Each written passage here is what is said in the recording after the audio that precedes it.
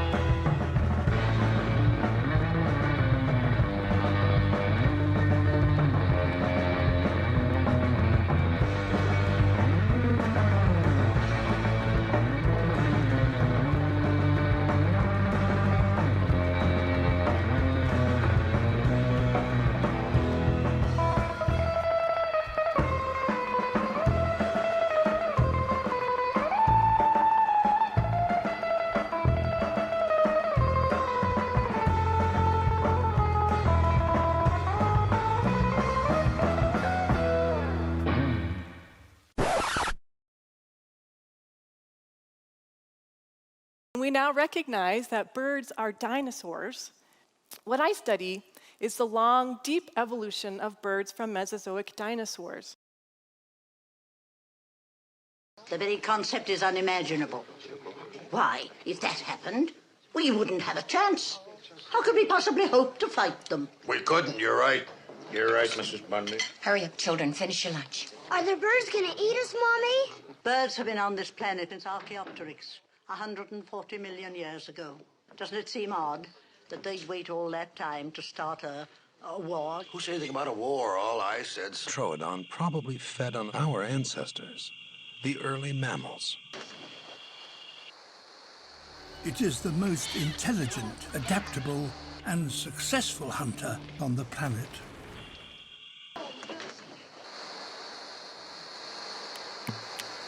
Look at the gap.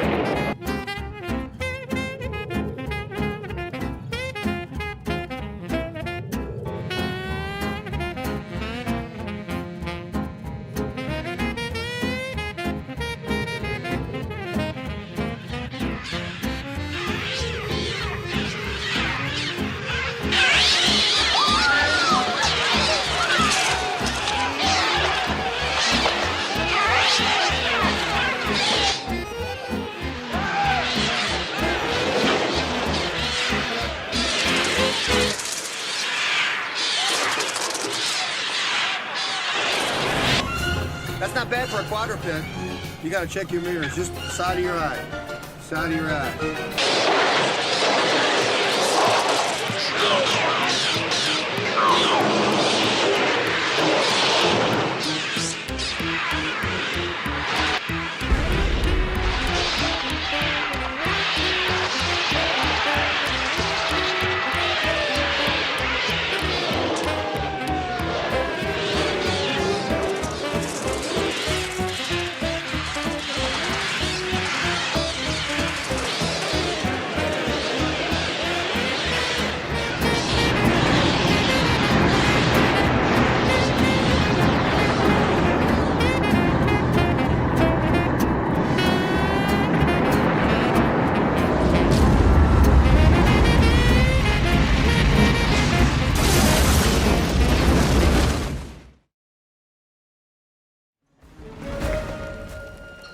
Success.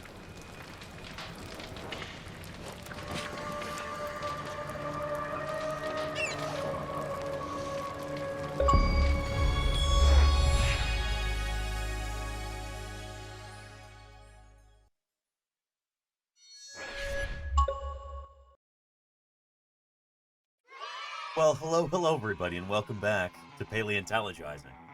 So good to see all of you here today. Happy Thursday, Birds Day, obviously.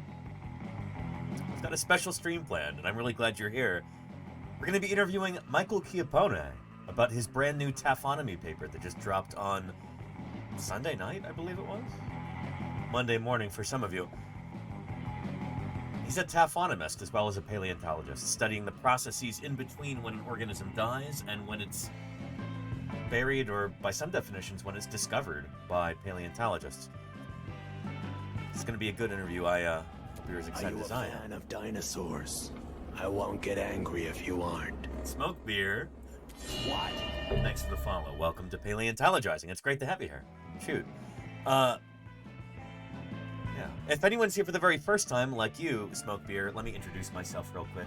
My name is Danny Anduza. I'm a dinosaur paleontologist. I'm here on Twitch trying to do some good old-fashioned science outreach. So, as a paleontologist, I study fossils.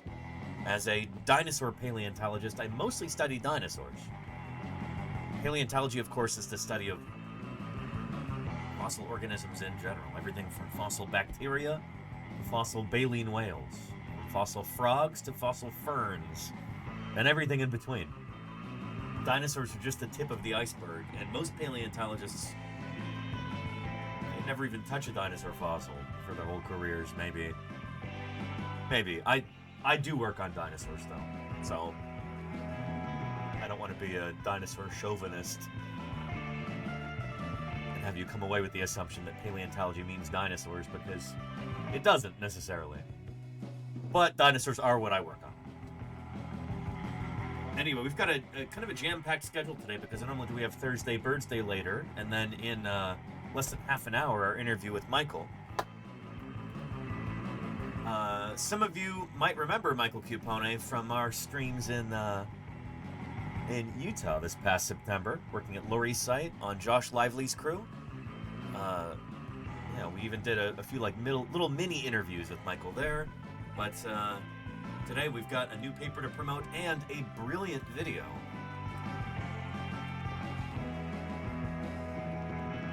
Which I need to start like right now so that we have enough time to continue. This is some superb science communication here. Normally I would go through chat and answer some questions and stuff like that, but we kind of got to get moving with this.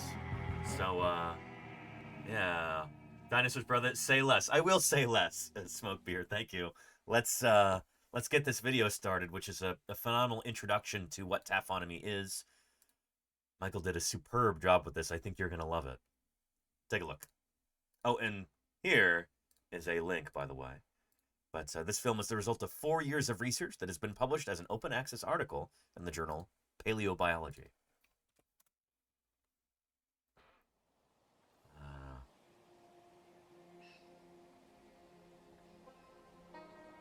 Running water is one of the most impactful forces on the surface of our planet.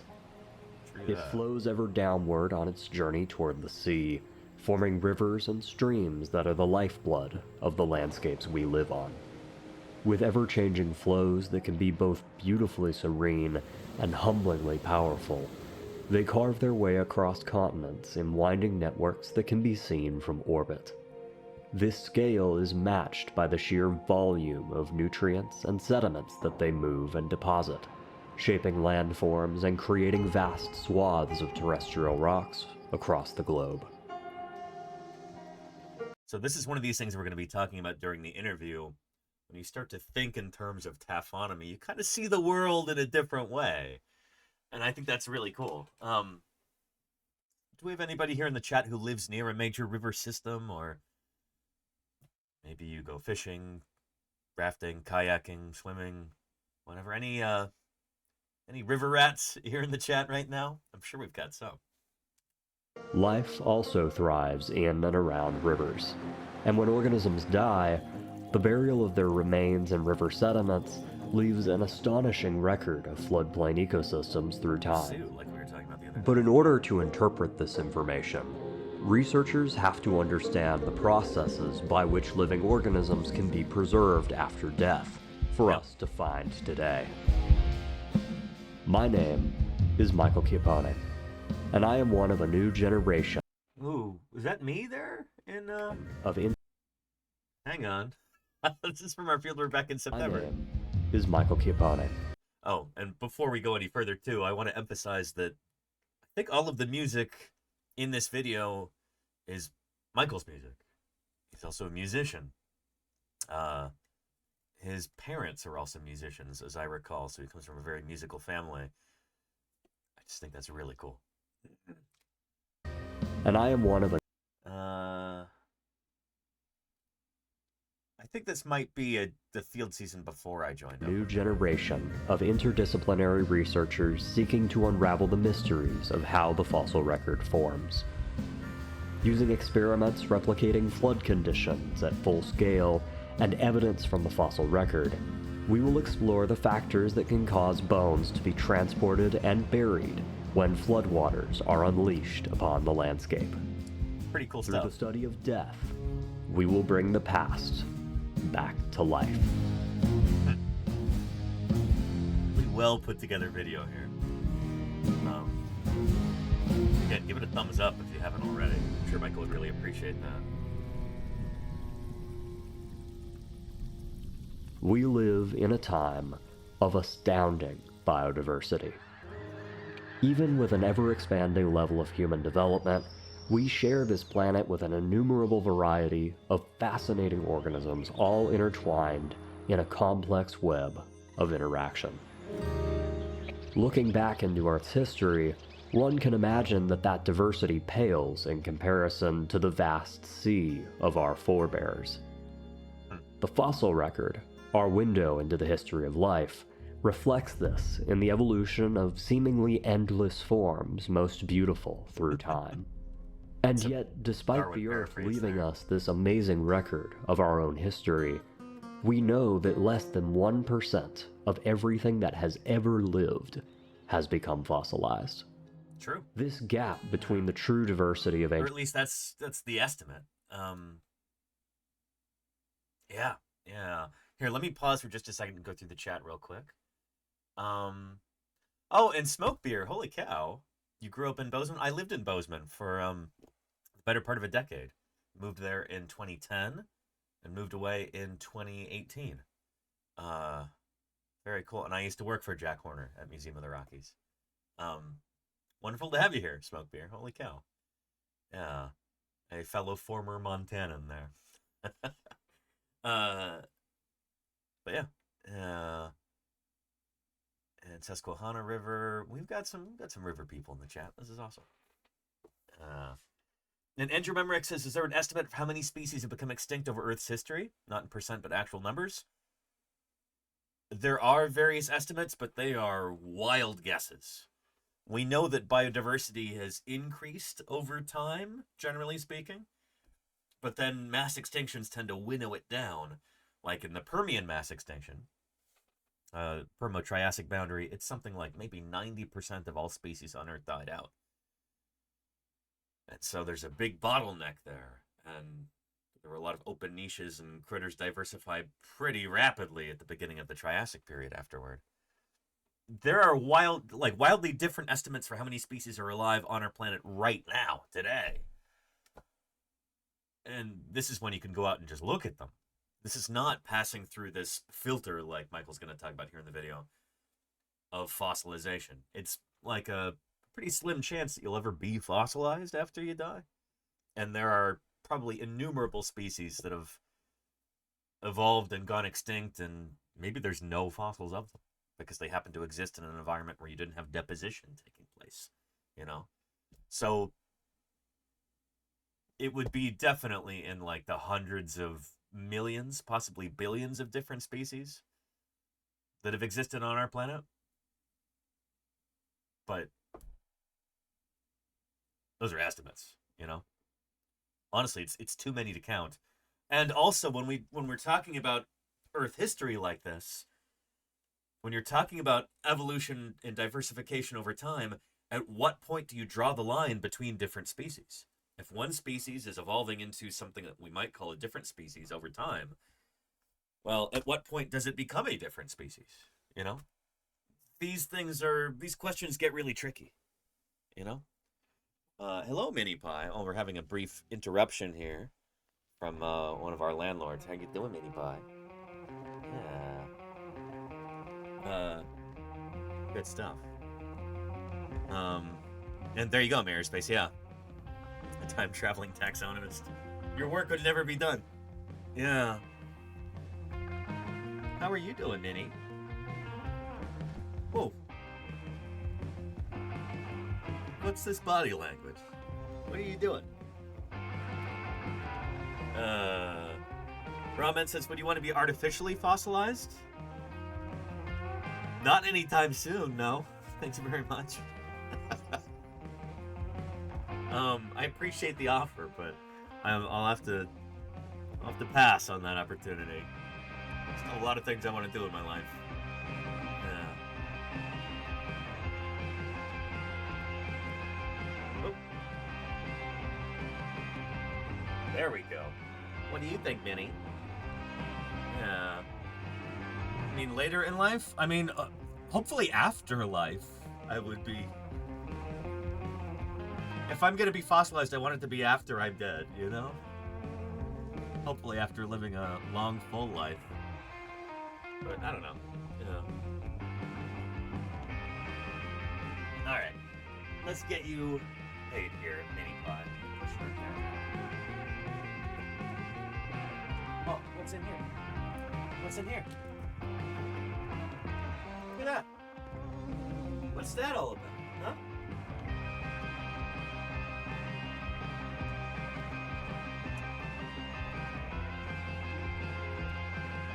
Some tasty treats for you. Here, let's continue the video while Mini Pie is eating here, because we're pressed for time. Ancient life and what we can recover in the fossil record begs the question of what allows an organism to become a fossil. Yeah. This was a question that inspired Russian paleontologist Ivan Yefremov during his PhD in 1940. Many other paleontologists of the time uncritically applied fossil data to evolutionary and ecological questions without taking into account how fossils came to be in the first place. Seeing That's this, important. Yefremov We'll proposed a new field of study within paleontology. He called it taphonomy, the study of the laws of burial. Taphonomists concern themselves with everything that happens to an organism after death that might influence fossilization. And while one might imagine carcasses and skeletons as static features on a landscape, this actually couldn't be less true. Nope. Bones are tossed around by scavengers, dried out and weathered in the sun, and chemically altered over That was some kind of coloniid turtle around there. by scavengers. This is probably a... It's not a hawksbill. Certainly not a leatherback. It's not a coloniid. This is, I'm guessing a Ridley turtle? I don't know if it's a Kemp's Ridley or an olive Ridley. But yeah, interesting. Dried out and weathered in the sun, and chemically altered over time. Most of these factors lead toward their destruction, acting as a series of filters that stop the vast majority of organisms from ever having a chance at fossilization. In some There we go. So this is what we were talking about, these filters. You've got to run the gauntlet if you want to become a fossil. And I this is such a great graphic. I love this so much. This is really cool. Really neat. environments, potential fossils have better chances of survival than others. And one of the best environments to preserve fossil bones on land are rivers. Sedimentary rocks laid down by the action of rivers and their floodplains make up around half of the places where fossil bone beds have been found, meaning that they are of particular interest to paleontologists. Why are rivers so important in preserving vertebrate fossils? Well, for one thing, river basins cover vast tracts of land that are inhabited by a wide variety of organisms. Those are biodiversity hotspots. These living systems that sediment can be transported over vast distances. So this is something I think about all the time. Like when I'm out in, I don't know, out in Utah, when you're out there in the Badlands or out on the plains, you'll see a lot of species here and there, but like when you get closer and closer to rivers, like say the Green River that runs through Utah, this might even be the Green River here actually, or that might be the Colorado. Looks more like the Green River though. Suddenly there's all kinds of different critters around. You get aquatic animals, obviously. You get fishes and amphibians and, you know, aquatic birds, critters like that. But you also get a wider variety of plants, and you get a bunch of different animals that come from across the landscape to drink. So rivers are biodiversity hotspots in general. With rivers worldwide transporting over 13 trillion tons of sediment into the oceans every year. Where sediment is moving, bones have a comparatively good shot at being buried, making fluvial systems uniquely positioned to be long-term storage sinks for organic material. Any paleontologist who works on terrestrial rocks knows how plentiful vertebrate fossils can be. Thank you, Dr. Terra, for the 100 bits there. And Dr. Terra, no, we didn't talk about Patagopelta yesterday. Yeah, we had a special fundraiser stream yesterday. We might get to that next week, but yeah. In river and floodplain deposits. And as the field of There's Marcello right there, who's been on our stream numerous times before. Taphonomy has evolved, some researchers have tried to pick apart how bones end up deposited in these rocks. In 1969, Dr. Michael Voorhees was among the first to try to do this using physical experiments. So this is really important stuff, and this is part of what we're going to be talking about today. The Voorhees groups I have framed on my wall for our discussion today. This is a piece of science that's been used very, very widely since this time. Everybody knows what Voorhees groups are if you know anything about taphonomy. By placing sheep and coyote bones into moving water, he sorted different bone types into categories based on how easily they moved. These Voorhees groups have been used by paleontologists for over 50 years to look at how bones are sorted by river water before they're buried. Finding certain bones more often than others at a fossil site can tell you whether they were exposed to river flow, which is important to investigating whether animals at your site were buried near the place they died, or if they were moved some distance by water flow. Ideally, so that sort of thing is really important, because if we're trying to figure out whether these animals actually lived in that particular place, or whether they got washed in, that has a big bearing on their ecology. Like, is this an animal that lives in the uplands and it somehow got washed in here, or did it actually live in this exact spot in this depositional basin? That has a big bearing on how we interpret what that animal is doing in its ecosystem, you know? So, again, one of the reasons why taphonomy is important. Paleontologists want to find as much of an animal's skeleton as possible to tell them about how they lived. But fossils can be buried in all kinds of flows, and rivers are far from static. Yearly changes in flow rates due to water input from rain and melting ice can lead to much more dramatic flows that contribute to the fossil record. Flooding. There are many different types of floods, and evidence for nearly all of them can be found in the geologic record. When rivers overflow their banks, skeletons that are laying out on the landscape have the chance to be caught in the flood and potentially be buried in sediment.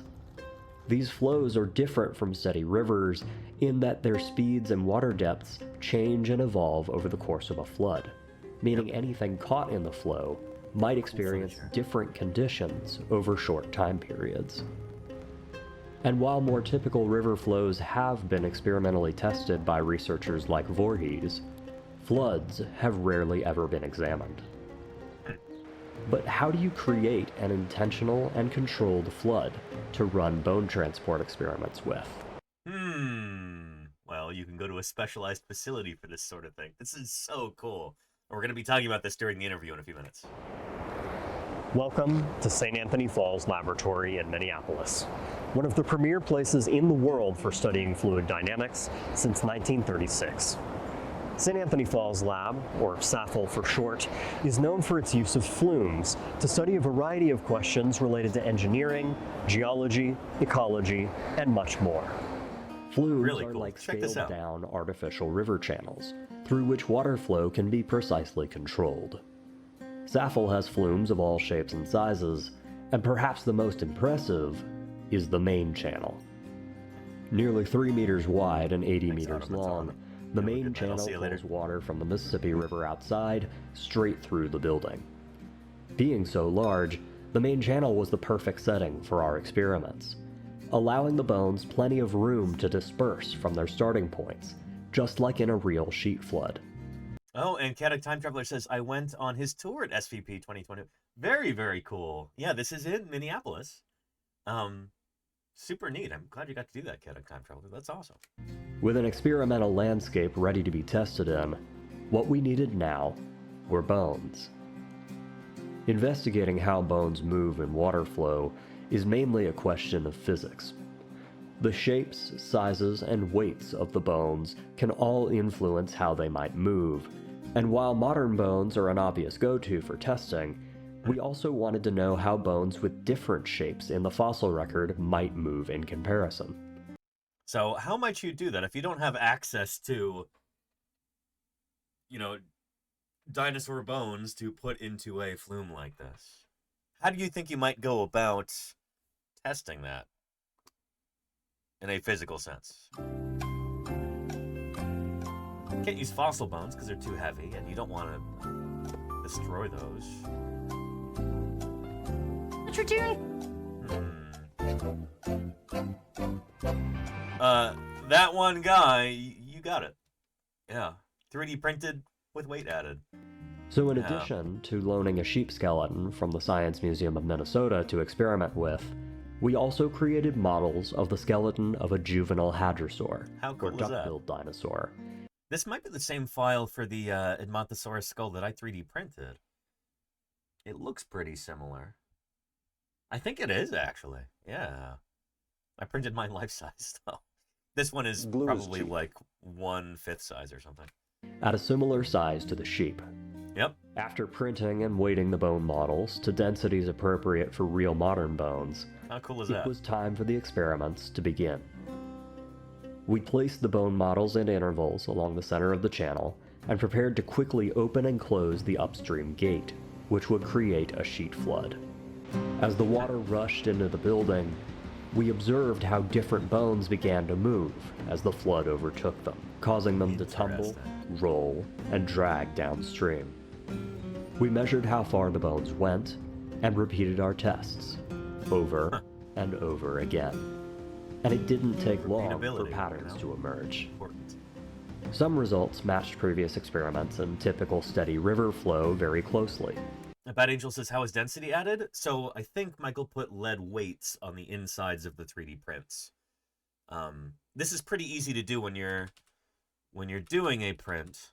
Since they're usually hollow on the inside, you can pause the printer at a certain point, and then you just shove a weight inside, and then you continue the print, and then it's trapped inside of there. Does that make sense?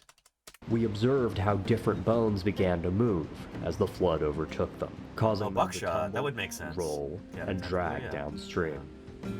We measured how far the bones went and repeated our tests over and over again. And it didn't take long for patterns to emerge. Some results matched previous experiments and typical steady river flow very closely. Larger, denser bones tended not to move as far as lighter ones. And bones of different shapes clearly moved in different ways, just as Voorhees and other researchers had shown. But these new flow conditions also yielded some other interesting results.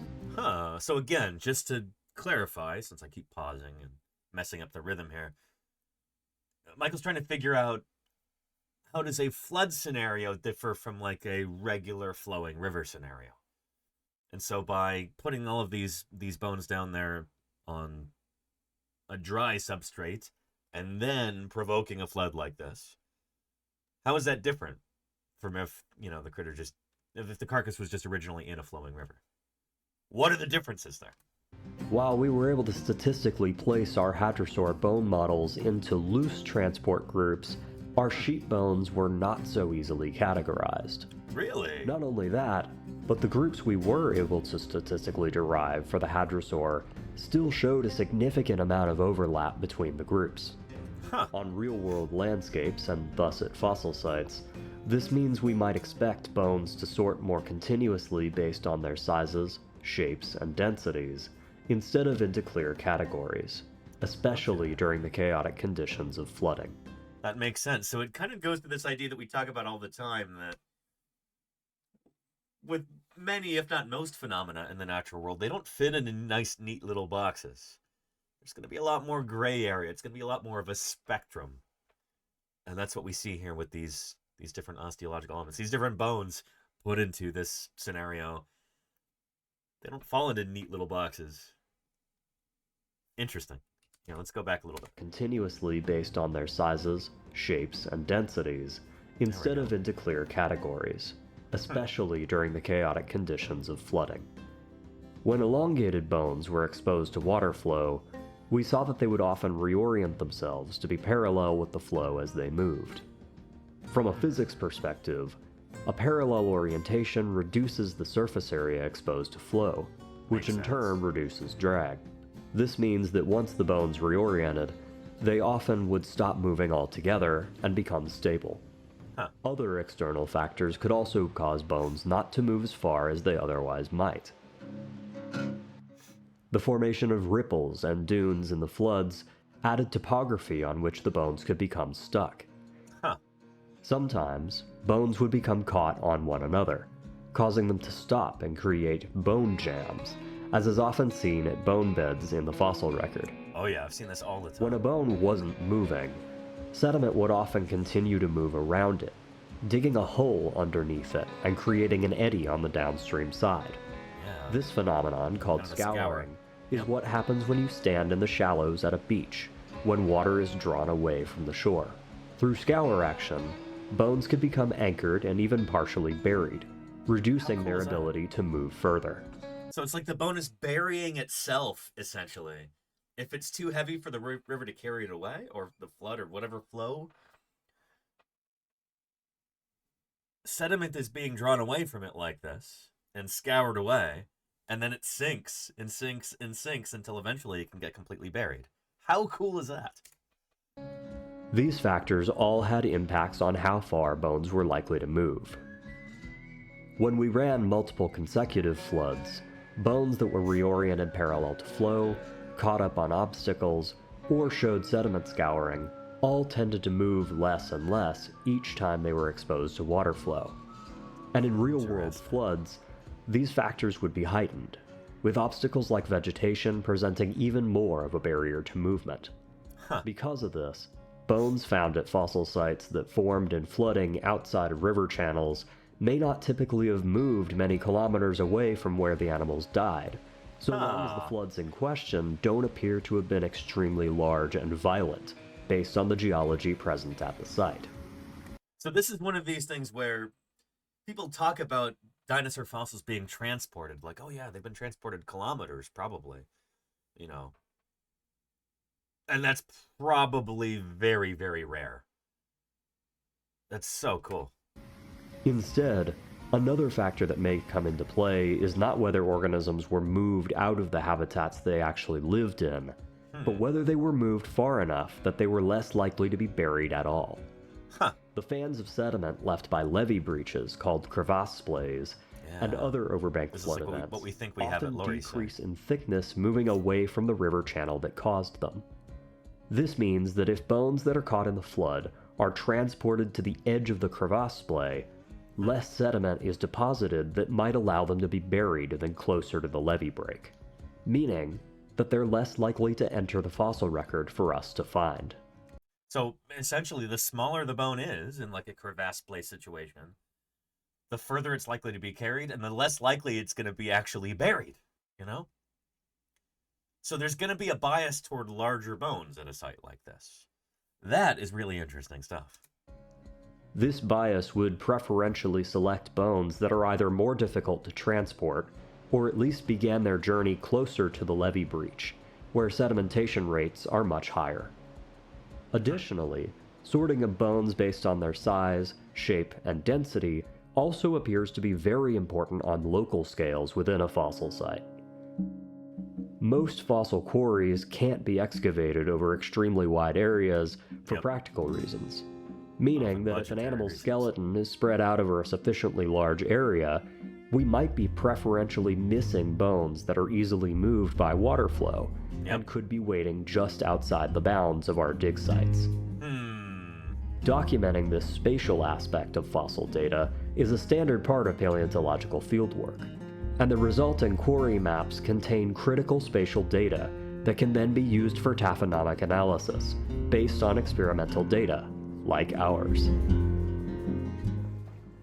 And that's to help us figure out There's Josh there again. Yeah, once we get everything back to the museum and prepped out, where each bone came from in relation to each other. In some quarries, it helps us figure out, okay, if we've got multiple individuals, this bone might go to one individual, this goes to another. Here, it's helping us tell the story about how these bones might have been transported. Because one thing you'll notice on this side, in this pit, we have mostly smaller bones and ribs. Over in the other pit, we've got much bigger bones. So, you know, that could be telling us something about the flow that buried these bones in the end.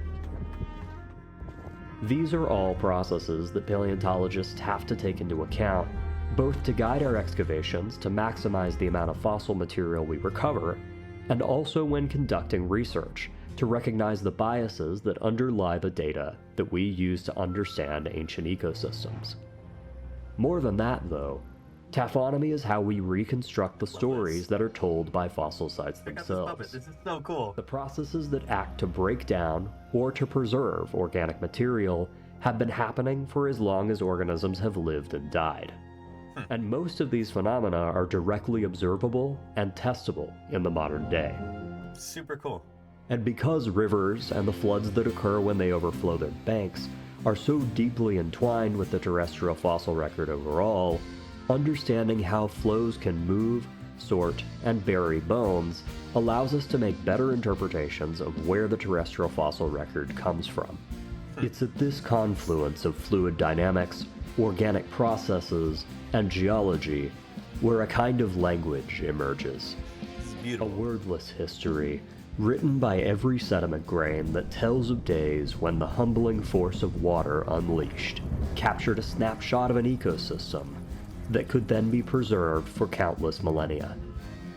And in learning to speak this language through the interplay of experiments and observations in the field, our knowledge of the history of the natural world and our own place in that unfathomably vast story grows.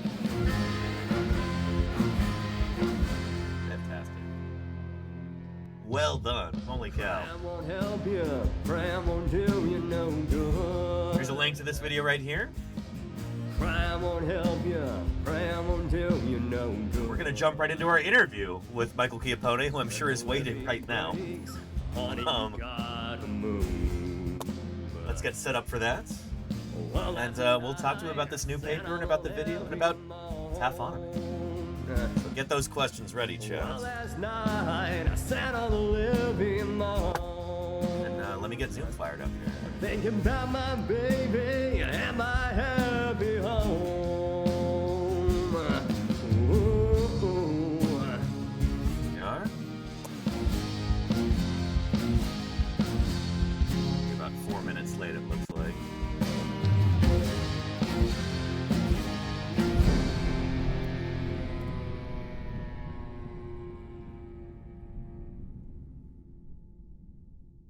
All right.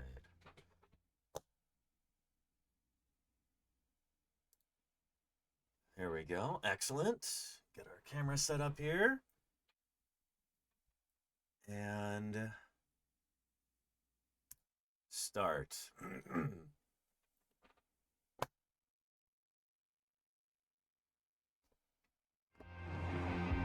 right.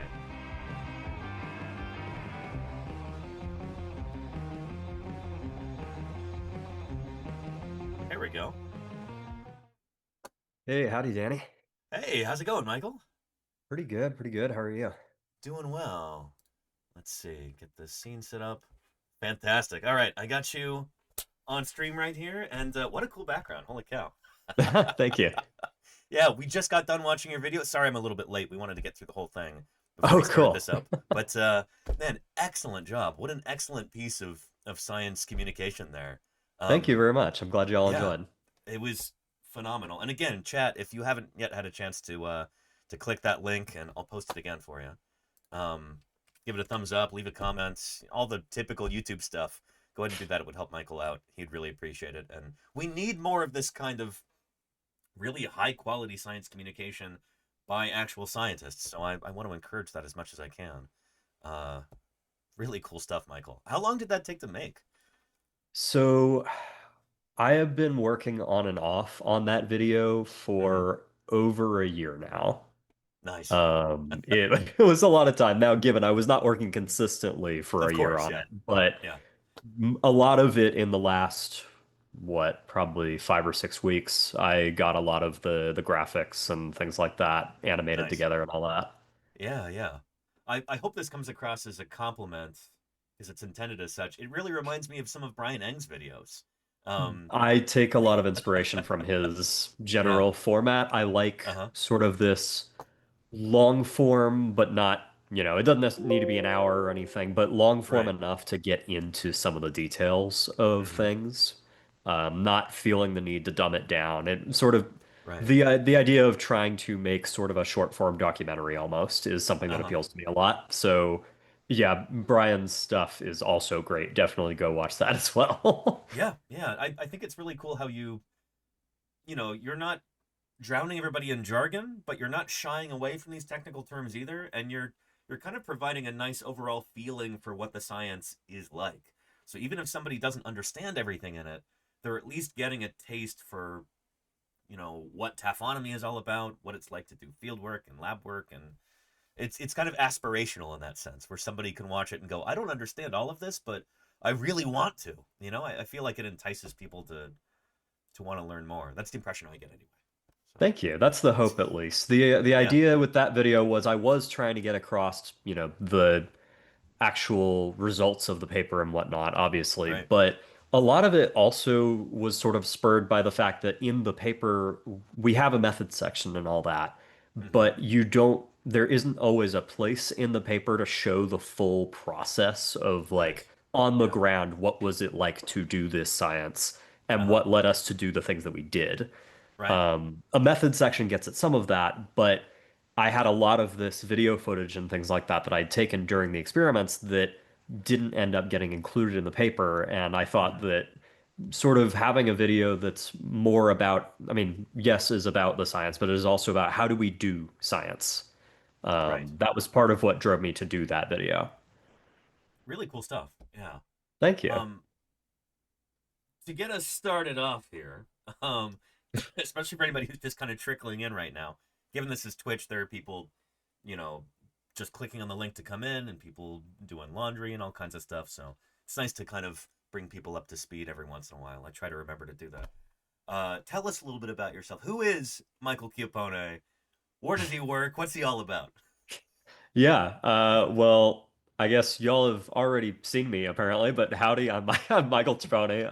I am a PhD student at the University of Minnesota, and I work on, as is evident both from the video and from my background, I work on taphonomy, especially taphonomy as it relates to fluvial environments, rivers, and their floodplains. I want to know how animals and other organisms that live and die in rivers and their floodplains end up in the fossil record for us to actually be able to do paleontology on. Nice. Yeah. I mean, fossils are like the raw material of our science. That's our data as paleontologists, and understanding where those data come from, I think, is crucially important. And we'll get into why that's important in a little bit. But continuing on the background theme here, where did you grow up? And how do you think that influenced your interest in the natural world and maybe in paleontology too? Yeah, so I am not from Minnesota. I am originally from Texas. Mm-hmm. And until I moved up here for grad school, have never lived anywhere else in my life. We moved around a lot in Texas. I have lived in many different parts of the state. Um, but considering it's quite a big state, you could move 5 hours away from where you lived and still be in Texas. Right. California's So the same way. Yeah. Yeah. yeah. Yeah. So I grew up in various different parts of Texas, most recently the Austin area, kind of the hill country area for people that know that area. And I think it definitely had an impact on me going into natural sciences just because Texas as a state is extremely, because it's so big, really is the main reason. It is an extremely diverse state in terms of geology and biology. There is a lot going on, and Mm-hmm. it is also often pretty easy to access. There are, if you're on the geology side, there are rivers and creeks that move right around you that are both demonstrating fluvial processes and also unveiling the rocks underneath them for people like me when I was living in North Texas as a kid, running around in the creeks looking for Cretaceous marine fossils and things like that, or living in Central Texas, you might go into the early mid Cretaceous where you're, both when I was growing up very young and later on when I moved back, be surrounded by dinosaur trackways and things like that, of which Right. there are pictures of me when I'm very small, sitting in the trackways of big theropods like Acrocanthosaurus and such. Uh-huh. that definitely left a lasting impact on me. I have a you know kind of a soft spot for trackways. I think they're very cool, probably because I grew up around them. And then on top of that, not only from a geological and paleontological standpoint, but also Texas is so big and diverse that there are so many different kinds of habitats and living organisms around you, depending on where you go.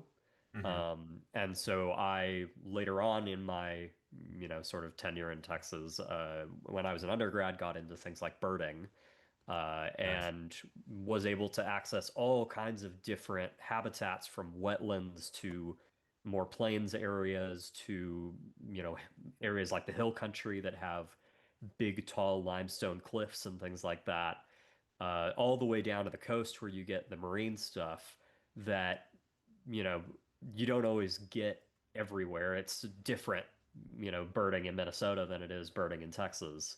So I think all of those different things had lasting impacts on my decisions to go into the natural sciences for sure. Nice. Again, for the benefit of anybody who's just tuning in right now, let's really make sure that we hit this point. What is taphonomy? Maybe we'll explain the origins of that word too. Help the concept really sink in here. Yeah, so let me start with the origins of it. If anyone was around during the video, I go into this a little bit, but I'll go into it a little more heavily here. So, flashback to the 1940s. When paleontology, which is already relative to most sciences, a very young science. Paleontology, the word goes back to, like 1830s. 1830s, your Victorian Britain kind of times. By 1940 or so, 100 years later, things have progressed, but paleontology is still an extremely young field. And one of the things that people had rarely delved into in any serious way was actually how fossils happen. Where do fossils themselves come from? People were understandably very excited about the fossils themselves. Like, what is this thing that I have found? And what was it when it was alive? What does that mean for the history of life on our planet? But like you said, the fossil record is our data set as scientists. That's what we have to go off of. And it's sort of an important thing to know in the sciences where your data is coming from in order to know what limitations you have when you're dealing with it. And so in 1940, in walks Ivan Yefremov, who is a Russian paleontologist who is a fascinating person, by the way. I don't get to go into it in the video, but he is fascinating. That photo that you had of him in the video is really intriguing. He looks like your archetypical explorer with like military garb. He's in a tent. He's got like a rifle or something hanging next to him. It's so like, that's kind of Hollywood-esque almost. Yeah, that's during his field expeditions into Mongolia. At that time. But he is a lot more than your archetypal adventurer, funny enough. He is so he grew up basically a child of war in Soviet Russia, and eventually ended up going to school for geology. And for some amount of time, he was essentially like helping run geological mapping expeditions on boats. So there's this photo of him that he looks like Captain Ahab or something like that from Moby Dick, like this full sailor's outfit. And on top of that, eventually he ends up going into paleontology through a professor of his, and is incredibly like hard hitting. Like there are many species named after him. Because during his PhD, this is during his PhD, he's not even a professor by this point. He names taphonomy. He puts the name on the field. An entire scientific field. He basically says, look, people have like kind of talked around this issue and I'm going to put a name on it. And he coins taphonomy. Taphonomy, he says, is essentially the study of what happens to organisms after they die. What is the process, or what are the processes that lead us to acquiring the fossil record? And he names it taphonomy, tapho, as in so it's weird. The translation is interesting. It translates directly as the word burial. Right. Okay. Now taphonomy has there's a bunch of taphonomic stuff that happens post burial, but Definitely. he's thinking of burying. But I don't know if he knew this or not, if this was intentional.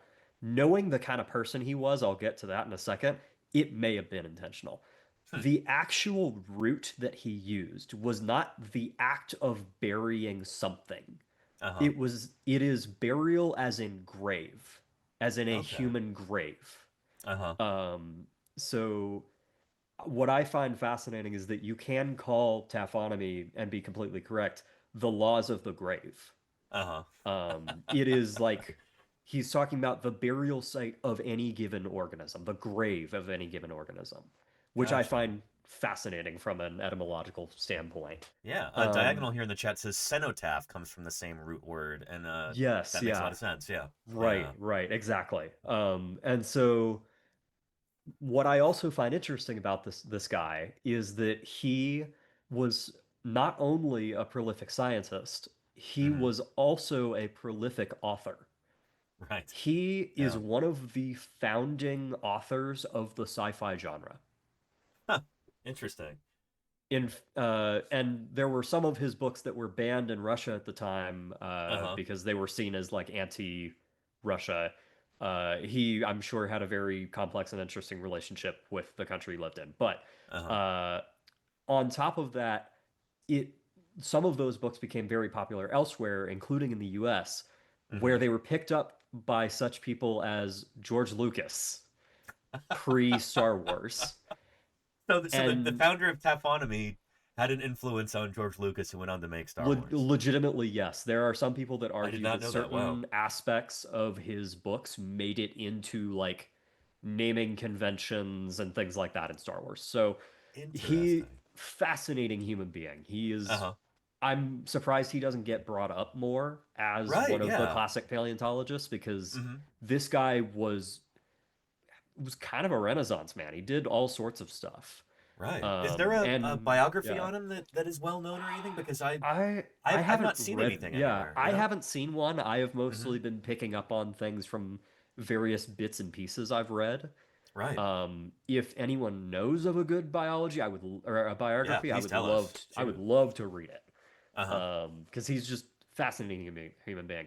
Anyway, so that's sort of where it started. That's the earliest time that the word taphonomy comes up.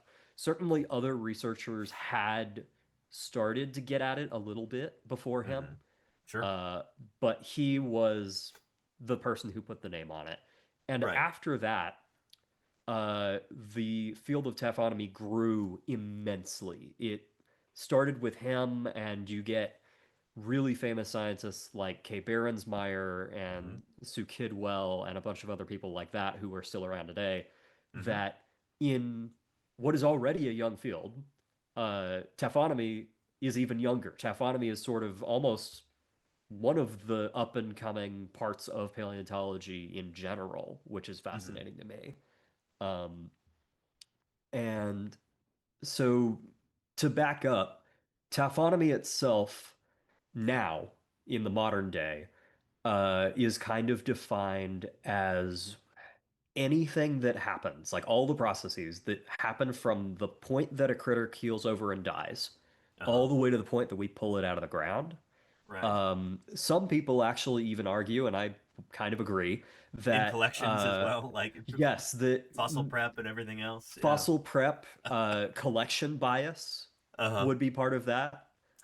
Anything that basically influences what is getting into our data sets can be, whether or not you consider it a taphonomic process in the way that sorting or burial or post-depositional processes are, people go back and forth a little bit about, but they certainly are part of the pipeline. I don't think anyone disagrees on that front. It's just whether, like, is this a separate thing? Should we call it part of taphonomy? Right. Do they have to be natural processes, or can it be something that a person does? Yeah. Is it a desk projection from a journal editor? Is that part of the taphonomic process? You know? Right. Yeah. I don't have too much skin in that game, but yeah, it's important to know that there's, including human processes, a bunch of different processes that can affect what data makes it into our data sets that we use to understand ancient ecosystems.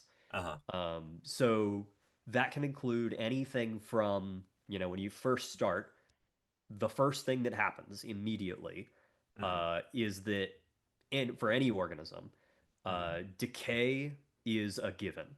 Right. There is not a single fossil out there that did not experience some level of decay. Even if it was minimal before it was buried, decay is going to happen. Even like for vertebrates, we have a microbiome inside of us that the moment we die, it starts kicks to eat into us. high. Yeah, it starts to eat us. So decay is a massively important one. You've got things like scavenging from other animals and heck, plants and fungi as well, outside forces, right? Outside biological forces.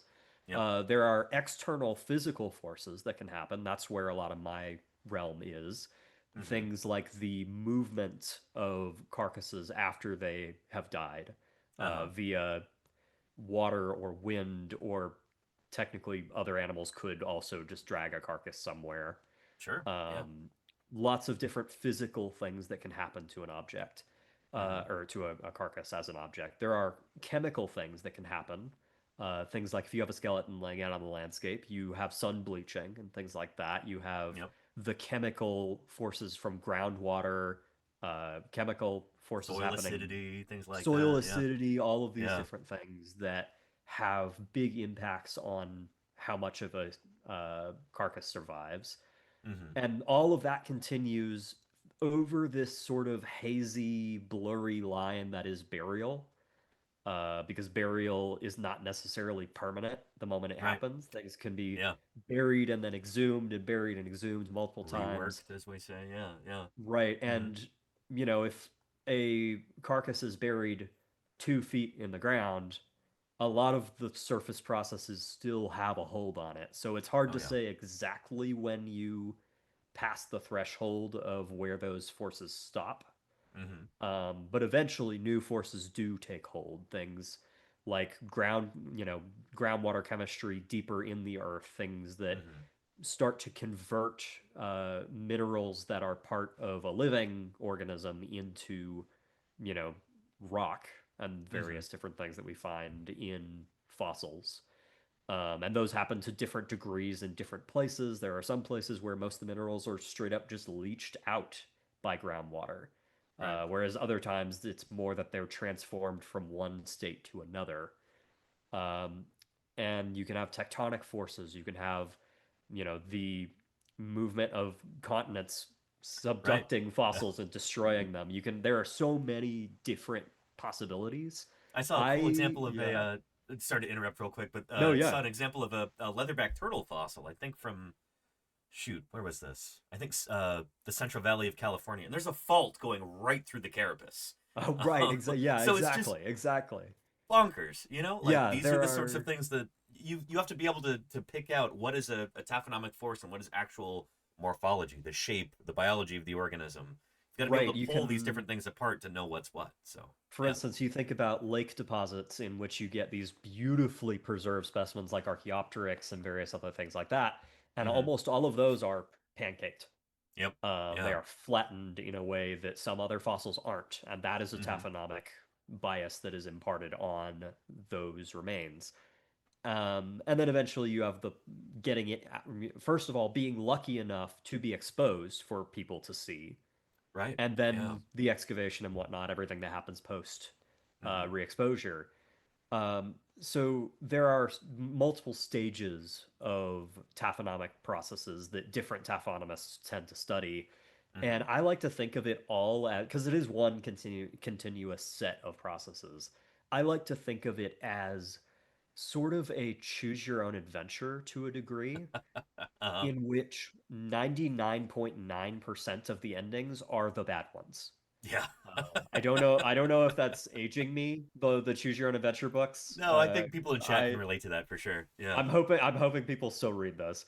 Um, Yeah. I grew up on them in school, and these are books where you're like basically telling your own story by picking what actions you're gonna do. The book will say flip to whatever page to see what Uh-huh. happens next. Um, and so you can imagine that from the moment an animal keels over and dies, or any other organism, taphonomy applies to everything, that you set off basically a timer for a bunch of series of processes that can start acting on it. Hmm. And the results of those processes lead to either the thing surviving or it not surviving. And Hmm. that happens over and over and over and over again through an almost infinite spread if you viewed it as a tree, like it's a decision tree. Just Right. this insane spread where the vast majority of the tips of that tree are your fossil is destroyed. There is Hmm. no Game trace of it over. left. Yeah. Yeah. So, I'm yeah. here responding to some things in chat too. We've got Joshua Knupe, a Paleo Stream, here in the chat, and he says Oh, hi. hey, Josh. Says, Michael, you are not old enough to talk about Does This Age Me? I mean, listen, there might be people in the chat who don't read those Oh yeah, books no, for anymore. sure. I don't Yeah, I'm know. sure there's got to be like a modern video game equivalent of that though, I that guess I'm it'd not be aware like of. Yeah. it would be like oh gosh. What There are was that game that the was really popular like just a few weeks ago, right? The superhero emergency dispatch. It's called Dispatch, isn't it? this oh Is that okay. kind of like that, chat? Is that the same kind of deal? Right, or Yeah. the Telltale games, like those ones where you're Okay, okay. making decisions and that leads to different endings, that kind of thing. Yeah. Yash confirms right there. Telltale Games. Yeah. Yeah. I Yeah, feel like yeah, such a yeah, yeah. boomer right now. So Right. The this this Tyrannosaur femur will remember that. yeah, there you go. Yeah. Yeah. Yeah. Anyway, so that's the generalities of what taphonomy actually entails. It is the Right. study of everything that happens to lead toward, or not, the vast majority of the time, not Uh-huh. fossilization. Right. Yeah. Okay. And I thank you for walking us through that again. Yeah, of course. So I really want to emphasize the point that taphonomy is not some arcane field of study or something like that, despite being relatively kind of new in paleontology as its own thing. But like there are taphonomic processes that we see going on every day, and people in the chat are going to see these things every day. What are some of those things that they might encounter on a daily or weekly basis? What are some different taphonomic processes that are just Oh around us all the gosh. time? So, I mean, if you're anywhere where there is visible life, Mm. you have seen taphonomy at some Right. point. Right. Yeah. Because they are just the processes that happen to dead things. Hmm. If you have seen a tree fall over and watched a log decay, you have Uh-huh. seen taphonomy. If you Yeah. have walked along a river or lake and seen fish washed up on the shore, you have Yep. seen taphonomy.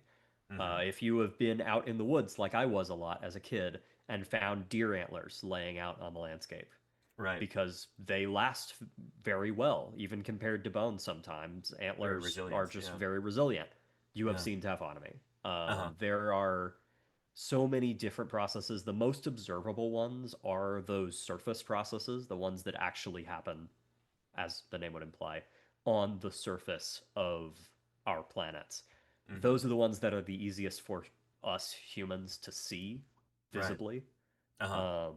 But if you have ever seen a dead thing ever, Right. you Yeah. have Yeah.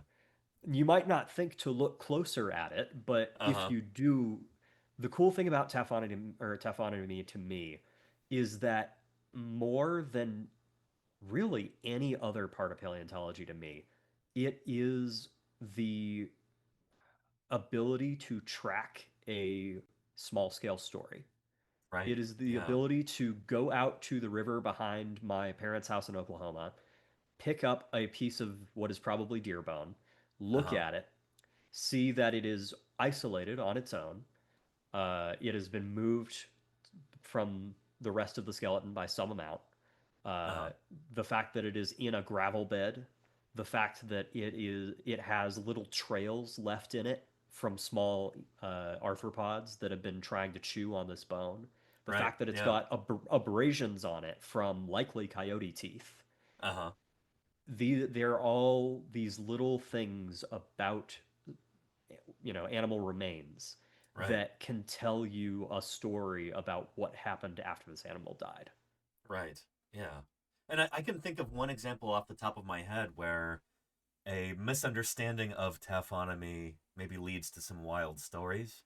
I'm thinking of like all these stories about, oh, chupacabra, mutilations of cattle or blah, blah, blah. The eyes are missing. What's up with that? Well, that's one of the softest parts of the organism. It's one of the most palatable to scavengers. Of course, that part is going to be gone within an hour or something, right? Yep. I mean, yep, absolutely. yeah. When we're talking about taphonomy in the fossil record, I want to emphasize that this is not like unlike in a video game, it's not like this like rigid set of things that happen all in the same sequence and all in the same severity or whatever. It can vary really wildly, right? So give us maybe a couple examples of surprising bits of preservation or taphonomy from the fossil record and how we can start to understand those. Maybe you mentioned Archaeopteryx earlier, which I've got up on my wall right there. Yeah. So I would say that at the step one, the thing that is going to influence what happens to your organism. I'm going to keep calling it an animal, but keep in mind that this can be any organism. Okay. But whatever critter you've got, the environment in which they died is going to have a massive influence on whatever happens next. Gotcha. Because if you're let's take Archaeopteryx. Let's take a small flighted theropod verging on birds, a little birdie guy. Oh, hello. Sorry, that's Sweetie Pie right there. Yeah, ignore her. No, I'm waiting for I'm watching for the chat to go nuts because that's probably exactly what will happen. Oh, they're used to it at this point. Oh, I see. Regular occurrence here. It's like regular occurrence.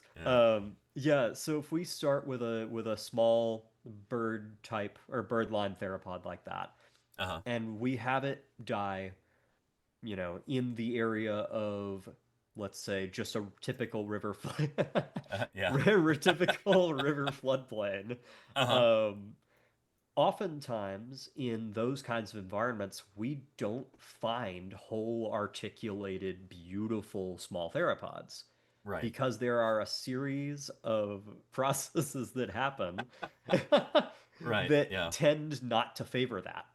As opposed to if it dies in the area of an anoxic lagoon, a lagoon in which there is, a area of deep water in which there is low, high salt content, low oxygen content. Right. Then, so you can't get scavengers coming in there. Right. You don't get scavengers. Yeah. You don't get a lot of movement because there's not that much flowing water. It can't be transported out very easily unless it's floating. Right. Yeah. And you don't even get that much decay from like aerobic decomposers, right? So like if there are because bacteria or other little organisms like that. Yeah. Exactly. Okay. So, or let's put it in a cave.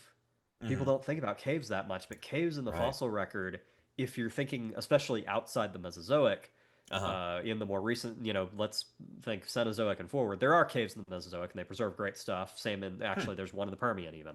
But especially for the Cenozoic, caves are incredible at preserving organic material. Mainly because there is influx of sediment into caves and things like that, that it makes it very easy to bury things in there with a low amount of scavenger input. That makes a lot of sense. Would stable temperature have something to do with that too, or is that kind of absolutely stable temperature helps a lot. There is there are certainly things living in caves, and that kind of thing, but there is often less scavenging going on than there would Right. be outside. Mm-hmm. And like I said, often there is sediment coming into caves Right. that is Yeah. helping to preserve things as well. Uh-huh. So it's isolated, right? It's isolated from the outside world, and that often can make it very, very good at keeping things around for long durations of time. Makes sense. Yeah. That Yeah. and the sediment itself is often not extremely heavily disturbed, Uh-huh. which means that you can have a very good look at the small scale stratigraphy of what was happening in this cave over thousands of years. Right. Yeah. So, Okay. yeah, overall, the main thing that's going to impact where the decision tree goes, what possible paths there are, Mm-hmm. is going to be your depositional environment to start Mm-hmm. with. And from there, Makes then things yeah. can get very complex very quickly. But No, that makes a ton of sense. Yeah. Um, Speaking of the importance of taphonomy, I'll put you on the spot a little bit here. Can you think of any examples of when a paleontologist's lack of attention to taphonomy kind of led them astray with their research? Are there any big gaffes or blunders when oh somebody gosh, failed to take taphonomy into account? plenty. Not to, we're I not trying to think, disparage anybody, yeah. obviously, Chap, Well, but I'll go with a general practice, okay, actually. yeah, yeah, Footprints. mm, Trackways are not organisms, but are subject to their own set of taphonomic variables right, that can occur that are mostly geological, uh-huh, uh, that can impact how well they're preserved. mm-hmm, Part of that taphonomy is actually the animal itself and how it is moving and what it is moving on, what the uh-huh, sediment it is preserved in is. Um, so there are, or have been, I think it's less common now. People are starting to kind of wake up to this idea that uh, you can't always reliably scale an animal off of its footprints right, because when an animal is moving over a substrate, what substrate they are moving over is extremely important to what trace they will leave behind. right. So if You you can leave a larger have footprint if you have exactly softer sediment, or if you're a heavier animal, or moving at a greater speed with greater force. The right, impact that you leave might be larger. Things like this. right, or if you're preserving it very, very well and Uh you huh. preserve, say, integument, like integumentary Yeah. traces, Uh huh. those Skin integumentary impressions. traces are subject to what happens when you press that skin into mud. Right. For instance, on sauropod trackways I've seen with integument on them in Argentina, Mm-hmm. uh, what you see is not little scales, Mm-hmm. or at least you shouldn't assume that this is what the scales look like. You Mm-hmm. see rake marks, right? Right. Yeah. And you do not know that that was the size of the scales because Right. those are not the scales. Those are the Right. rake marks that the scales leave when you press them into a substrate. Uh huh. And I have So they. seen researchers both on the integumentary side and on the like animal size side, taking very precise measurements of like, oh, this animal was exactly this long, or the scales were exactly this size and this shape. Right. Right. Uh huh. But that's not necessarily the data we have. We have the data of what happens when you press an animal shaped object into mud. Mm-hmm. So that would be a general practice that I see sometimes. Another would be when you have extremely well preserved organisms, Mm-hmm. people will take them at face value and assume that what they are looking at is representative of what the animal actually looked like. Right. But like I said at the beginning, I don't care how pretty the fossil looks. Every single fossil that has ever been preserved has Mm-hmm. been subject to some level of decay. Right. That is a given. Decay is inevitable. Mm-hmm. And so if you look at the either in 3 dimensions or two, whether it's a quote unquote mummy, like some, animals you'll find, whether that be like the Siberian Ice Age stuff, or older in time, say the quote unquote dinosaur mummies, they're not actually mummies, but you know what I mean. The mummies that you find in the fossil record, you cannot assume that just because it looks like a certain thing on a mummy, it does not like necessarily mean that that animal looked one for one exactly like how you found it. There is some work you need to do on, okay, what happened to this animal in order to preserve as well as it did that also led to these things happening. The way the skin folds over the neck or whatever, that isn't necessarily something you can just copy into like paleo art or what have you. Right, yeah. Because that is potentially a result of desiccation and things like right. that. Maybe shrank in size. It's, yeah, I can see that for sure. Yeah. Yeah, and that's not just in dino stuff. This is something that I've seen even in the invertebrate literature for like flattened organisms. People will look at a an organism and say, "Well, this is exactly what it looked like because it's pretty." There was a Gotcha, yeah. paper. There was a paper that said something to the effect of, you can assume that a structure is preserved in a fossil if the evidence is compelling. Which, in that sense, compelling kind of just means it looks pretty and it kind of looks like the Does it thing you look want good? it to Yeah. look like. Uh-huh. So Interesting. there's a level of you absolutely have to take into account, even if it's Right. pretty, even if it's a beautiful fossil, which there Uh-huh. are many of, you have to take into account what happened to make it that pretty that might have resulted in certain biases, even in a very nice specimen. Right. Interesting. Now that makes a lot of sense. And then I think back to when lack of information and maybe like maybe ignoring taphonomy a little bit led to major misinterpretations of phylogeny. Like back during the debates of bird origins, there was this idea that, well, birds couldn't have evolved from theropod dinosaurs because theropods didn't have a wishbone. They didn't even have clavicles at all. And so Right. and that's just a taphonomic process. Those bones were lost or maybe misidentified. And so for the better part of a century, a lot of people thought, well, birds can't have come from dinosaurs because they don't have wishbones. It it took like really obvious wishbones being discovered to overturn that idea. And what People you assuming that the just, fossils are yeah. more complete than they are, And what you just said is one Mhm. of the more broadly important reasons that taphonomy exists. Right. Yeah. My experience of taphonomy so far as a researcher is on a relatively restricted scale. I'm looking at things that happen on local scales that influence how fossil sites individually form. And that Right. is one way Yeah. that paleontology is important. It can be useful for understanding like local ecology and things like that. Uh-huh. But when you zoom out, the fossil record, I will repeat it again because it's important, is the data that we have to go off of to study anything in paleontology. It is the Right. only data we have. Mm-hmm.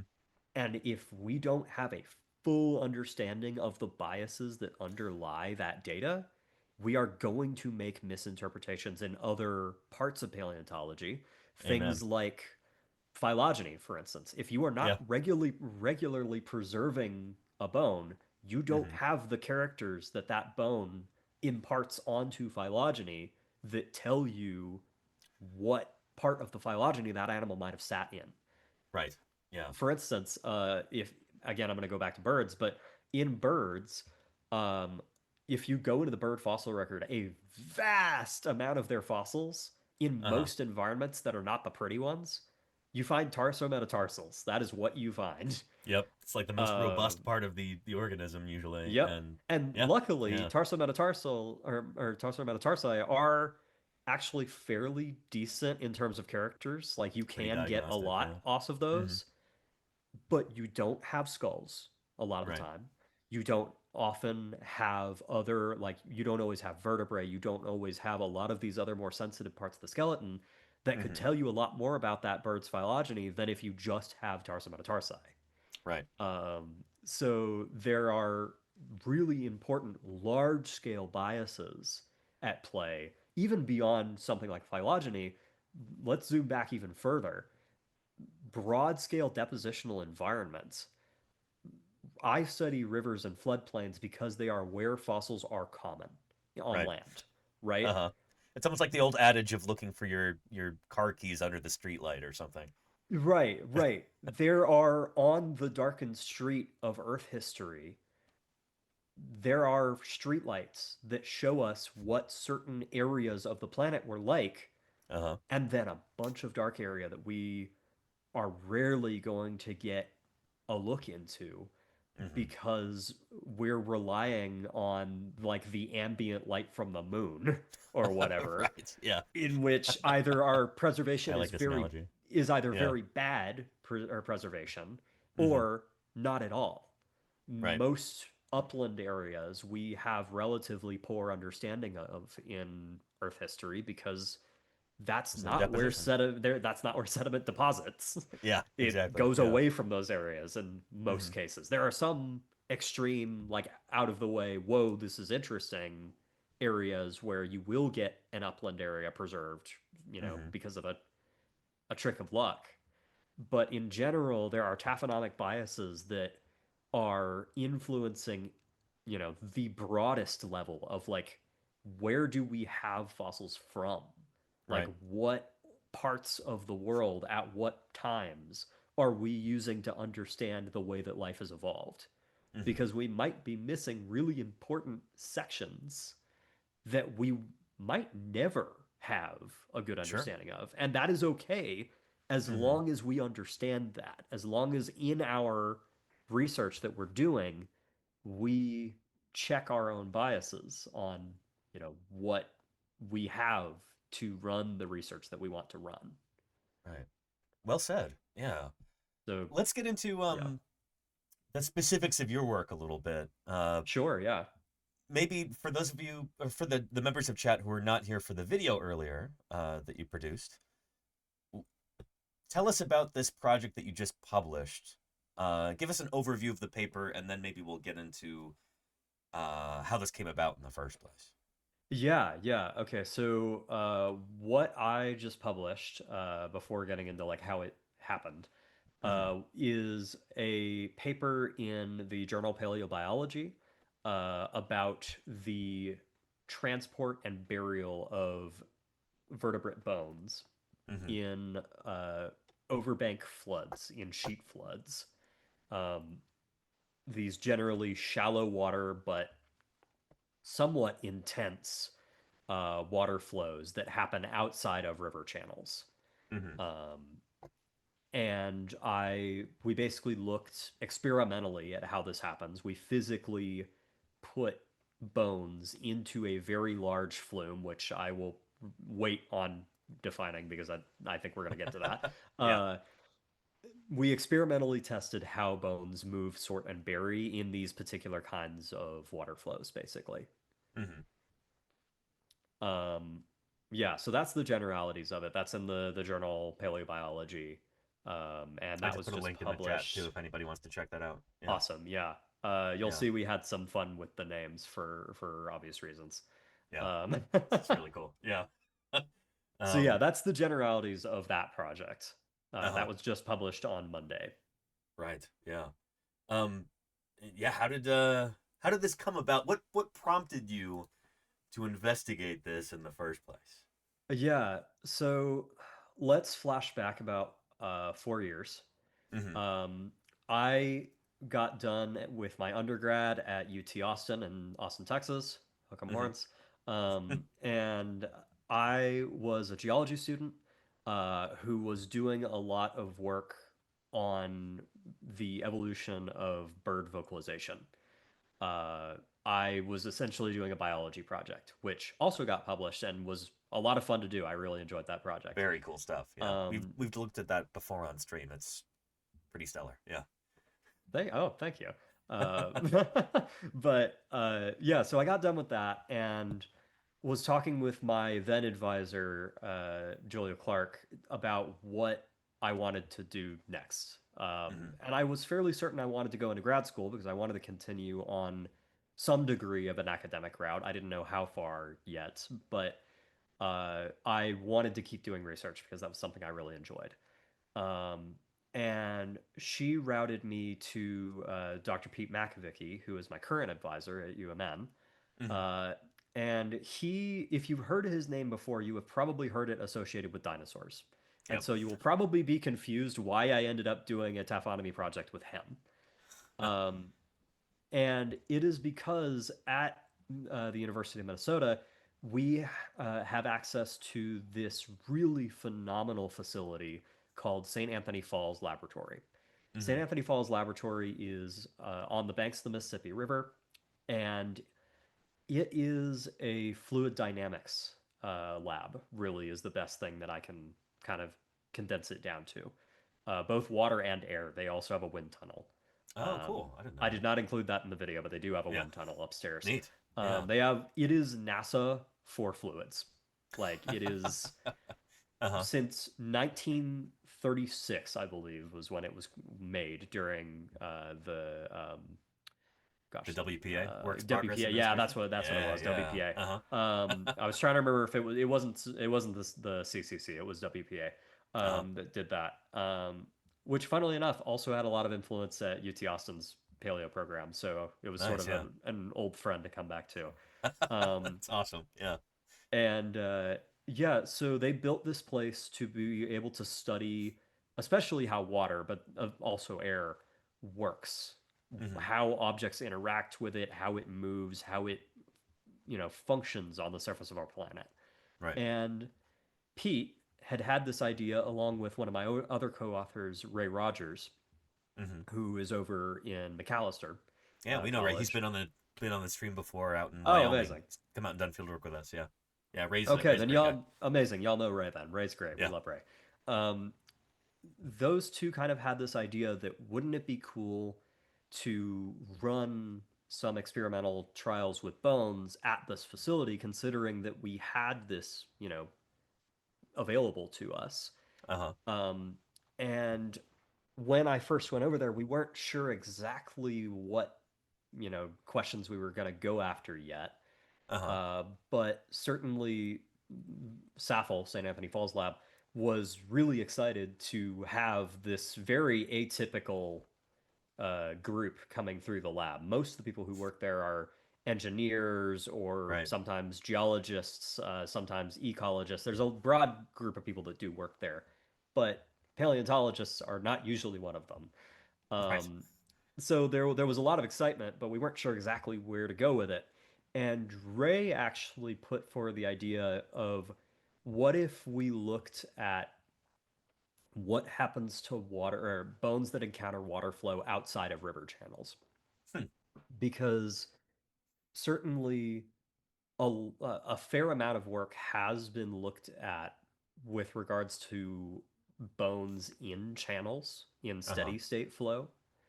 But not as much work has been done outside of channels, even though in the fossil record we do often attribute certain fossil deposits to being from floods. Gotcha. Right? So what we're talking about is, outside of actually being in a river, oftentimes the fossils that we find are from out on the landscape, maybe on a flood plain, and they'll only get covered by sediment if you have a huge influx of water. The river overflows its banks, dumps sediment onto them, that kind of thing. And so that's been understudied up until this point, you're saying? Yes, very understudied. Even though we attribute it to the fossil record often, because we look at the geology and say, this doesn't look like a channel deposit, this looks like a floodplain deposit of some kind. Therefore, the likely deposition of sediment in a big pulse is going to be a flood. Right.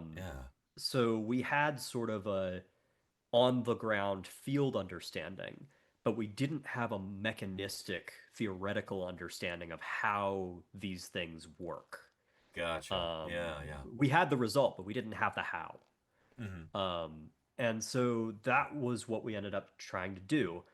Now, that was hard because St. Anthony Falls Lab has a bunch of flumes, which I'll go ahead and define now. A flume is essentially a artificial river or stream channel through Gotcha, which yeah. water can be controlled at a rate that you are looking to try to put water through there. Right. By way of analogy, it's kind of like a log flume ride at a theme park or something like that, where they've made an artificial river and you're setting stuff down it like that. Yeah, yeah. Yeah, Except that this in is this indoors case, and in a scientific setting. Yeah. right, it's indoors, and importantly, you can control what is happening. That is, Right. otherwise, we would just go out to real rivers and dump bones in and call it good. Right. Yeah. But you can't control what is going on in a real river. This is a controlled setting. Yeah. And so those kinds of flumes are usually not built to make floods. Right. Yeah. So how do you do Generally, that? that's Yeah. Like, what's the so the what was channel we what was the trick? operated. The channel we operated in was the main channel, we call it, which is this massive flume, the biggest one I've ever seen. There Right. may be bigger in the world now, but it's certainly one of the biggest. That is 3 meter wide, 80 meter long. If you watched the video, you saw how big this thing was. I walked around in this channel a lot. And in fact, I just did today when I was there earlier. And the cool thing about this channel is that it is so large that you can operate pretty much 1-to-1 scale experiments in there. Right. Like you can Yeah. put real bones in there and not have to use small scale models. We did ultimately use some models, but you don't necessarily have to in that environment. And it connects directly to the Mississippi River outside. That's so cool. Yeah. And so the way it works is that you open a head gate and the river pours into the building. And then out the other side. So what we did in order to make a pulse of water was to open the gate and shut it again. Okay. And that made just a pulse of water come through. Gotcha. Yeah. Yeah. So not a continuous flow, but just like a stochastic burst, essentially. Exactly. Which kind of mimics what a flood would be like rather than like being in a river itself. Right. Now, controlling that was easier said than done. I can imagine. Yeah. Because we kind of just had to hold the button on the gate open for like exactly 11 seconds. Otherwise, you would, because we were trying to be reproducible. We didn't only make one flood. We had 5 or 10, depending on what we were running, of each like level of flood that we were doing. Because we did a low discharge and a high discharge flood. For each of those, depending on the set of bones that we were running, we either wanted to do that 10 times or 5 times each. Nice. And it ended up being several hundred experiments, if I recall correctly. Shoot. Yeah. So we wanted it to be repeatable. So you had to time that gate exactly right to get the same flow. Right. Yeah. And so when you repeated this a bunch of times, did you see consistent patterns emerging here, or was it different every time? We did see consistent patterns. Before I get into like heavy results, I should start with what we were actually testing. Yeah, let's get into that. Good thing. So, in order to justify what we were testing, I kind of need to explain one bit of previous literature that was in the video for those who saw it, but Voorhees, right? Voorhees. Yeah. So, which we have here up on our wall today. I think this is from one of your papers, actually. Oh no! Wait, really? 1969 figure. Yeah. I printed that just for today. We changed the background out every day. Yeah, that's wild. That's the version I made for the paper. That's funny. It is, yeah. Funny. It's a good figure. Well done. Yeah. Thank you. So what those are is they come from not the hadrosaur one, but the sheep one specifically. The hadrosaur one came later. The sheep one comes from Voorhees 1969. This is a thesis that was written by Voorhees for his PhD. Michael Voorhees is his name. He is also a really, really impactful paleontologist outside of just taphonomy. He is the guy who found ashfall fossil beds. Right. Yeah. In Nebraska. Him. Yes. He's still around and alive. He still lives in Nebraska, not far from ashfall. I have a lab mate who lived in his neighborhood growing up. So huge shout out to Voorhees because he was the first guy to ever think, let's physically test what happens when bones encounter water flow. Right. Which seems like such an obvious idea, but no one had actually sat down and done that before. No one had actually done it, no. Yeah. I think that is Ida in the chat. Yes, Ida, taphonomy is a Michael science. I was gonna bring that up, yeah. I like that you're monitoring the chat as well, Michael. This is great. I thought I'd keep an eye on it. Yeah. Anyway, so yes. So this was not the majority of his PhD. Most of his PhD was on a, I believe, Miocene mammal deposit from either Nebraska or nearby. And it happened to be a fluvial deposit, and so he wanted to look at, how can I look at sorting and transport? Because, again, I'm going to get in light jargon, but not heavy jargon. One of the things that was known to be important, but had never been physically tested, was the idea of allochthony versus autochthony. These are terms that are stolen from the geology literature. And I'm not going to keep saying those words because they are really similar sounding and kind of annoying. They make sense from what the roots are. Allo is different and auto allopatric speciation. Right, exactly. Or allosaurus, yeah. Right. So what that actually means is that allochthony, or a site that is found away from where an organism died. Yeah. It implies transport.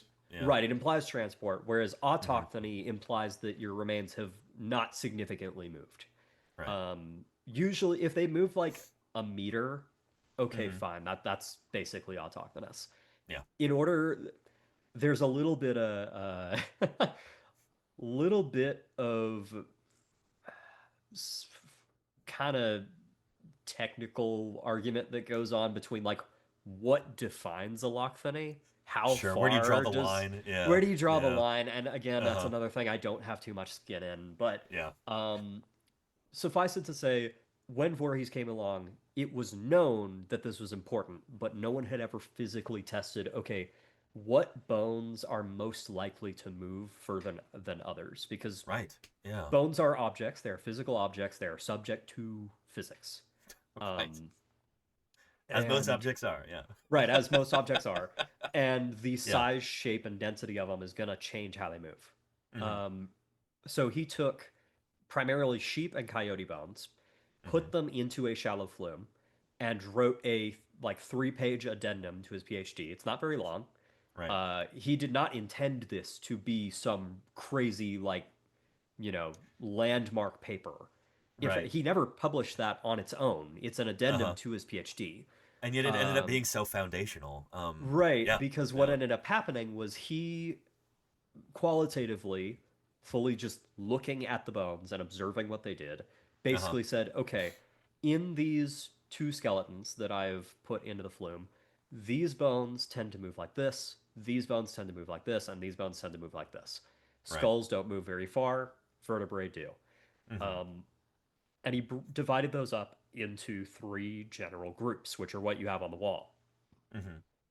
Those groups ended up getting the name Voorhees groups in later papers. He didn't call them that. He was not.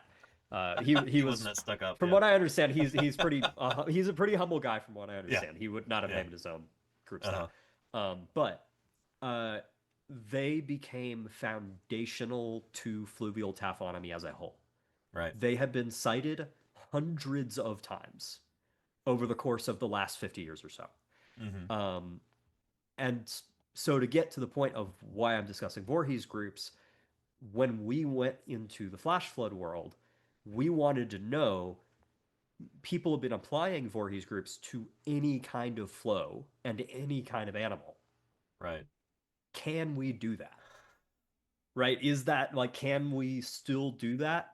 Does it hold true for all these different critters and everything? Because everyone's assuming that it just kind of does. Yeah. Well, and importantly, not just different critters, but different kinds of water flow. He was looking. The reason we went into flooding rather than just steady state river flow was that people looking at the fossil record, have gone to sites that seem to relate to flooding and gone, oh yes, let's put Voorhees groups on this. Right. But that's a very different kind of water flow between something that is just a steady movement of water versus one where there are bones out on a dry landscape that are then hit by water. Right. As in the case of a flood. Yeah. Right. Yeah. So that was why we went into this flood mindset was, well, we know that in the fossil record there are flood deposits, and we know that they're important and that they preserve fossils. But we don't have a sense of whether these previous methods are applicable to these places. Right. And in addition to that, can you apply them to other animals as well? So one thing that we threw in was a sheep skeleton, because that was something that Voorhees tested and was easily accessible. We were able to get a sheep skeleton without too much issue. And then this is where my advisor comes back around into being a dinosaur person. The original idea was, there are these Voorhees groups that have been applied to hadrosaurs from Bell and Campione, again, the other one you have on your wall, that were mostly based, from what I understand, it's not super thoroughly explained in the paper, but from what I understand, were based on how many of a given bone there are in the skeleton of an animal. So there are X number of vertebrae and X number of skulls. There's one skull. There's X numbers of limb bones, that kind of thing. And they used that to say these ones are going to move more easily than these ones. There's a little bit of, it's a little like, okay, these are not experimentally derived, which was another reason we wanted to go into that.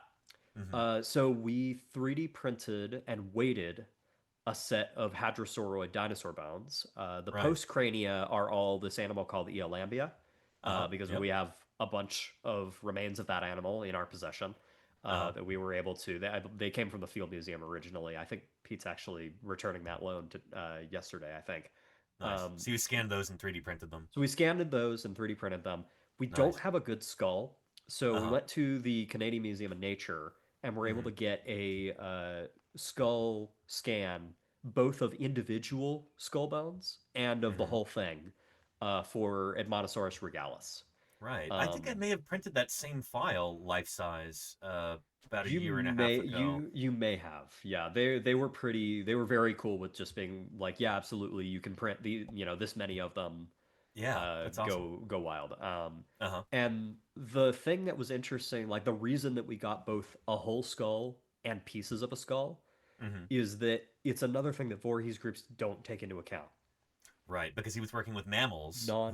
Their skulls tend to be a bit more, I don't know, they don't have all these beautiful fenestrae and windows in them like dinosaur skulls do. Dinosaur skulls tend to disarticulate afterwards. That's the main thing, is that not just dinosaur skulls, but reptile skulls as a whole tend to disarticulate very easily. They don't fuse nearly as much as mammal skulls. Yeah. And so that had never been looked at. Not directly anyway. So we said, okay, let's get both an articulated skull and pieces of a skull and see how they move relative to each other. Like, are there quote unquote Voorhees groups in the skull of an animal that appear? And so that is both the setting and what we were testing with. We were setting in a 1-to-1 scale, essentially, large channel through which we could run flash floods, really shallow sheet floods. Nothing really, really deep. We're not talking like, on the order of, say, the floods that happened in like Texas this year. Those were quite large. Yeah. These are more supposed to be representative of a typical overbank flow that you might see commonly in the fossil record. Gotcha. So one of the things you get we a were lot of rain thinking about, and then a river just kind of barely overflows its banks, and you get maybe a few centimeters of water going onto the landscape, that kind of thing. Okay. Exactly. Gotcha. Yeah. And I think maximum we had about 10 centimeters of water or so. Okay. Nice. So like a reasonable flood. It's not the kind that would flip a car over, but a reasonable flood. And it turns out that looking in the literature, actually, a lot of floods are on that scale. They are on the lower, the low, still intense, but lower flow scales than the really exaggerated ones. On that scale, you can imagine that basically any animal is gonna just go, right? There's not a lot to test there. So that's the setting. And then our animals, we've got a sheep and a hadrosaur. Sort of a generalized hadrosaur, right? We've got an Eolambia and the skull of Monosaurus. Importantly, when we printed out that material, we did not print it at full adult size. We printed it intentionally at the scale of the sheep. Oh, so you're scaling each of the individual bones to be roughly equivalent to the femur is the same length as the sheep femur, and etc. like that? So yes, the sheep femur the hadrosaur femur was the same size as the sheep femur. And then we scaled all the other elements relative to that hadrosaur femur. Oh, okay, gotcha. Yeah. And the reason for that was that we wanted an animal that was in the same size range as the sheep. Right. Turns out, actually, a lot of our juvenile Eolambia are already about that size. So it is full scale for a juvenile. But their underlying reason, and one of the main experimental things that I think, because paleontology is not always considered a very experimental field, like we don't do a lot of direct physical experiments. We might not, like a paleontologist might not think this way, but it is important to think about. In an experiment, you are not trying to replicate reality. You are trying to get at the underlying processes that drive reality.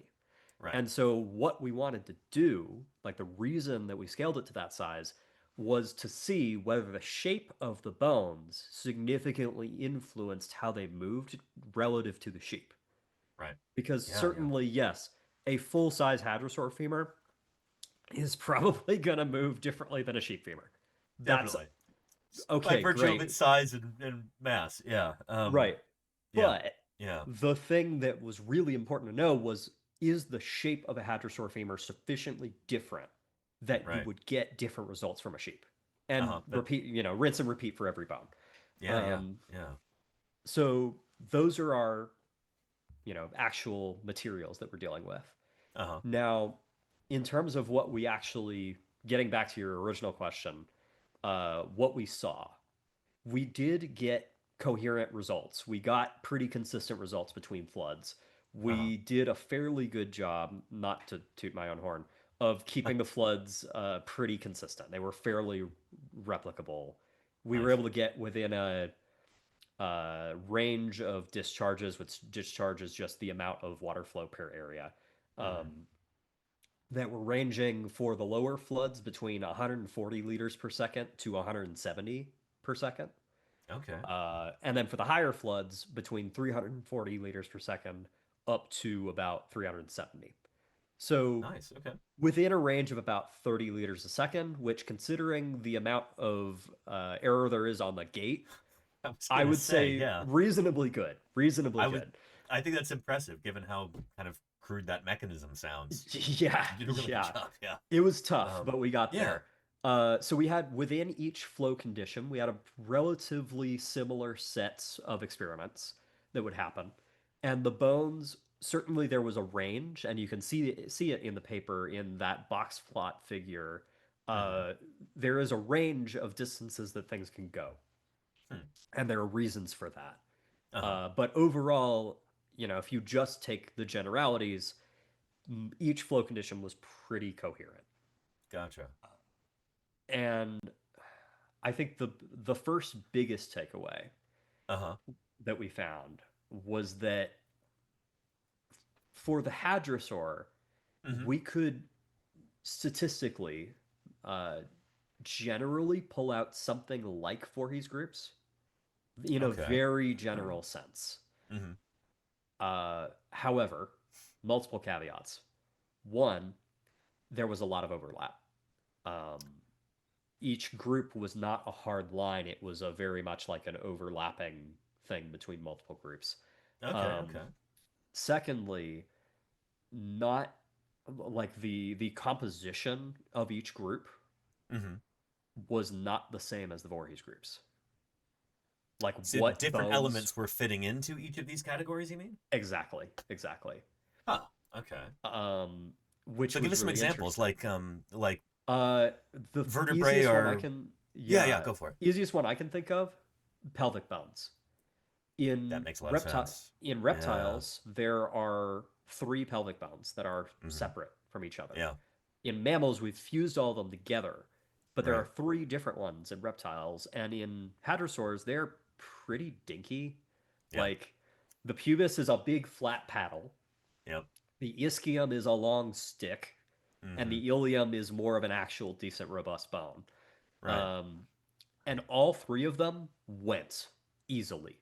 Huh. They just went, which is not always the case for mammal pelvic bones.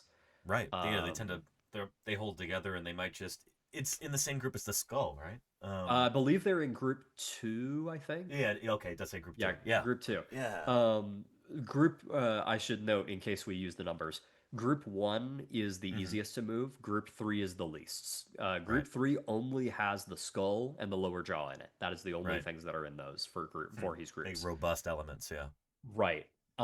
So we found that not only was there a lot of overlap between the groups, they also weren't made of the same bones. And then there was the more surprising thing. We couldn't statistically recover Voorhees groups in the sheep. That is really surprising. Completely unable to replicate Voorhees' results. And so this is not to say that Voorhees didn't know what he was doing. It's just that when you have a different kind of flow regime here, when you've got a flood rather than a constantly flowing river, it's doing different things to these bones. Right, and here's the other reason. It actually gets a little bit more at the philosophy behind it, almost more than even the results themselves. Voorhees groups are entirely qualitative. They are not based on numbers. They are not based on statistics. They are based on visual observation and saying this one doesn't move much and this one does. In fact, if you look at the 3 groups, you'll find that I lied, actually. On the Voorhees groups, between the 3 groups, there are italicized bone names that don't fall into any of the 3 groups. Scapula, ulnar radius, phalanx, and ramus? Right. Voorhees described those as bones that did not quite, that sort of exhibited behavior that was intermediate between groups. Okay. And so if we think about it from a physics perspective, transportability, which is what the Voorhees groups are, they are an expression of how easy it is to move an object. Right. It's a gradient. There are not, in nature, there are not hard lines between how easy it is to move a skull versus a femur. The femur is easier to move, probably. For some animals, at least. In sheep, certainly. But there isn't a hard line between them. It's a gradient. And Voorhees recognized that. He showed that in his chart. But people have been using them as and not realizing that, very hard line, differences between the bones. People, I talk about it in the paper a little bit, but people have even used them statistically and said, for a fossil site, this percentage of the bones are group 1, this percentage of the bones are group 2, this percentage are group 3. And that is what the method has been for 50 years, but that's just not how physics works. And so our argument is that, yes, the flow condition and the type of animal both did influence our results. Like, you can't assume that you can slap Voorhees groups onto whatever you want, whether that be depositional environment or organism involved, and call it good. But then on top of that, there is an underlying issue even below that Voorhees groups themselves are they're a bit more squishy than they're qualitative and they're categorical.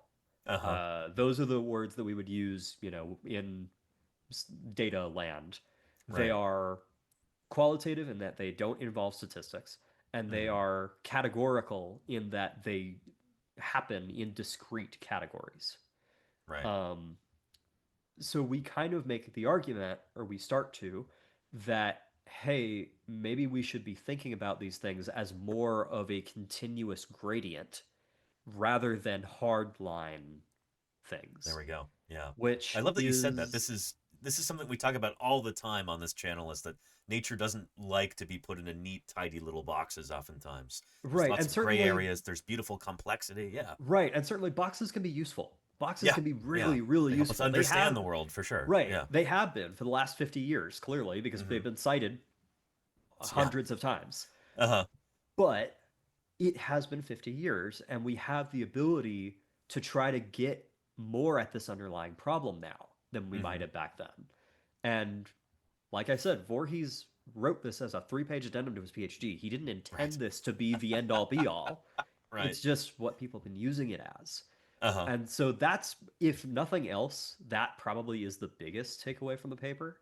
Uh-huh. And it's the thing that we're going to keep chasing, hopefully, through subsequent Right. publications. Yeah, yeah. But more specific to this flow regime, given that's what we were testing in, we found some interesting things about floods that seem to influence transport in ways that typical river flow might not. Okay. Yeah. Uh, First of all, we found that one of the reasons that there was often a lot of overlap between how far bones moved is that Uh-huh. they would often have a range of transport distances that they would potentially have. Okay. And that range comes from the fact that just because a bone can move far does Uh-huh. not mean that it will. Right. There are Okay. so many, even in a controlled environment like the one that we had, in which Mhm. it was a flat sand bed Right. with walls on the side Uh-huh. going straight forward with water flowing straight forward and Yeah. no other obstacles, Mhm. no lateral, like, or not none. There was 3 meters of lateral displacement. That's what you Sure. could have. Yeah. And nothing else. Mhm. Even in that environment, there are so many things that can stop a bone from moving as Uh-huh. far as it theoretically could move. Interesting. So you're getting different ranges of how far these different elements are moving. Even in a really controlled environment, you're still getting that kind of variability. Right, right. And Interesting. we found multiple of these different factors that can stop a bone. You can Uh-huh. have in, say, a long bone, just from a physics standpoint, bone starts rolling Uh-huh. and it is exposed, this much, like a bounding box of like that Yeah. is exposed to flow. And then it reorients itself as it moves through the flow so that now, your bone that was being moved like this relative to water Uh-huh. flow is now parallel to flow. And in Right. doing that, you've taken what it's exposed to, this area Mhm. here, and changed it to a much smaller area. It's now Sure. from this It's to become this. more hydrodynamic, and so it's not going to move as far, right? Exactly. So Yeah. if you have reorientation, it Uh-huh. might stop moving. Right. If you have interaction between multiple bones, Uh-huh. it might stop moving because they're caught on each other and they make a They're jam. log jammed, yeah. Right, Yeah. they log jam themselves or they, bone jam themselves. Uh-huh. You can stop them that way. You can Right. have ripples and dunes that form out of the sediment that they're on. Interactions Uh-huh. with the sediment itself can stop the Uh-huh. bone. You can have sediment moving at a faster rate than the bone is moving, which Mhm. causes them to scour, which is kind of like when you stand on a beach and the sand rushes out from under your feet, Right. causing them to slightly bury themselves. Uh-huh. And now they're unlikely to keep moving. Right. But on top of that, in floods are temporary, right? Mhm. Rivers flow, they have variation in flow throughout the year, but they flow. Sure. Yeah. Floods are geologically instantaneous. It's a stochastic event. Yeah. Right. Yeah. And because of that, you can have multiple repeated flow events. Mhm. And in each one of them, they have the chance to move a little and get caught and stop, and move a little and get caught and stop. And the more of those factors that can stop a bone influence them, we found that in repeated floods, when we didn't replace the bones after we ran a flood, we just hit them again. Yeah. They would move less and less each time. Interesting. They had a tendency to, sort of find their stable spot and then not move that far afterwards, which suggested to us that, first of all, the first flood that they are impacted with is the most important. That is the one that really moves them any significant distance. Gotcha. Yeah. Unless if the floods are all roughly the same size. If you get a massive flood afterwards, okay, yeah, then they can move again. But, thinking about it from that perspective, that would suggest that if you have multiple similarly sized pulses of floods in a season, then you might not actually be moving bones on a floodplain that far from where they started. That was surprising for me to hear, because you hear that kind of assumed all the time in the literature that, oh, well, these bones were clearly transported, so this animal may not have lived in this environment. You hear that about, classically, pachycephalosaurs were the example, where, maybe these animals lived in the uplands, and, that's why they're so rare in this environment, and blah, blah, blah. But it seems like your work kind of challenges that idea. Yeah, and that's why the whole allochthony versus autochthony thing is important. And I said I wasn't going to say those words again. I said them again. Why the in place versus out of place. What people in the literature will say is in habitat or out of habitat. Right. Now, there are some issues to deal with there that relate to how can we know what the habitat is. We can know what the depositional environment is, but say pachycephalosaurs, we don't know the home range of a pachycephalosaur. We don't know how far they were walking. But at least within an overbank flow, if you're not in a channel, it seems like, from what we saw, each subsequent flood is likely to move you less and less unless those floods are extremely powerful. Right. And if you are under those circumstances, looking at the real world geologic, I went through and just looked at overbank flow deposits called crevasse flays. These are essentially where rivers will overflow their banks, a levee will break, and a fan of sediment will out over the floodplain. Right. And when that happens, you make a fan of sediment that Right. thins towards the edges. And those don't, the individual fans, there can be fan sequences that are larger than this, but any individual fan does not tend to be much bigger than a square kilometer or two. And so if we're thinking on a habitat level, a bone moving 1 kilometer in most cases is not going to take you out of the ecological habitat that your organism lived in. So our takeaway from that was probably, unless you have geological evidence to back it up, you can be pretty sure that your organism did not move a ecologically significant distance if you found them on floodplains. Now, if they floated on a river, if they were like a full recent carcass that bloated and floated, all bets are off. You get ankylosaurs out in the middle of the seaway, right? Like, that's something we can't fully control for. But for disarticulated remains on floodplains, it seems like you don't have to worry too much about them being out of habitat unless you have a weird situation in which you should be able to know that geologically, if that's the case. And it's something that Ray, I don't know if he talked about it while he was on, but Ray has had that hypothesis for a little while now. And it was part of his thought in running these flash flood experiments was he has looked at the literature and kind of seen this prevailing thought that we can't trust where fossils are, to be reflective, which is a fair question. But it is one of these things that people just love to repeat, but I'm glad that there's actually been some real experimentation done to test that idea.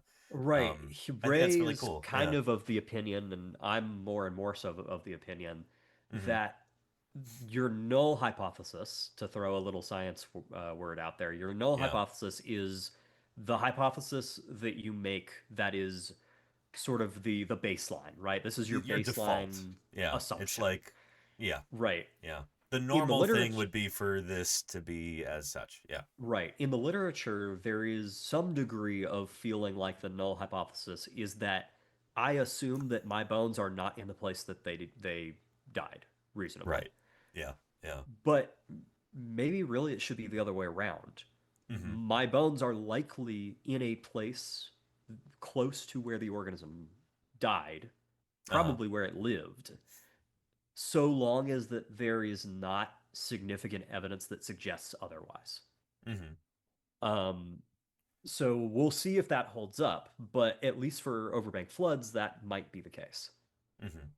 That's really interesting. Shoot. And I feel like that's reassuring in a way. It kind of is. It's telling you that the taphonomic biases are not so bad that you can't trust the fossil record at all, which is nice. Yeah. Yeah, absolutely. Yeah. And I also think it's really cool that part of your work is saying, hey, these things are more complex than we realized. And then there's also that piece of it right there where this is kind of a little bit more simple, where these bones are probably not being transported for multiple kilometers or anything like that. So it's a nice yin and yang there. I really appreciate that. Yeah, it's cool how that worked out, Transport is absolutely something that you have to be conscious of. Sure. But it doesn't necessarily need to be your baseline assumption. Right. Yeah. No, I like that a lot. Now, there is, speaking of yin and yang, there is a backside of that where what I'm talking about right now is ecology. I'm not talking about local transport. Local transport is extremely important. For instance, if you are at a site and you are finding mostly things that in Voorhees' framework you might call group 3 or 2, things that don't move as easily, whatever you want to call that on the gradient, the less mobile objects. Yeah. You can still, within the area of a site, fossil sites can't be that big the majority of the time, right? Yeah, like we usually don't have the time or the budget or the personnel to be able to, dig out a football field size area. Yeah. Right. Like at Laurie's site where you saw both of us together last, that, those dig pits are on the order of what? Maximum, like 5 meters long, maybe 3 meters wide-ish. And that's what you get. With that site, we might get to work on it long enough that we can push those to be maybe even quite large. Yeah. But that's just not how most fossil sites are. And so if you're looking within that kind of an area, suddenly now transport matters a lot. Yeah. Because you might have some remains of your animal that are 10 meters that way that you're going to miss because you weren't digging over there. Yeah. Or maybe there's no outcrop there anymore. It's all been eroded away. Right. Maybe it's gone. Yeah. Yeah. So locally, transport extremely important. Ecologically, maybe not as big of an issue as people make it out to be. Right. Yeah. Yeah. Now, how well that comes into actual channel environments will require more looking at. Right. But at least for overbanks, your floodplain deposits, that's kind of where it landed so far. Gotcha. Yeah. Very cool. Shoot. While you were talking about the about how it seems like it's more of a spectrum for some of these elements where there's like a certain range that they're traveling rather than like discrete groups that you can neatly box up like that. I kind of wonder whether in the future, people will be referring to, Chiappone ranges for each of these different elements and how far you might expect them to travel, Speaking on that idea, how has the reception been for this paper so far? Like, are people happy about it? Because you're kind of upsetting the apple cart at least a little bit. Here's this paradigm that everybody has been using for the past 50 years, and it turns out that reality is a little bit more complex than that. What sort of reception have you seen so far? Yeah, so I mean, starting all the way back from when I first started presenting this, I honestly have generally seen really positive reception to it, which is nice. Nice. Yeah, We weren't purposefully trying to rock the boat. Actually, the intention going in was let's make voorhees groups for hadrosaurs. Uh-huh. And then it turned out it was more complicated than that, and Yeah. we're gonna have to do more to deal with that. But it honestly, a lot of people that I've talked to in the field, at least, not in the field, like out in the field, in the field of no, yeah, within this discipline, yeah. Right, sometimes out in the field, but specifically in this discipline. A lot of people seem to be of the opinion that this needed to happen. Like there was an unspoken, oh yeah, this is probably the way it is, but we're just not treating it that way kind of deal. Yeah. Which is good to know. But yeah, it is a little bit of a rock to the boat. Obviously, this one paper does not, it's not the end all be all. There's a reason that I've got more of a PhD to go. We've got a lot more to look at, and there will be a lot more that other people look at as well, besides myself. But generally, the feedback has been really positive. I started as a master's student, actually, and as a direct result of presenting this data at SVP a few years ago, I ended up staying on for a PhD because it felt like there was enough of a project there to keep going. So yeah, generally the feedback I've gotten so far has been very positive. That's awesome. Yeah. Which is nice. Has anybody been upset yet? We don't have to name names, but not really that I've seen. That's great. The one really this was really funny, I will admit. The moment that I was doing floods, I knew that there was potentially a subgroup of people who would gravitate towards this paper if they saw it. Are you talking about creationists? Yeah. Yeah. Yeah, of course. Within one day of the paper coming out, there was already a creation bulletin news article saying the fossil record was wrong. And I'm like, no, that's not what I said. Oh man, I mean, it is a rite of passage, I suppose, to have young Earth creationists pick up on your work and try and use it for their own ends. That's really I just wasn't expecting it within a day. And the funniest part was the article they wrote, extremely detailed, well understood. Like they read the paper and understood all of it. And they still got the wrong point. I don't know how it was possible. They did. They're so good at that, have a good basic understanding of how geology. They define allochthony and autochthony and these different things, and I'm like, wow, that's really impressive. This is not ignorance. It's just a massive misinterpretation, I guess. I don't know. Willful misunderstanding. That's kind of the name of the game with creationism. I suppose so. So that's the closest thing to negative reaction I've gotten, except that they agreed with me, which is funny. So I don't know. If I've got even them on my side, I guess I'm doing pretty good. There you go. Yeah. That's some true outreach for you, I suppose so. But no, generally within the field, and also from people that I've had see it from the general public, seem to have really thought it was interesting as well, which I appreciate. I'm really glad people are finding it interesting. Really cool stuff. Thank you. Speaking of you continuing on with your PhD, are there any upcoming projects that you want to tease or anything like that? Anything you're really excited about at the moment? I can at least talk a little bit about it. So in general, the broad scale direction we're headed next is that we want to take a broad scale understanding of how bone movement works. Nice. The methods that we've been using for the 50 years might not fully be adequate to understand how bone transport works. Right. What can we do that might be sort of the next step? In what places can we make things more quantitative and hopefully more predictive so that we can go out to fossil sites and apply some, either statistics or predictive equations to things that would allow us to understand, okay, what bones are most likely to have moved and what ones are not. Right. Yeah. That's really cool. And I feel like it's the sort of thing that is so broadly applicable. Just about every field paleontologist who works on vertebrates, at least, everybody who works on dinosaurs especially, would be really excited to have that kind of useful framework. That's the hope, at least. And we Yeah. really want this to be something that, like, we're not writing this for any specific part of paleo. Uh-huh. It's really we're taking a physics-based approach, right? Right. Like bones, regardless of who they belong to, Sure. are the moment that they encounter water, objects. They are weird shaped sediment, basically. Yeah. Bizarre clasts. Yeah. Right, bizarre clasts.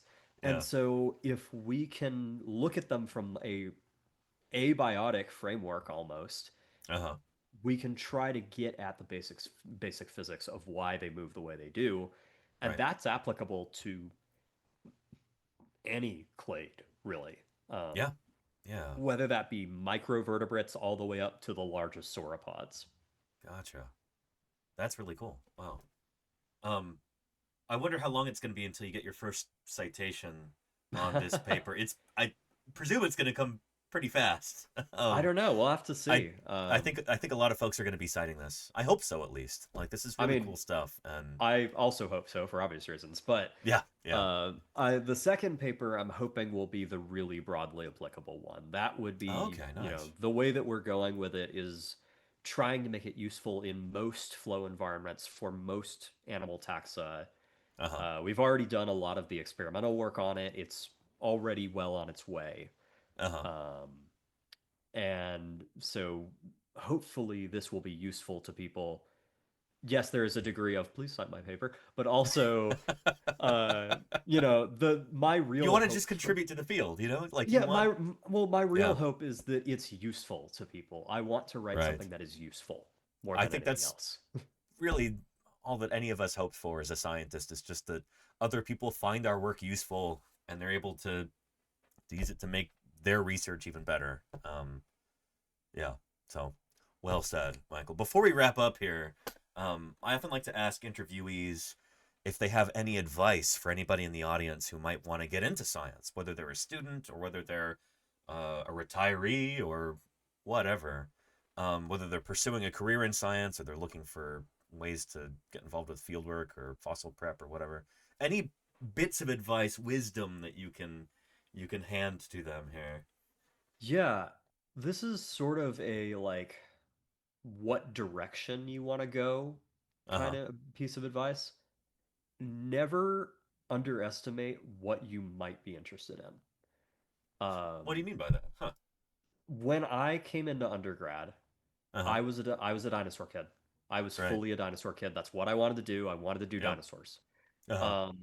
And I went through geology, and I fell in love with geology. And then I did research in my undergrad lab, in which I was looking at, in sort of a broad way, it was kind of related to dinosaurs and that it is birds, but it was looking at the evolutionary origins of their vocal organ, which was mostly biological work. And I fell in love with birds and birdsong and the way that animal vocalization works. And then I got done with that and I went on field camp at the end of my geology tenure and absolutely fell in love with field geology. I loved going out, and I mean, I already loved being outside, so it probably, helped a lot, but putting my hands on the rock and interpreting the depositional environments that got them to where they are today, like trying to, visualize ancient landscapes in my mind led me towards taphonomy, which is sort of a subsect of, telling the stories of ancient landscapes. None of these things are things that I thought I would be interested in coming into undergrad. And if I had completely stuck to my guns and been closed-minded about it, I would have just probably done dinosaurs and nothing else. And I don't think I would have been nearly as good of a scientist as I'm trying to be now. I mean, heck, even just within grad school, not even the broad scale stuff. I didn't come into grad school thinking that I was going to learn fluid dynamics. And yet, here I am today in the lab sitting there going through like calculating drag coefficients of bones and the frictional coefficients of them and like what cross-sectional area is exposed to flow and what the Froude number is of the flow and all these different things that I would never have thought about. But because I allowed myself to be open to it, and especially because I have a really great committee of people who oversee my PhD that includes two paleontologists, a fluid dynamics engineer, and a phenomenal geologist named Chris Paola, who has helped me fall in love with the processes of sediment transport and the way that rivers work in a way that math terrified me, coming out of high I school. can relate. Yeah, Like, suddenly I'm somehow finding math beautiful now. And if I told myself that when I graduated, I would have like fainted, like on the spot. Yeah. So the world is fascinating, and there are so many interesting things out there to chase that, are worth looking at the forest for the trees. Right. Well said. Yeah. So yeah, never underestimate what you could be interested in. I think it's really good advice. Yeah. Thank you. Before I let you go, need to ask, is there anything you'd like to plug? Where can people find more Michael Chiappone? Yeah, so I am less social media oriented than I used to be, but I am on I'm not on well, sort of the account still exists on the place that used to be Twitter. Yeah. So it is there, but I'm not on there very much. I'm also not either, on Blue Sky very much, but I am there, and I did post a lot about my recent publication. So that's at my last name, Chiappone, nature, dot bsky social. So you can find me there. You can also just look for my name and I'll be there. I also am more prominently, I feel like, on YouTube at Earth Encompassed. That's where that video was. I haven't gotten to do nearly as many of those as I want to do because I tend to go for kind of long form documentary style content, which means it takes a long time. But that is one of the places where you'll see me the most. So absolutely feel free to go check me out over there. Excellent. I'll put a link in the chat again. Everybody should take a look at this video. Give it a thumbs up and leave a comment. Do all the YouTube stuff. You know how this works, chat. Like I said before, I would love to see more researchers produce videos about their work if they have anything close to the sort of skill set that you have, Michael. This was a really phenomenal video. The cinematography and the editing and the narration and the music. I mean, holy cow! I suppose, was that all your original music there? So yeah, okay. I should talk about that first of all. Before I talk about this, I do hope going forward to do more shorter, like easier to get out videos that are like of a similar style but are a little shorter. So hopefully you will not have to wait 3 years for the next thing to come out. Excellent. Yeah. Bother me if I don't, because I probably need it. But so yes, the music. This is another case of don't underestimate what you're interested in. I don't come from a science family. I am the first scientist in my family. I am one of the first to graduate college in my family. Certainly, at least in my immediate family, I am the first. And what I do come from, though, is a music family. My parents are both musicians. And so going into high school when I started, middle school even, started playing trumpet and immediately fell in love with it. And nice. I did trumpet in middle school and high school too. It's a cool amazing. Yeah, it's fun. Yeah. So I fell in love with music a bit. And even though I didn't play as much in college, I did study animal vocalization. So sound has always kind of weaved its way through my life a little bit. And coming into this video, really coming into the paper, actually, I should start there. The paper is called When the Levee Breaks, experimentally testing mammal and dinosaur bone transport in unsteady flows.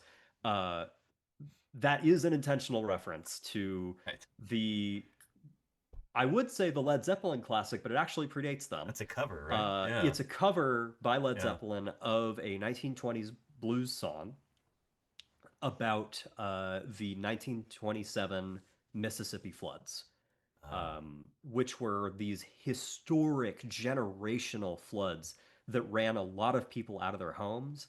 And I actually learned recently indirectly kicked off rock and roll a little bit. Really? Because a lot of the folks that were living down there were African American in origin, and they were working in, frankly, pretty terrible agricultural conditions a lot of the time. This is sharecropping and stuff like that. Yeah, things like that. Yeah. And so when they were, evicted from their homes by this flood, a lot of them moved north to places like Chicago, which in the Led Zeppelin version of the song, they actually directly add a new lyric that talks about this when they say, if you're going down south, there will be no work to do, so get on up to Chicago. That is a direct reference to what happened after these floods, and they took their music with them. They took these blues songs that they were making down south and took them up to these places like Chicago, where electrical equipment, electrical guitars, became a lot more popular in ensuing years, eventually leading to the American style of blues rock and roll, which I think is phenomenal. It's so interesting that this song sort of encapsulates early rock and roll through a flood that happened. And when I was trying to name the paper, I got with Ida, who was in the chat earlier, and was like, you are really good at naming things. I am having such a hard time naming this paper because I wanted it to sound interesting. I didn't want it to just be a jargony mess. Dry sounding, because taphonomy, frankly, is often seen as kind of dry and jargony as it is. It's not the most popular field within paleontology, I'll say that. And so I got with her, and I got with Ray too. And Ray was like, "What if it's a song name?" Like initially, we thought about doing "Proud Mary" rolling down the river, or rolling on the river. But I was like, there's got to be a song that encapsulates like flooding and stuff like that. Surely there are so many like flood songs. Yeah. And there are like, there's a similar story with Stevie Ray Vaughan's cover of Texas floods. It's flooding down in Texas. Similar thing. Also originally a blues song from I forget when. So I went to Ida, and Ida was like, well, what about Led Zeppelin? What about When the Levee Breaks? And I was like, oh my God, of course. Yeah. Because that was about the Mississippi River floods. We were using the Mississippi River to make floods. The Mississippi River was flooding into the building to make our experiments happen. So from the moment that I looked into this song, I was like, oh, that's it. That's so what this is. That's the name of... Okay. So for the video, yes, I composed all the music from scratch. I also, for the video, in both the intro and the ending of the video, are a cover of that song, When the Levee Breaks, that a couple of friends and I put together. People I've met here in Minneapolis who play cello and electric guitar, and then actually my dad is playing drums. Nice. When I went home for Thanksgiving, we popped a few mics around, and he did that really classic Led Zeppelin, backbeat. And I played the acoustic guitar, electric guitar, harmonica, trumpet, and vocals, which I had never done vocals for a song before, so that was a lot of fun to try.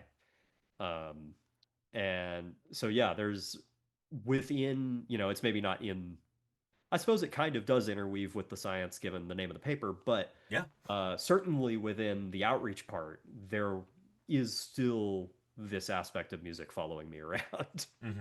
That's really neat. Yeah. Yeah. I remember you talking about this when we were in the field together back in September. You were looking for somebody to do percussion on the track and all of this. You were so excited about it, and I'm like, this is going to be really cool, isn't it? And the video does not disappoint. It is. Thank you very much. It is excellent. So again, anybody in the chat, if you haven't seen it yet, Claire just put the link in there. Give it a thumbs up. Leave a comment. Yeah, I guess that's another thing I can plug is that given that we put all the work into making the cover, I am planning on releasing the cover on its own soon. Nice. All right. I'm trying to do some cover art for it first, but this will be the first piece of music I've ever put out like on its own. So I guess keep an eye out for that on all of the aforementioned places. Very cool. Yeah. Awesome. Well, thank you so much, Michael. This has been a blast talking with you, and congrats on the new paper.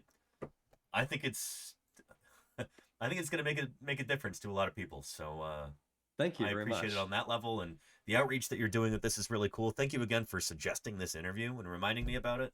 Yeah, apologies for having me. Yeah. Apologies. It took a few days to make this happen, but I appreciate your flexibility, and this has been great. So anytime you've got another paper coming out, just let me know, and I'll promote it here, and it'd be a joy to talk about it. So. Thank you very much. Yeah, if anyone has questions, I'm happy to answer them. Perfect. All right. Yeah. Thanks again, Michael. Really appreciate it. Thank you very much. Bye-bye. Have a good night. You too.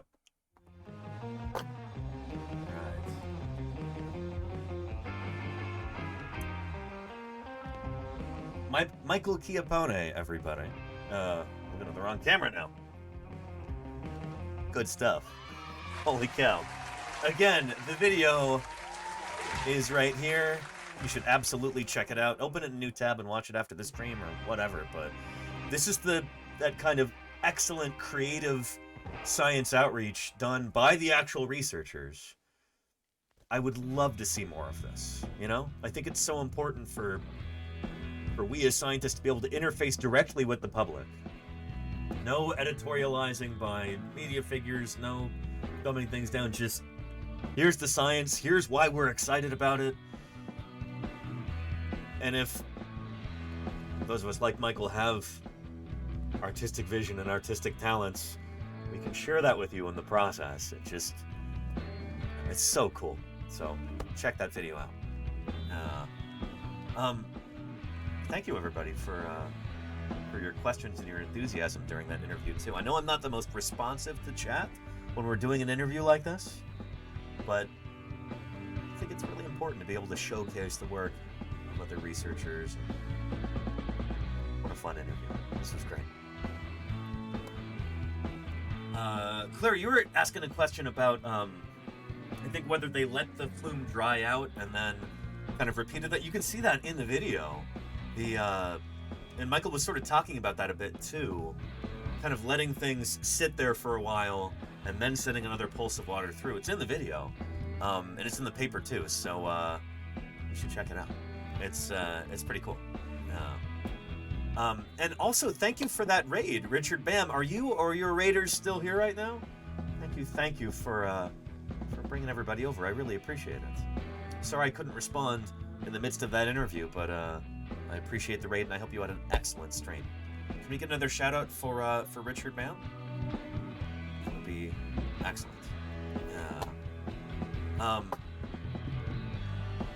If anybody is new here, I'm gonna play a real quick channel trailer that'll give me a chance to run to the bathroom real fast. And well, yeah. Here's what we're all about here on Paleontologizing. If this is your first time coming to this channel, closed captions on. Check it out. My name is Danny Anduza. I'm a dinosaur paleontologist, and this is Paleontologizing.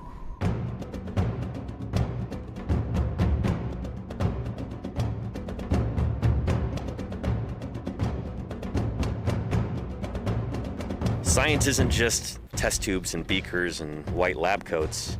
What we're doing out here is science, too. We're testing hypotheses by excavating these fossils. Join me for museum tours, interviews with other paleontologists, audience Q&A, 3D printing. It's pretty pretty big. Who thought this was a good idea? And of course, live dinosaur digs. A limb bone from a new duck-billed dinosaur. I invite you to tune in and experience the adventure of fossil science. All right. There you go. Welcome to Paleontologizing, everybody. Good to have you. Yeah. And Super Stormy, how are you doing? Welcome, welcome to the channel. It's good to have you. Yeah. Let's see. Tell the fragment is from a T-Rex if it's too small to be useful to scientists. What do you think? Yeah, Tactical Grace, that's a little... I don't know. I've seen a few different museums sell things like that in the gift shop, and it is always kind of like an ethical gray area. If they're doing that on a large scale, that would be... I don't know. I would be... a little bit reticent to make a purchase like that. We'll put it that way. Tactical Grace. That's, I don't know.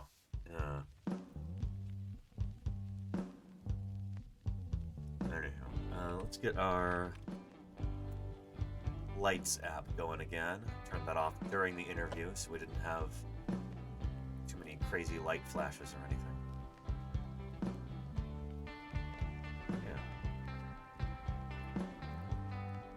We already missed Metazoa before it reset, didn't we? But we can at least do it now, because I won't be doing Metazoa tomorrow, probably. Let's do our daily animal guessing game. Shall we?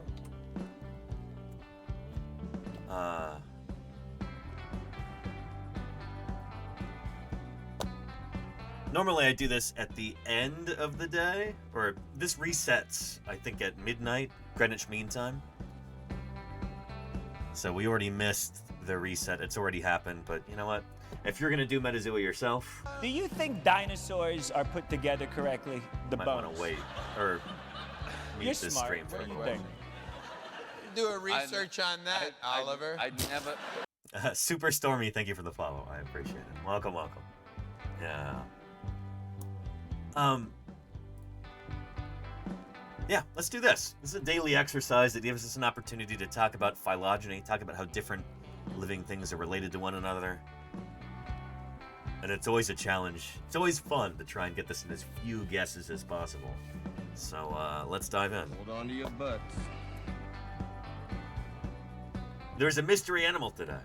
We have to try and figure out what it is using an evolutionary family tree.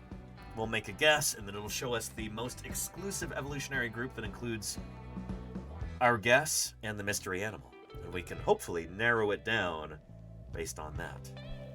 I'm going to try and get this in fewer than 5 guesses if possible, because my average is like 5.2. Although we have a full 20 guesses to work with. This game is heavily biased toward mammals, I've found. And so I usually like to start with a mammal. It usually saves us a few guesses. Niffler says, beaver. We can do a beaver. That's a kind of rodent. It's a very speciose placental mammal group. It's a good one to start with, I think. But let's see. Start with beaver. And, oh boy! That's a good guess to start with. See, this is why we start with a mammal. Our critter is not a beaver, and it's not a rodent even, but it is part of clade Boroeutheria. Let me show you what that means. We often use this as a kind of visualization tool to help us out when we're doing this game. This is the One Zoom Tree of Life.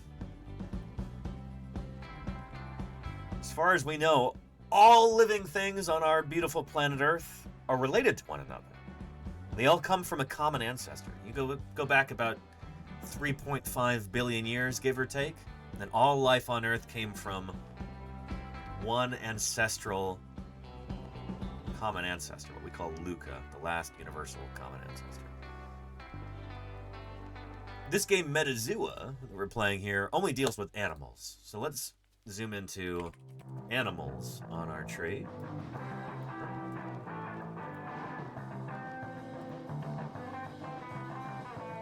Here's the animals. About 1.4 million species. And we guessed beaver to start with. That is Castor canadensis. At least the American beaver is Castor canadensis. Right here. And so we guessed that. Metazoa says, nope, it's not a beaver. Best I can do for you is Boreutheria. So the Boreutherians are a group of placental mammals. Boreutheria.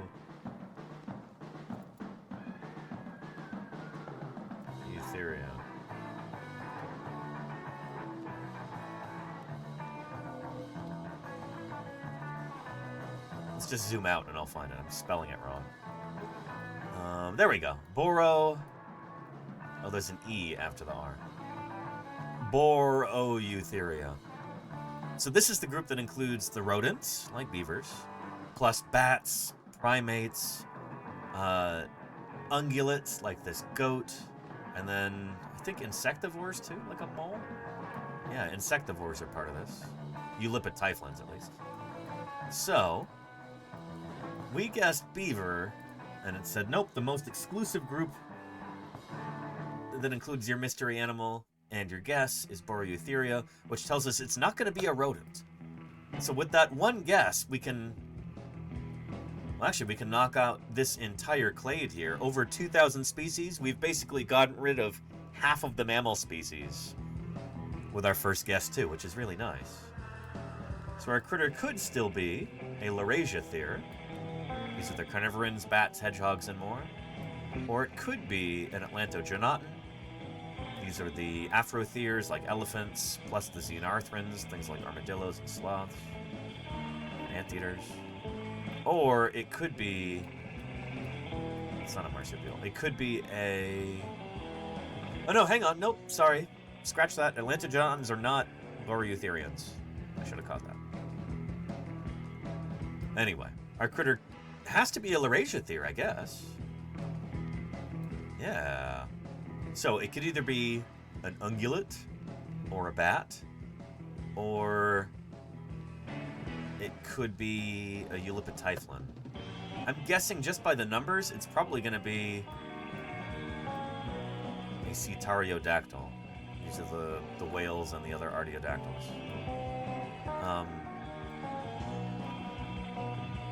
I had some trouble with one of these not too long ago, where I completely forgot about Camelidae. And I think maybe all of these species are in Metazoa. So I'm just gonna let's try to knock out camels real quick and make sure it's not a camel.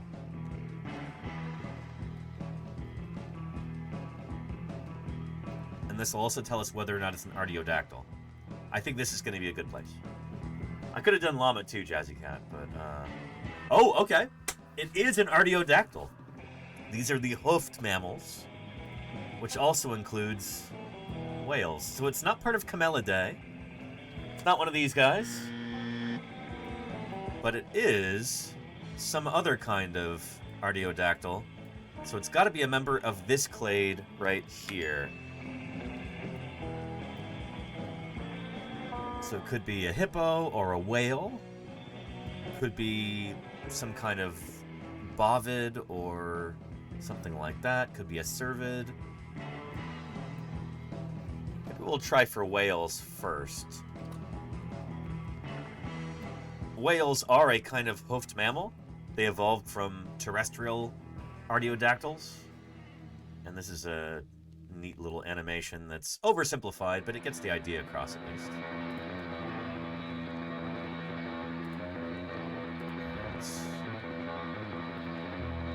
Up that playback speed there. Yeah. Charlie Sturgeon says, knock out a camel, it's more likely to knock you out. Fair. Yeah.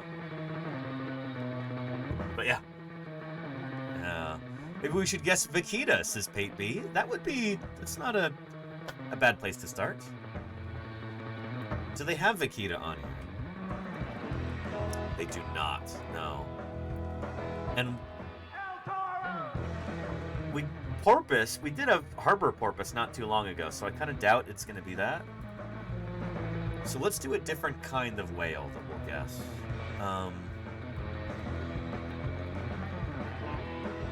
Here's your cetaceans. Whales. You have the mysticetes, the baleen whales, and you have the odontocetes, the toothed whales. The toothed whales, I think, are more speciose, right? There's more species in them? Yeah. So let's do one of them. Let's try like try sperm whale. And see if that gets us anywhere closer. And no. That didn't help.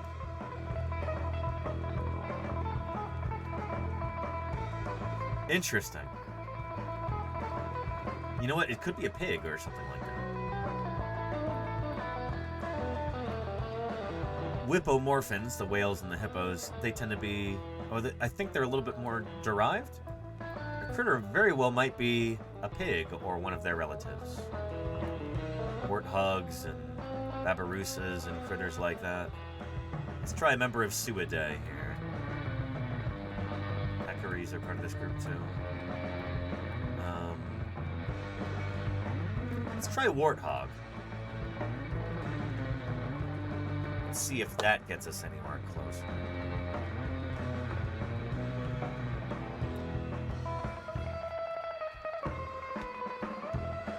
No?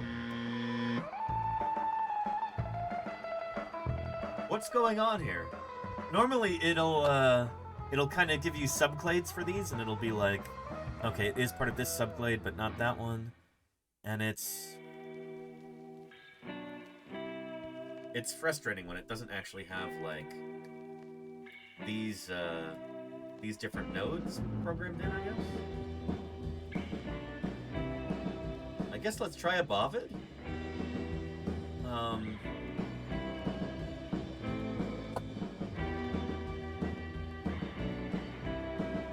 Yeah, let's try like bison and see if that gets us anywhere closer.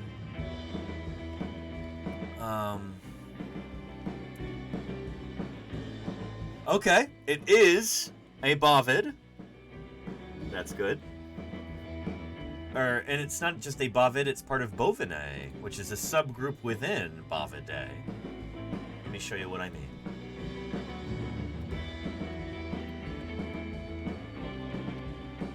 Bovinae comprise a diverse group of about 10 genera of medium to large size ungulates. So this is within the cow family, Bovidae. These are bovines in particular. It's an even smaller, more specific group. So...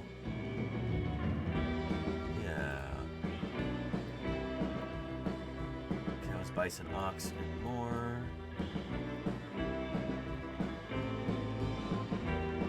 Yeah, so I think that's this clade here. This is Bovinae, I think. How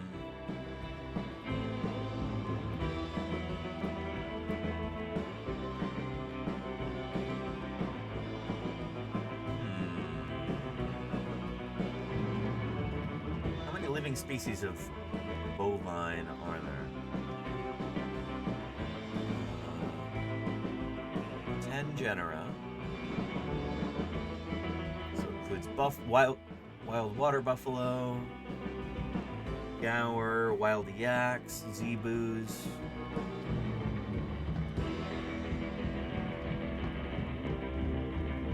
Interesting.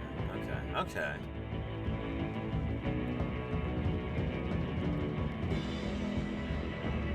We guess bison, which is here at the end.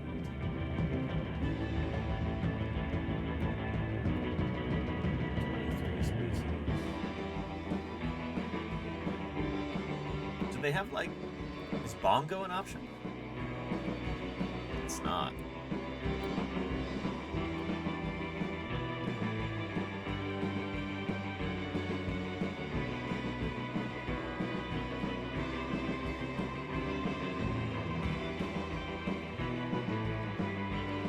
Try cattle.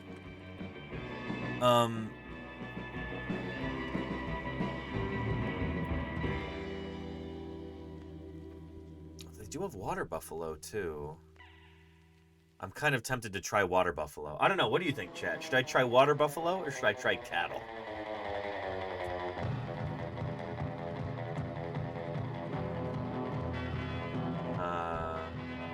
Claire Burr says cattle.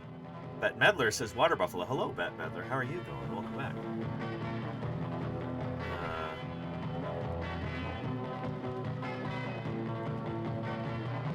It seems like chat is heavily favoring water buffalo, so we're gonna go ahead and do that.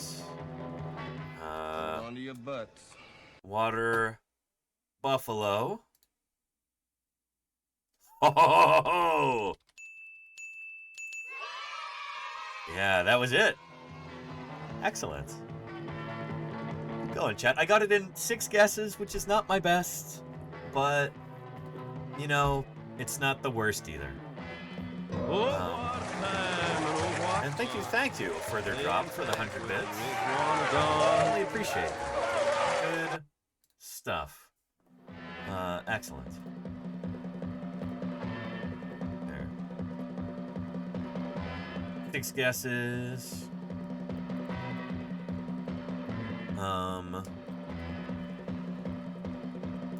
Not my worst either. There we go.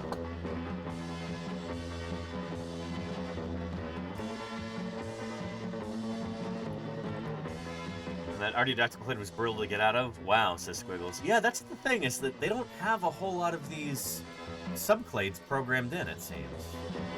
Like, I don't know. For bovines here, Bovinae, they are part of Bovidae, the cow and cattle family. Part of Bovoidea, which is part of Pecora. And I guess these clades they just don't have programmed into Metazoo. It's a little frustrating in that regard. But yeah. Anyhow.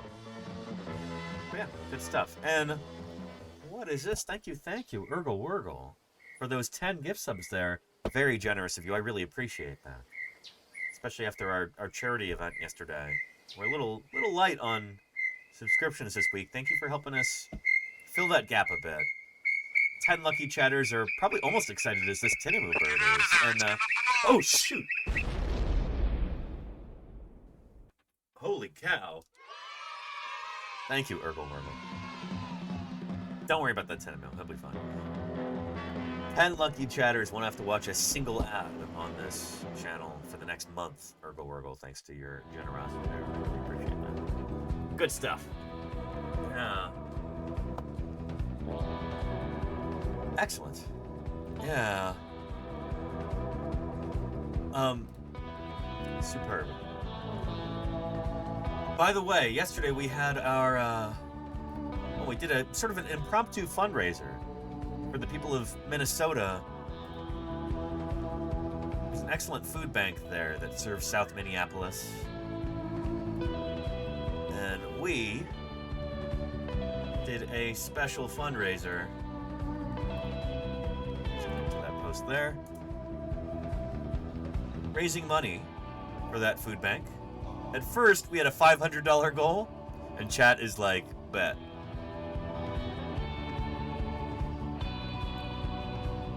We had to up it to $750.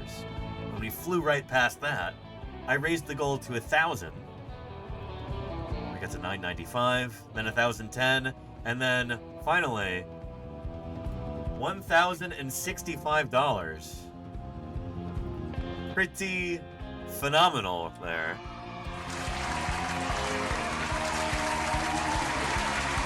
I just wanted to bring this up again. I know we talked about it a bit yesterday, but we've got some other folks here in the chat right now who were not present for that.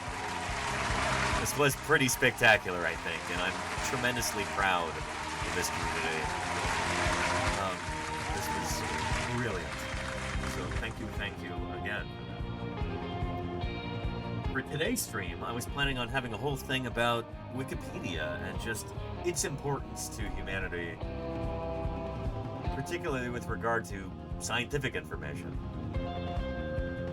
And then I realized, oh, we got to do this interview with Michael Chiappone, so we did that. Let's talk about Wikipedia a bit first before we get into Thursday Birds Day. We'll do that at 5 p.m., about 40 minutes. But for right now, well, it is Wikipedia Day today.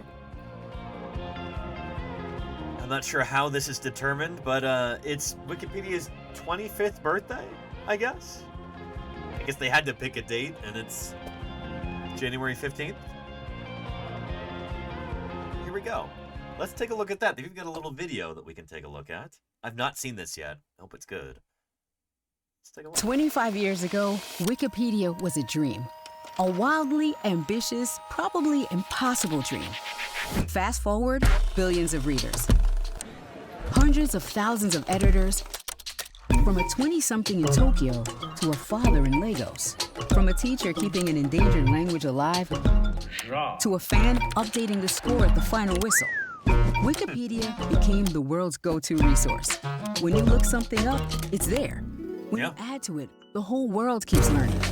It's knowledge from all humanity, and you're a part of it. AI studies Wikipedia. Search engines copy it. Your smart speaker whispers it back to you. Here's what I found on Wikipedia. The internet. And behind it all, people. Arguing, editing, and somehow agreeing. In a world where paywalls and advertising seem to be the norm, Wikipedia is still free, neutral, open, human. It's the internet we were promised.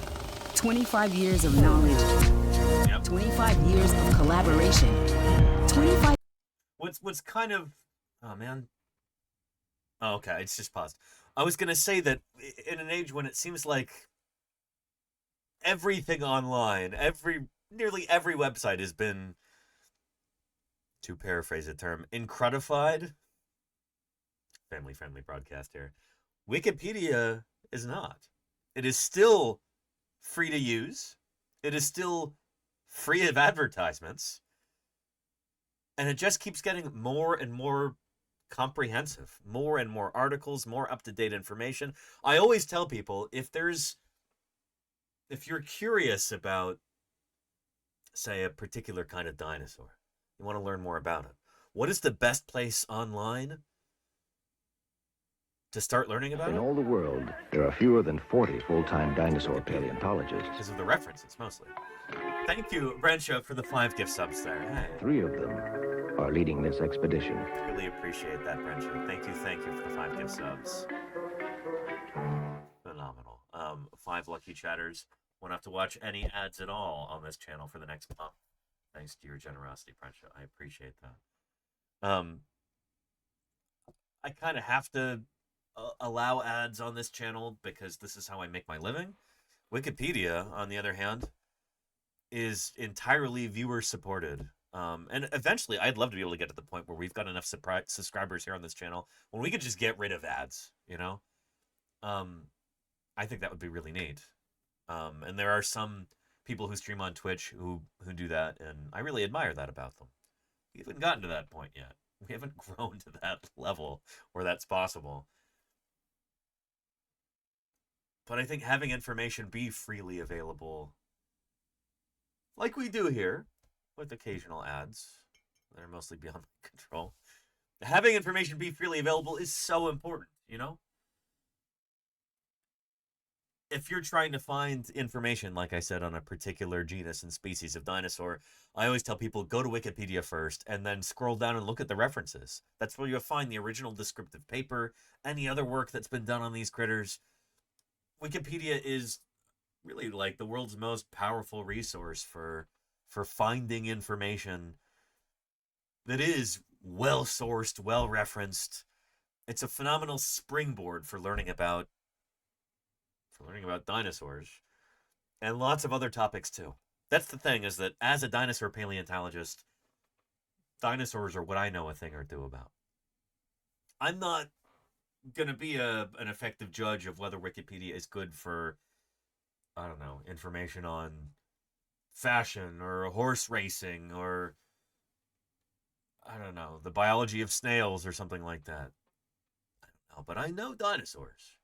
And Wikipedia is the single best source of information dinosaurs on the entire internet. So I'm always happy to direct folks toward it, and I'm happy to donate to Wikipedia whenever I can afford it. It's a phenomenal resource. Years of consensus. 25 years of humanity at its best.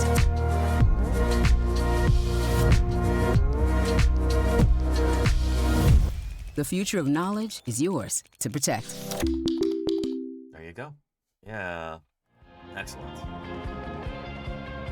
And to be clear, there are people, some very wealthy, very powerful people, who despise Wikipedia and would very much like to destroy it. I'm talking about people like Elon Musk, who hates this website.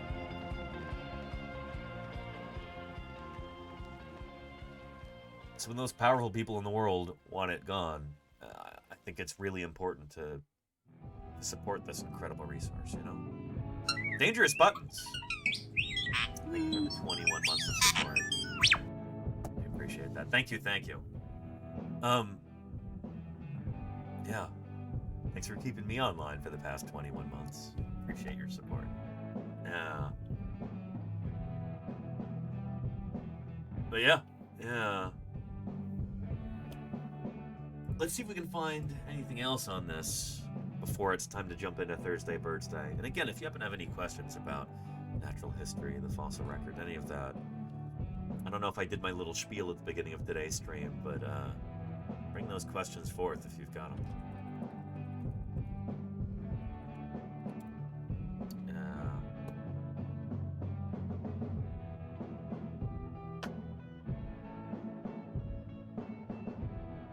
Let's see here.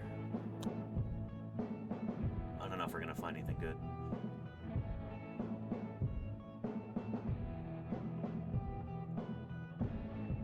There is apparently a virtual birthday party going on right now for Wikipedia.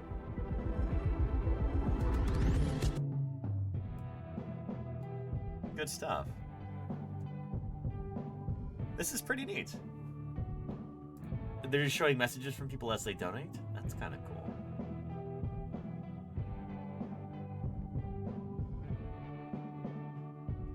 Huh. Anyway, I'll give you a link to this. But cool stuff.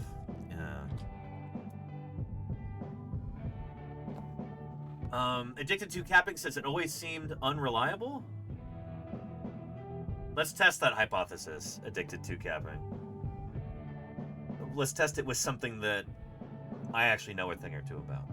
So when I was, when I was in middle school, let's say, sometimes teachers would tell the class, well, don't use Wikipedia for your information because anyone can edit it and it's unreliable. And maybe at the outset, that was the case for a lot of different subjects. Nowadays, it is often the best source of information online. I'll show you.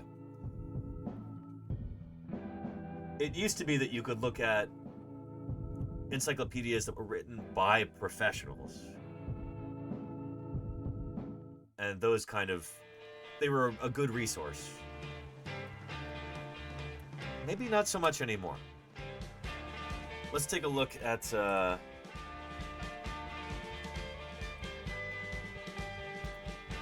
Encyclopedia Britannica, which also has a website online.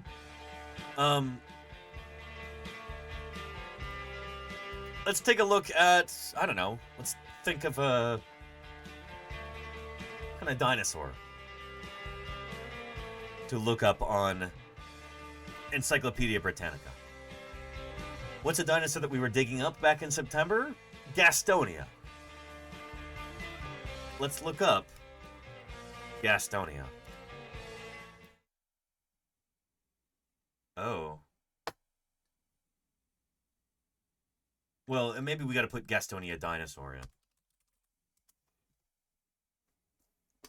Oh.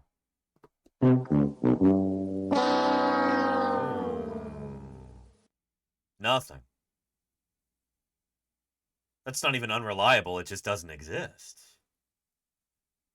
Well, shoot, let's try Wikipedia.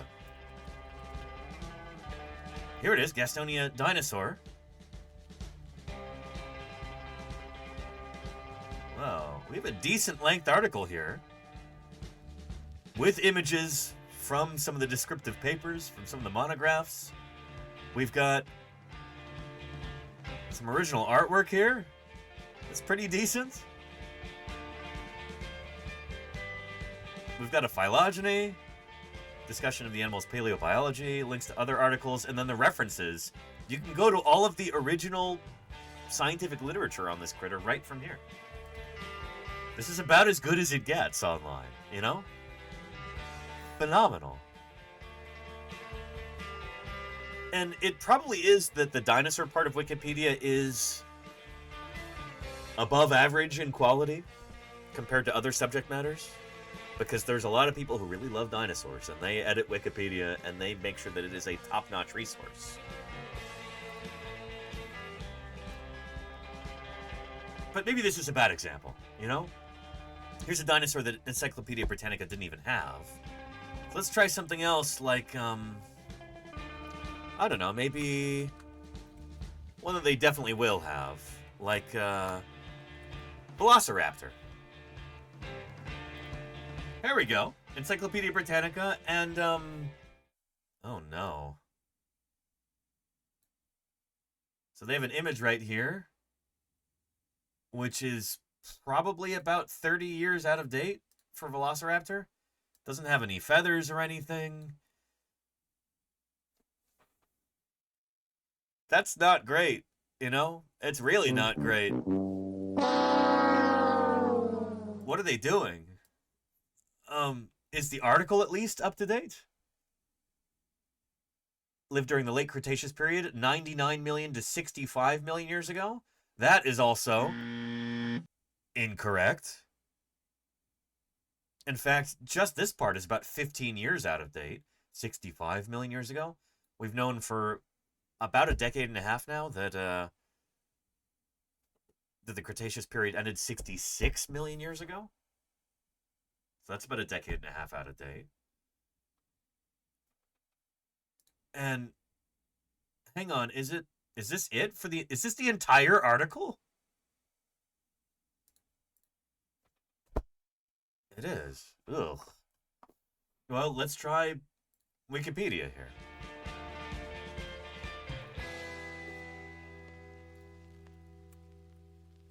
Velociraptor. Here we go. Look at the length of this article.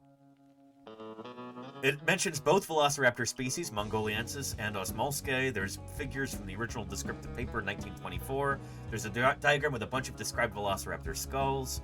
Here's another specimen right here. Up-to-date reconstruction, complete with feathers.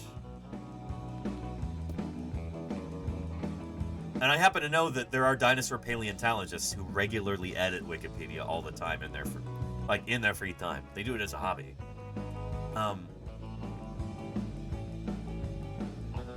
Again, look at the references here too.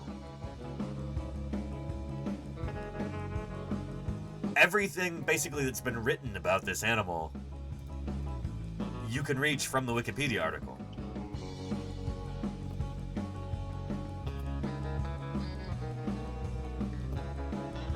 It doesn't get better than that, you know? Superb, you know? Luke Herman's Gaming says the list of resources at the bottom is already 10 times longer than the whole article on Encyclopedia Britannica. Yeah. See what I mean?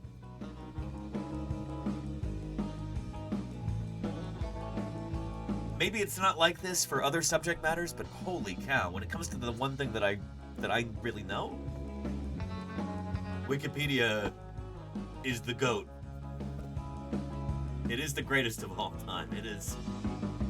There's no single resource that comes anywhere close to this. So yeah, Wikipedia it's such a treasure. And it's so cool.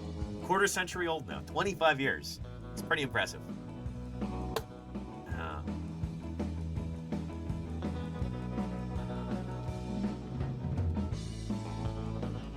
Good stuff. Yeah. Further Drop says, I always used Wikipedia as a reference, but just cited the references they have at the bottom, and none of my teachers or professors knew any difference. Well, because there is no difference. You're looking at the original literature. Like, if you want to learn what's known about a subject, if you want to be brought up to speed, say you want to become a world expert on Velociraptor. This is where you start. You read everything that's been written about it. Every peer-reviewed article, you look at its history in the literature, and there it is, right there on Wikipedia.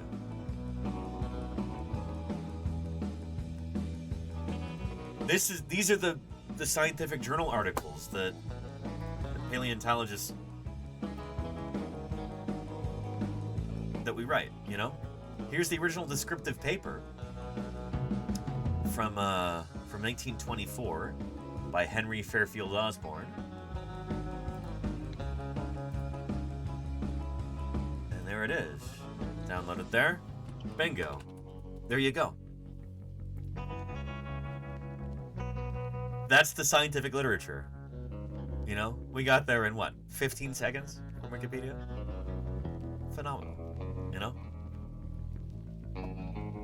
So what you're talking about there, Further Drop, that is how you're supposed to do things. And oftentimes when we as scientists are, if we have to include something in our work that we're not, it's a little bit outside of our realm of expertise, we don't know it off the top of our head, kind of like when Michael was talking about learning fluid dynamics for his work. I'm sure he looked at Wikipedia at least a little bit to go down to those references and see the original literature cited there.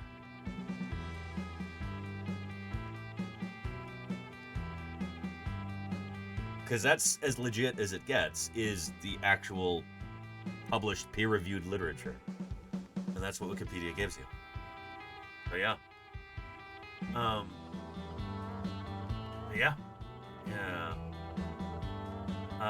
And Tactical Grace says, in many cases, the reference section from a Wikipedia article is much better than a Google search, especially nowadays when Google has become completely incredified. There's all this AI garbage that they're throwing in there where it's just giving you hallucinated misinformation left and right. I can't stand that stuff. Speaking of which, though, I want to show you a neat little trick that I learned the other day. If you have to... Oh, boy. I thought I got rid of this AI mode garbage.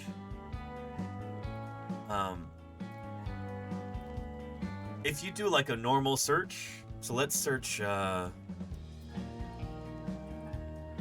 Velociraptor here on Google search.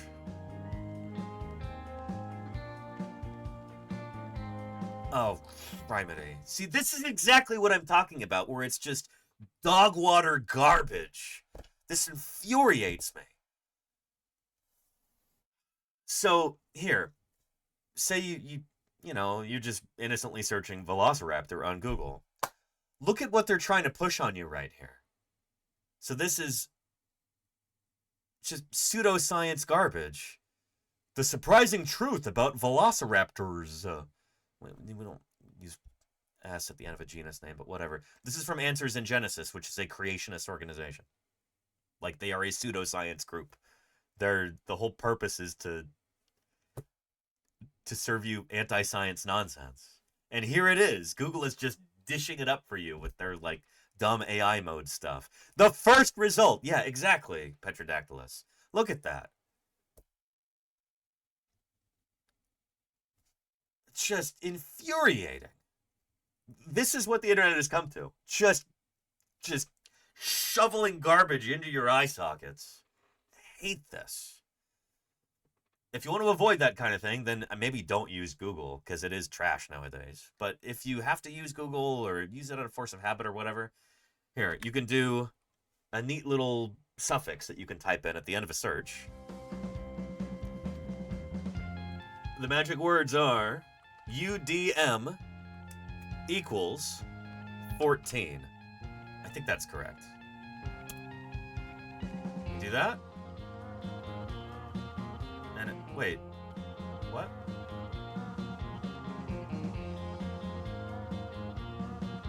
Did they nerf that? Did they get rid of that? No. This worked like 2 days ago. Yeah, for cleaner Google searches, use UDM equals 4.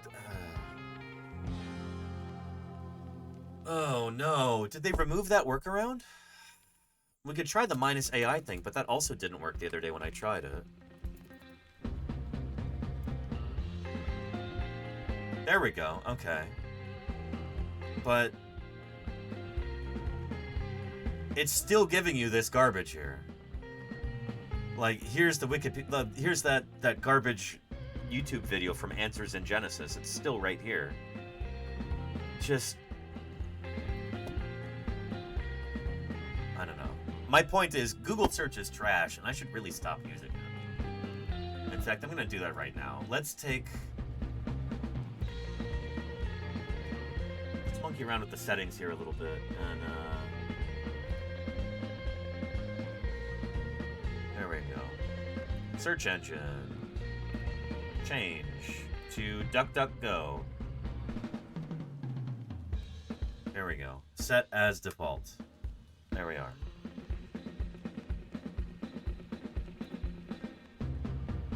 That's wildly disappointing. It's so much worse than I thought.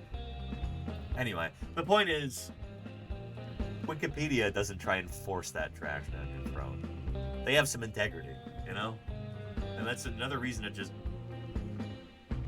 not just love Wikipedia, but to support it financially. And I'm happy to do that whenever I get the opportunity. Yeah. Starmy says Google Scholar still works on my end. There are rumors they're getting rid of it. Starmy. Yeah. I've heard rumblings that Scholar is going to join the Google graveyard.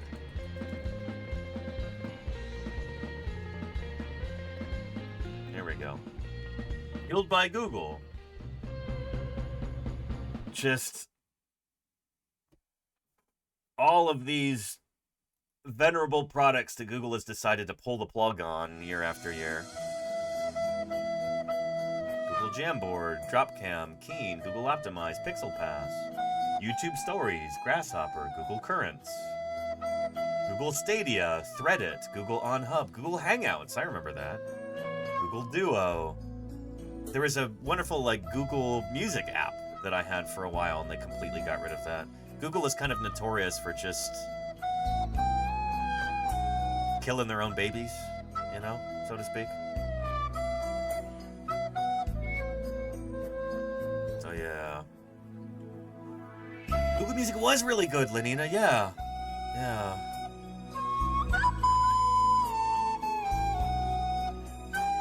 Anyway. It just keeps going, too.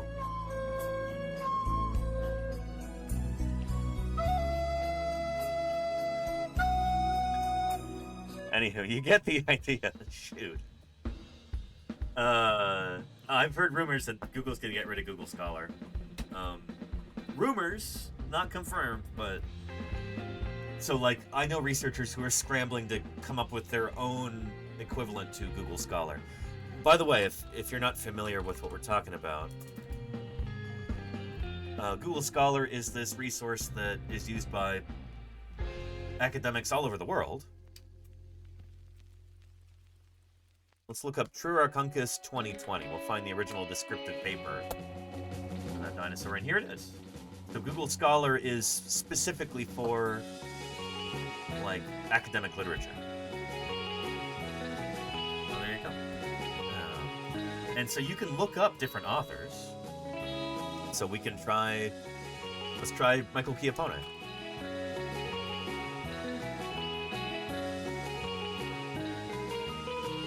User profile. There's all kinds of citation data and stuff like that. Google Scholar is relied on by academics all over the world. And again, there's rumors that Google is just going to pull the plug. They're just going to get rid of it. Hamster Raymond says it makes no sense to remove. Well, these other things didn't seem to make sense to remove either, and yet they did. So, yeah.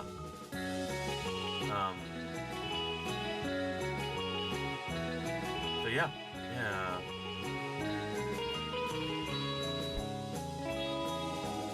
remember the time we only had Alta Vista, which was more of an index. Yeah, Hamster Rain. And back even prior to that, there were these volumes that would just be an index of different every publication in a given year. I've looked through a bunch of these in brick and mortar libraries, you know? Like I've looked through these at Berkeley. Some of you here in the chat are going to be old enough to remember that. Where there would be, it's often like one man or woman who they just sit down and they chronicle every paper from a particular scientific field. And they just write them all down, and you get it in a printed book. You know, kind of like a phone book. Remember phone books? What were those called? What's the name for it? Shoot. Yeah. Technical Marie says, wow. I mean, yeah. It wasn't a bibliography, no, there's a specific name for it, where it's all of the resources from a particular... So it'd be like everything published on sea turtles for the past year, or everything published on tertiary mammals that year, or something like that. Yeah. But yeah.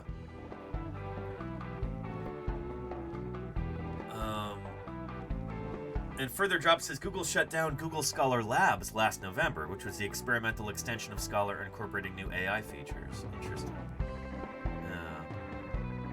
Yeah. I've heard whispers that could be a prelude to them shutting down Google Scholar entirely. Yeah. And Annals, Index.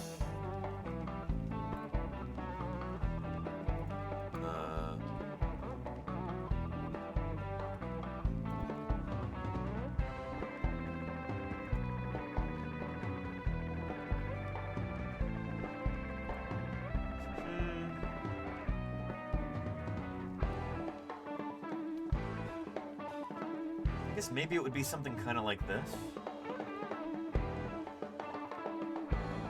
Yeah. Here's one for film. This is just a picture of the cover. Film Literature Index. And they publish a new one of these every year, or maybe every couple years. Or every few months even. If it's a really dynamic field with a lot of research. A lot of new publications. But, yeah. We might be returning to something like that again sometime soon if Google decides to get rid of Google Scholar. Anyway. Yeah. I tried to at least report that search result to Google. Thank you, Petrodactylus. Yeah. I've done that before and it hasn't... I don't know. It hasn't helped at all. But, it doesn't hurt to try. I appreciate that, Petrodactylus. And Wombat Hole says, about mammals. Crown mammals are the bottom of the tree, I think. The animals with molars? Oh, so Wombat Hole, that's... we're getting into some, phylogenetic terminology here. So crown group mammals would be the living mammals. So... that would be here on this tree.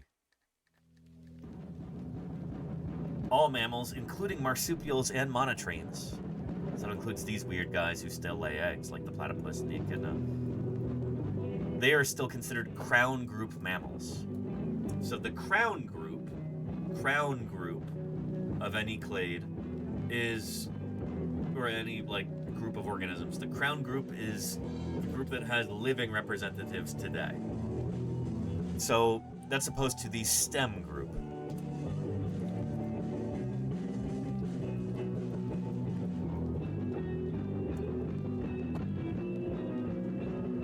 There we go. Crown group. So the crown group, again on Wikipedia, or crown assemblage, is a collection of species composed of the living representatives of the collection, the most recent common ancestor of the collection, and all the descendants of the most recent common ancestor. So,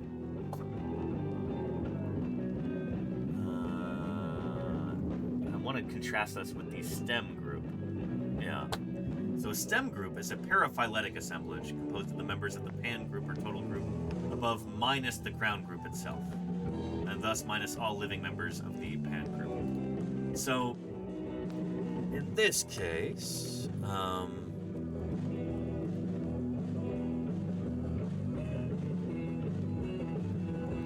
let's look at a synapsid phylogenetic tree.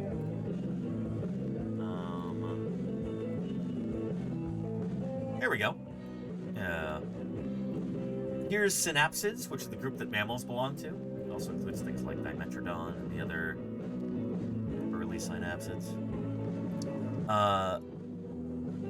The monotremes, the marsupials, and the eutherians, aka placentals. This is the crown group right here. I think everything below this, if we exclude the crown group, the rest of it we would call the stem group. It's the stem leading up to the crown. Does that make sense? So the stem group is usually all extinct. And you can only really say crown group if you have living representatives. I remember Glenn Storrs was laughing about this. Or maybe it was Takuya was laughing about this. Takuya Konishi, who was out in the field with us a couple years back in Wyoming. But he was laughing that one of his students was talking about crown group plesiosaurs. It's like, no, there can't be crown group plesiosaurs. It's an extinct group. There's no living members of that clade. You can't have crown group plesiosaurs, you know? So yeah, does that make sense, Wombat Hole? Is that, Oh, and Uppity Mallard is here. Holy cow. Mallard, am I describing this correctly? Crown group is... That's the living members of the clade. And then stem group is the extinct members to the exclusion of the living members. Right? Is that a decent summation of that?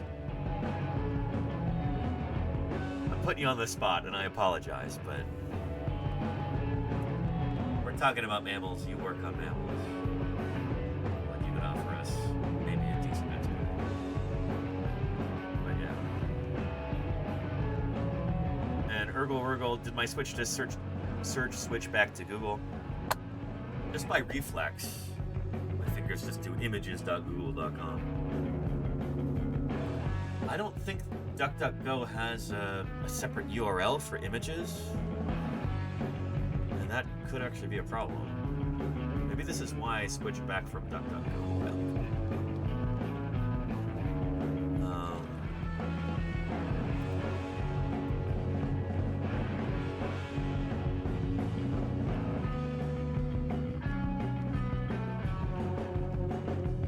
I wonder if we can find an explanatory video about stem group versus crown group.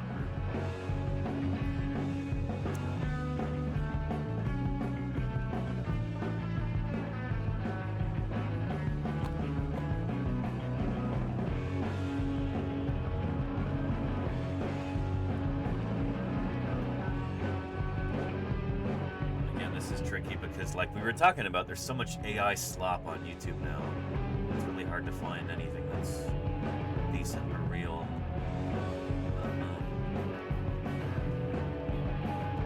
Like, what in the world is this?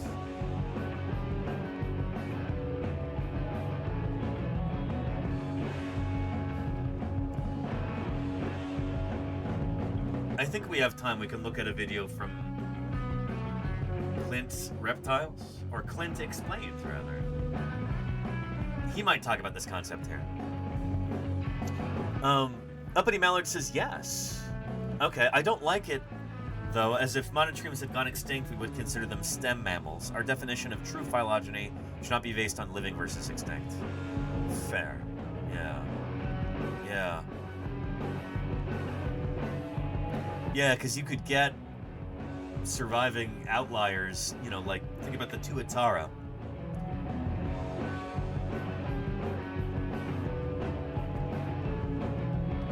You know, stem versus crown, I guess there's a certain arbitrariness to it. It's not great.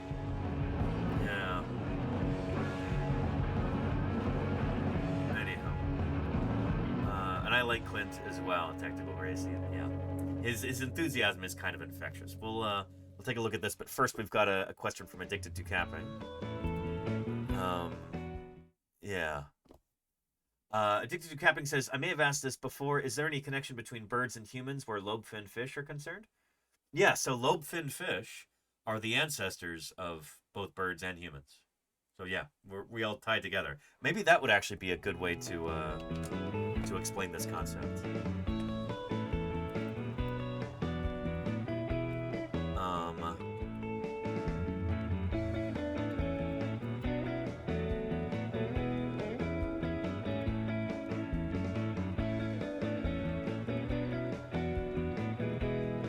Really spectacular, spared no expense. And thank you, Urgle, for gifting the email. I appreciate that. Thank you. Join us as we unravel some of the mysteries of these incredible creatures. And holy cow, Astro Canuck! These terrible lizards. Well, Astro Canuck. How was your stream? It was really good. Welcome to Paleontologizing. It's good to have you here.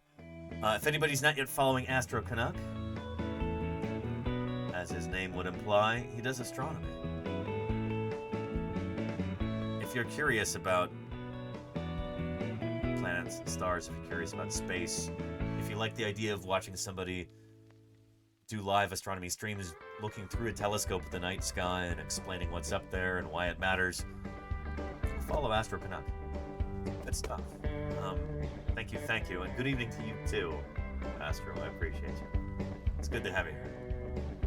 Shoot, if anybody happens to be new to this channel, let me play a quick little channel trailer, welcome video type dealy. Oh, that's frustrating too. Here, I'll have to put.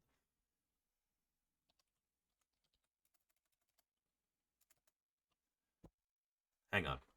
Gotta go to YouTube first. That is the problem with like switching away from a Google thing, is that it's so intertwined with everything else that a lot of your shortcuts don't work anymore and stuff. And I've such a, I've really developed a flow on here. It's a little jarring. Anyway, this is me. This is what I'm all about. If it's your first time here. My name is Danny Anduza. I'm a dinosaur paleontologist, and this is Paleontologizing. I'll be right back.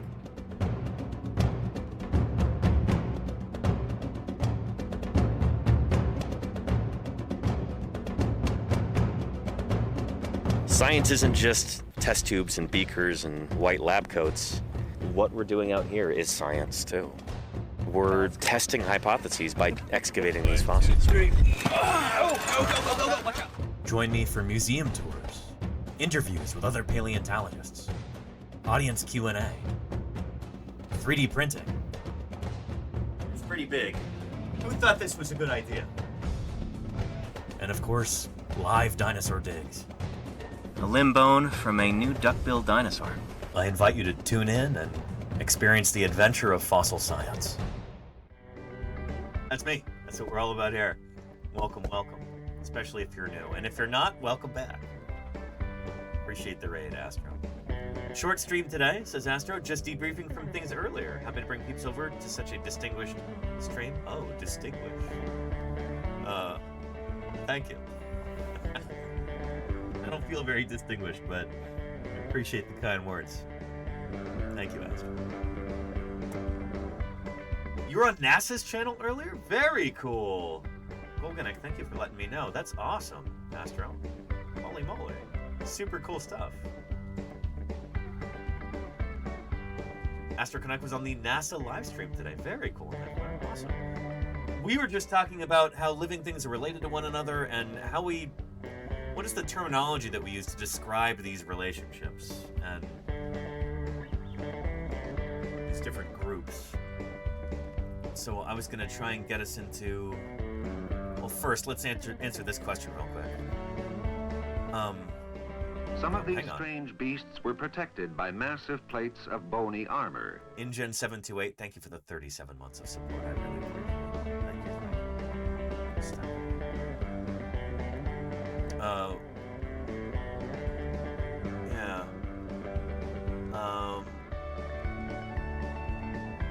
let me read Karen's comment here.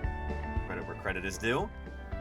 Astro streamed with NASA earlier today on their channel, building the new Artemis Lego set and talking about the upcoming launch. Very cool. We'll also be heading down to Florida this weekend to see the Artemis roll out to the launch pad. That is super, super cool. Holy cow, congrats, Astro. That is really exciting. Cool stuff. Holy moly. Phenomenal. Yeah. So that's happening then? They're going ahead with the Artemis launch? That's good news. I kind of figured everything going on, it would... I don't know what I thought. That's a big relief to hear. Holy cow. Yeah.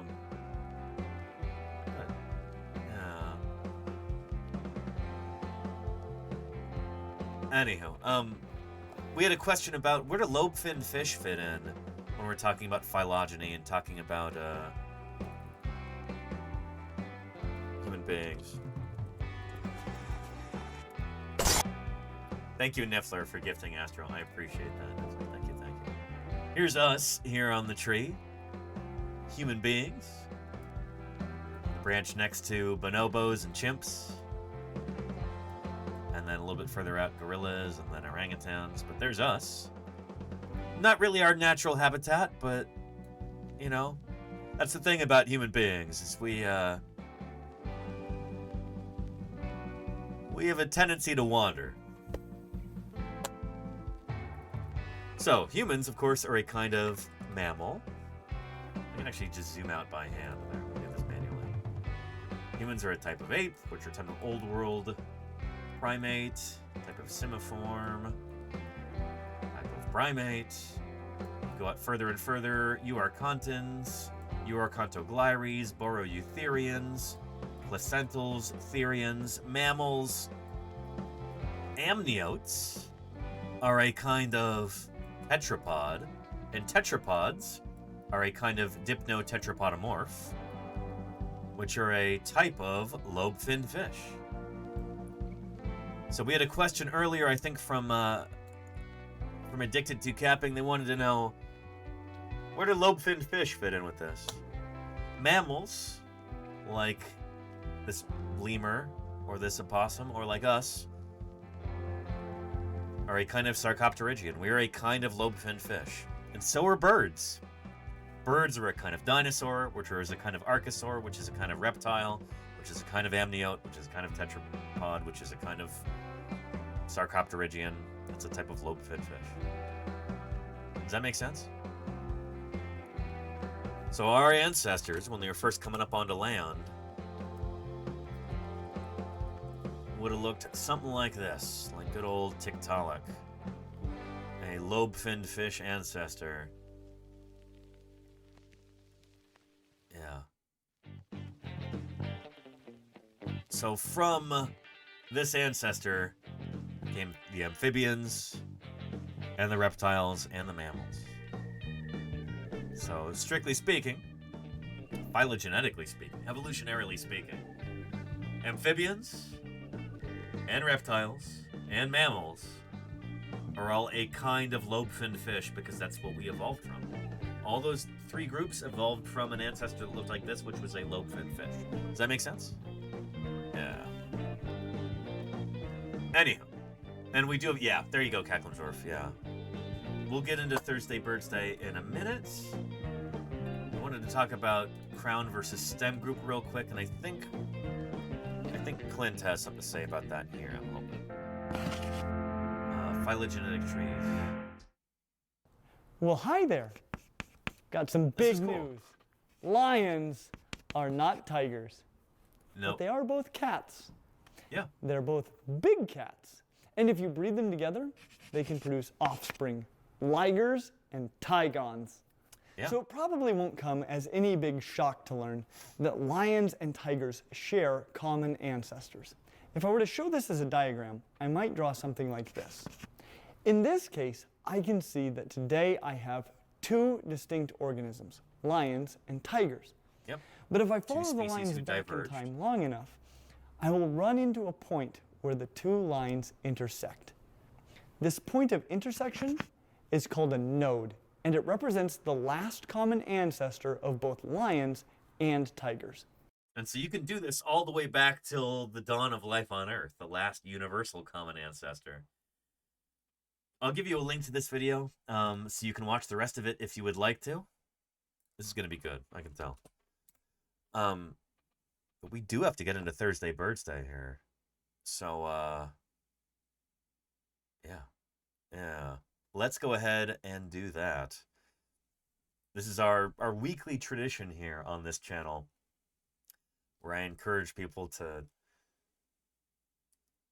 go outside and pay attention to the birds. See if you can get a picture of them and then post it to the Discord. Well, here. It's kind of explained in this video. Here we go. Thursday Birds Day starts right now. Hold on, something's coming out of here. Look, there's a bird, dude. It knows what's good. I'm telling you, I just heard it inside.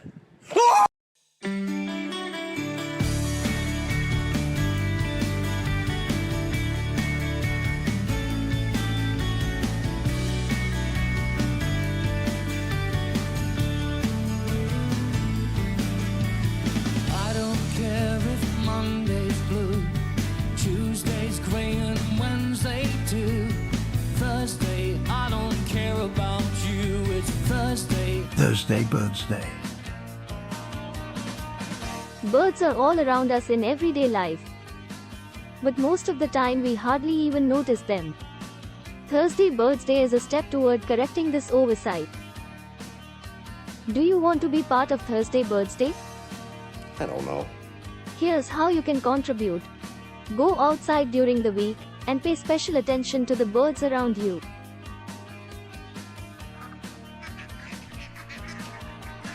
See if you can take a picture of a bird.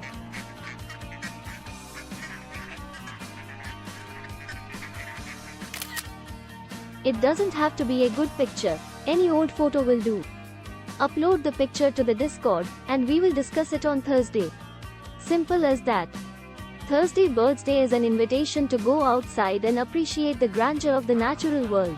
It's a reminder that, since birds are theropods, dinosaurs still enrich our daily lives. It's great! And finally, it's a celebration of the amazing history of life on our planet. So, happy Thursday Birds Day! Happy Thursday Birds Day indeed. Never found complete. There are always missing bones, missing parts. Elsie Bree, thank you so much. Or Elise Bree, rather. Thank you for the follow. Welcome to Paleontologizing. Good to have you. Is it Elsie or Elise? If it matters to you, let me know. But thank you. Yeah. And we just had during that opener video, Minnie Pie decided to make an appearance. So she'll be joining us, it seems, for the first part of Thursday Birds Day here. Minnie Pie is also a fan of birds, but she doesn't quite watch them in the same way that we do here. But that's okay. And Elise, gotcha, Elise Britt. Okay, cool. Thank you. Welcome. It's good to have you here. Let's take a look at some of these wonderful little feathered theropods. The different chatters are posted to the Discord here. To start us off, we've got Mayor of Space here, the white-headed buffalo weaver of the Toledo Zoo Aviary. Whoa. I don't think this bird is native to Toledo, Ohio. Must be doing hard time there in the aviary. Nice.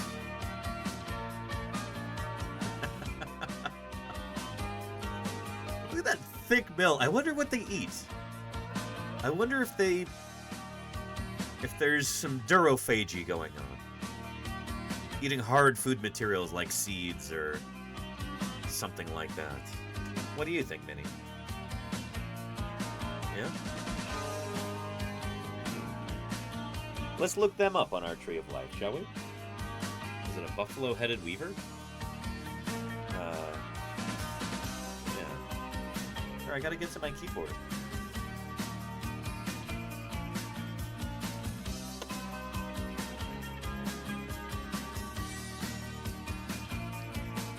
go. Let's go to the birds. Excuse me.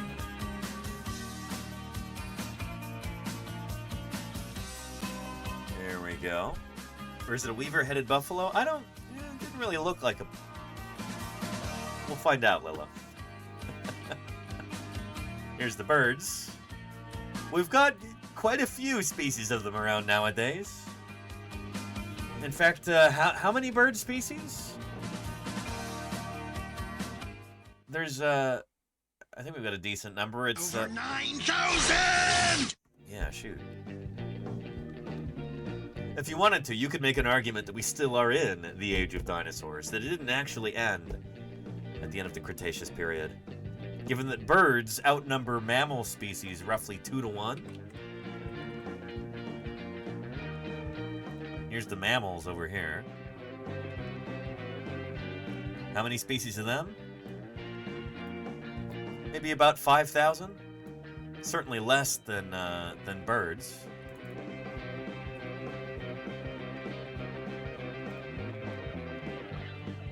Who again have 9,000! over 10,000 by a lot of estimates. And yeah, Mayor Space, can you believe it? Yeah. Where is our buffalo-headed weaver? Nope, hang on. White-headed buffalo weaver. Sorry. There we go. Dinemelia dinemeli. This almost looks like an acacia tree. I wonder if these guys are from Africa. Let's look them up.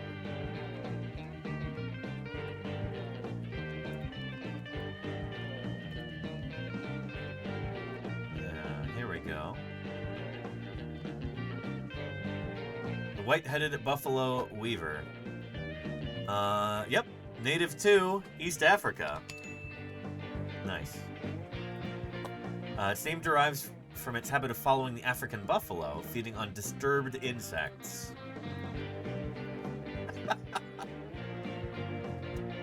Have we got any disturbed insects in the chat?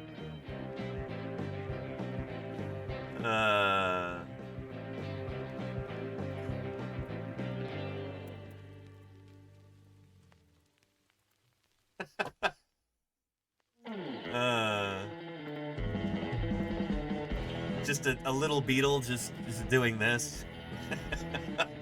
Whoa, really disturbed. This guy will eat you, you know? Yeah.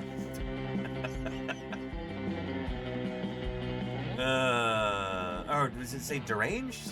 I don't know what it's now. Whatever. Tackling Zwerv says, I'd be pretty disturbed if I were to suddenly find out I'm an insect. Yeah, wasn't there like a novella about that?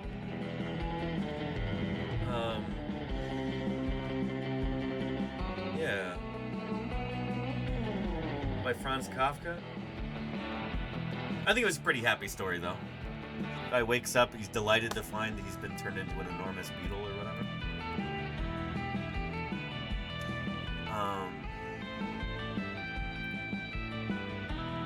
Anyway, you'd be even more disturbed to be ingested by this bird, I think, but he'd be pretty happy, he or she. I'll say that.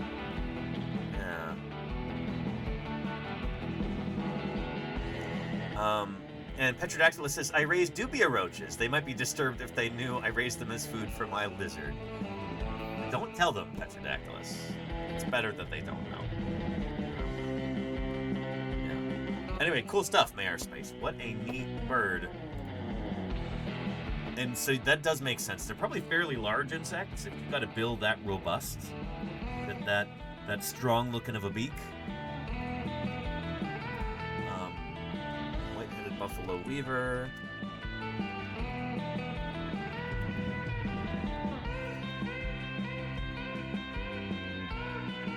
Eating insects. Let's see if we can find a photo of one holding a large insect. That bill also might be adapted for weaving if, like, are they related to the weaver birds? The ones that weave the weaved nests?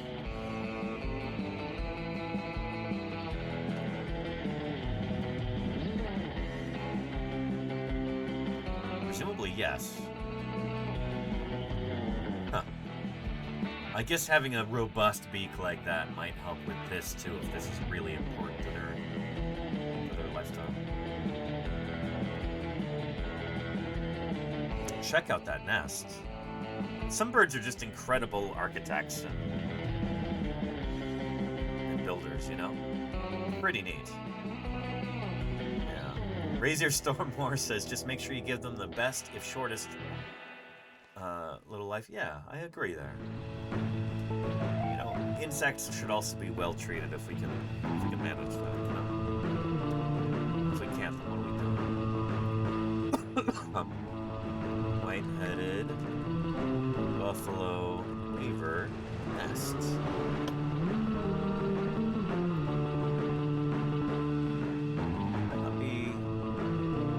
Well, we'll look up a different weaver bird. A relative.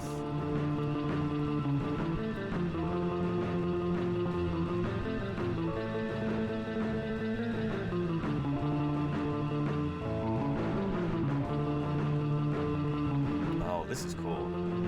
Check this out. The rising sun marks the start of a new day, and in Africa's Kalahari Desert, the wildlife is already awake and busy. This masked weaver bird scans the area, carefully collecting blades of dry grass to build its nest. So this is a masked weaver. How closely related to the white-headed buffalo weaver are they? Masked weaver. Here's the lesser masked weaver. So they're okay. That's a pretty speciose group. There's quite a few of them in this family. Most birds simply build what looks like a Hey, loose Reiko, bowl of good twigs, to see you. but this is a weaver bird, and like his namesake, he weaves his nests into intricate structures. These chambers hang from trees, an impressive feat of avian architecture. You know? Their cousins, the sociable weaver birds, take nest building even further. Together, a colony will build a huge compound nest Look at containing more than 100 chambers, It's an each apartment one building. housed under a single roof. It's a bird apartment complex, one of the world's largest nests, and it isn't just for breeding. Weavers live in them throughout the year, some nests lasting for even a century, as it passes from generation to generation. Amazing. Reiko says birds figured out universal housing before humans. I mean, dinosaurs will do that. They're pretty cool, you know? Yeah. The evolution of compound nesting. Oh, this is neat.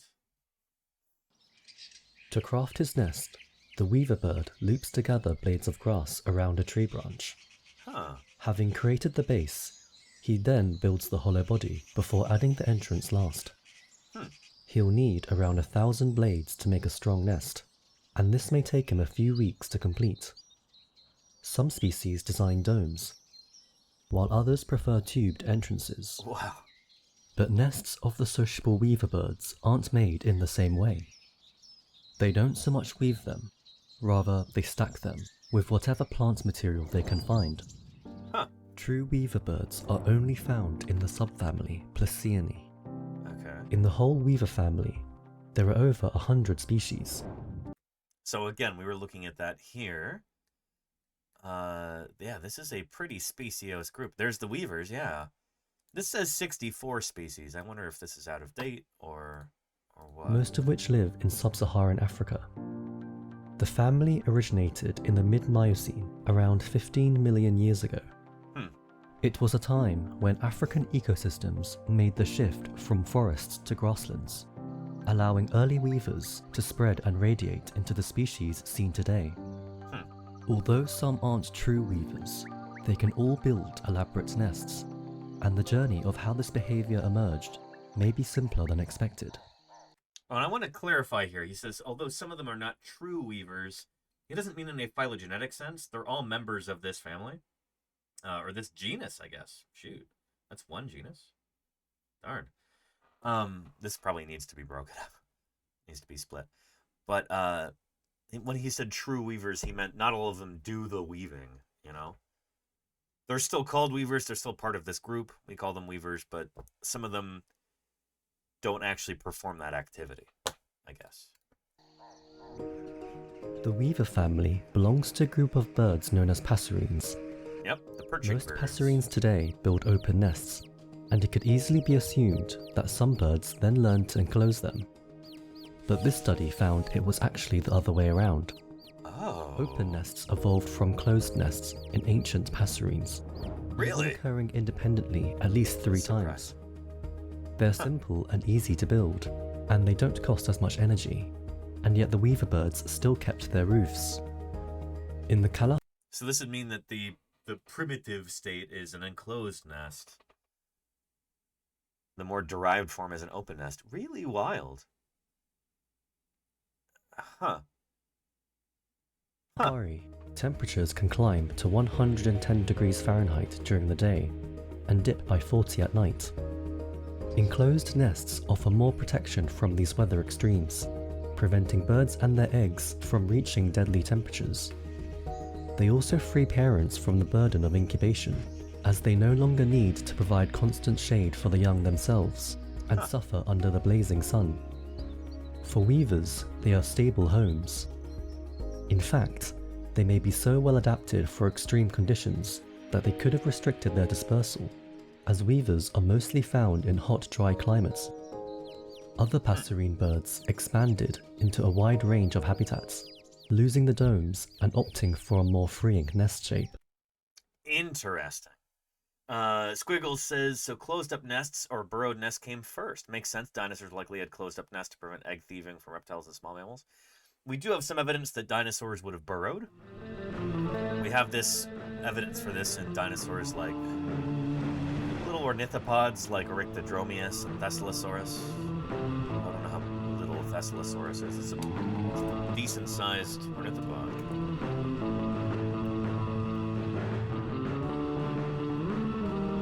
Yeah. There's Thescelosaurus there. And we also have evidence of burrows in for Leptoceratops too now. Here's more Thescelosaurus. But I think, I'm guessing, without really looking at it, I'm guessing that paper that was mentioned earlier suggests that passerine birds, they developed as a group, after they evolved, they developed enclosed nests. And that was like the primitive ancestral state. And then later on, a bunch of clades independently simplified those nests and made them open, I guess. In order to get to the common ancestor of, say, Thescelosaurus and your weaver birds, you'd have to go way, way, way back to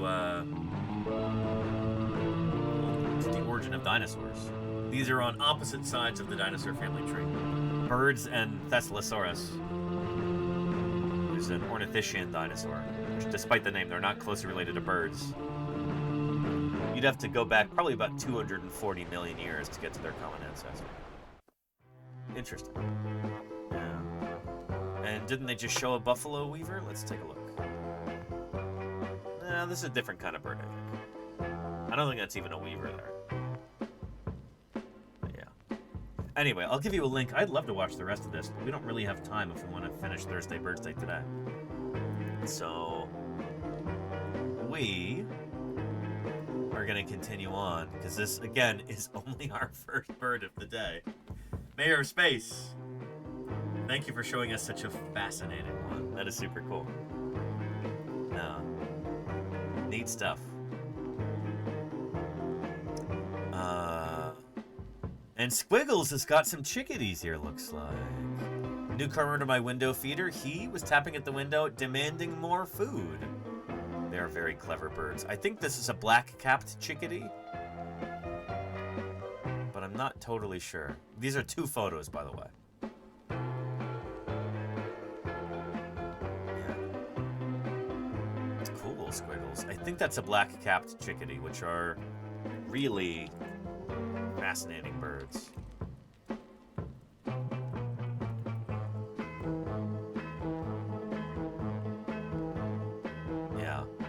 They're super cold resistant. They've got like almost a complex language, the way that they call to one another. They're just fascinating animals. We'll zoom up to them from the weavers, the chickadees. And hey, Emily, yeah, chickadees are very cool. These are just some of the questions that people ask about dinosaurs. And Miss Mango, thank you for the follow. Welcome to Paleontologizing. We're looking at some living dinosaurs today. The birds for Thursday Birds Day, as is our tradition. Yeah. Sir, waiter, more seed, please, says Retchwing. Yeah, right? Charlie's Dragon has got some blue tits doing some acrobatics to make sure it's safe to grab a snack in negative 16 degrees below freezing. Wow. Thea the cat is an avid bird watcher. Nice. Oh, that's lovely. We don't have these where I live, but they're these are cool birds too. Really neat.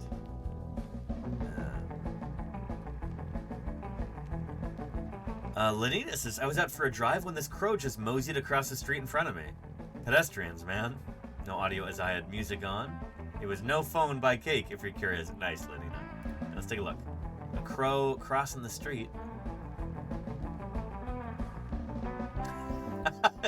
This is the dash cam video? That's awesome. I need to get myself a dash cam. And there we go. Again.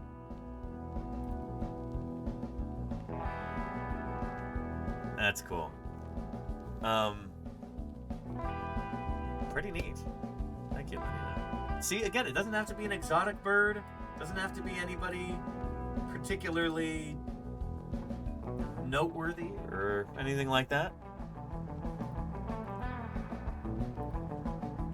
Any bird photograph or video or sound recording is fair game for Thursday Birds Day. He's hard to see in the video, says Lenina. I mean, I'm glad you didn't run him over. Or her. They generally know what they're doing. They're often much more savvy than we give them credit for. Those birds. Yeah. And Emily says, I love how crows canter. Isn't that like an equestrian thing? Why just walk when you can do a chill gallop? There you go. Yeah. I love corvids too, Lenina. They're so cool. Yeah. Really neat. Oh, and Neverwinter thinks this is a chestnut-backed chickadee. Cool. Native to the Pacific Northwest. We have chestnut-backed chickadees where I live too. Not in the Pacific Northwest, but in the beautiful sunny San Francisco Bay Area. We get chestnut-backed chickadees. They're not super common, but they're around. I get them visiting the feeders sometimes. They're always a joy to see. I love chickadees.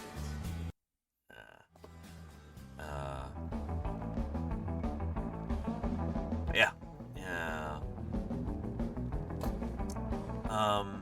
And Raven says, how far apart are crows and ravens? They're in the same genus, so they're pretty close. But I don't know how close they are in terms of time. Let's take a look. Here's chickadees. Let's go to common raven. Corvus corax. Corvus brachyrhynchos is the American crow. There's the common raven there. Looks like at the Grand Canyon, maybe. That's cool. Chihuahua raven, pied crow. That's interesting. Okay. So crows and ravens, those are not different groups. Because here you have a pied crow in among all these ravens. Interesting. Collared crows, rooks. This is kind of like the tortoise terrapin sort of thing, where it's like these terms don't really mean anything. American crow. The American crow and the American raven are... To get to their common ancestor, you got to go back about 7 million years, it looks like. Interesting. Yeah.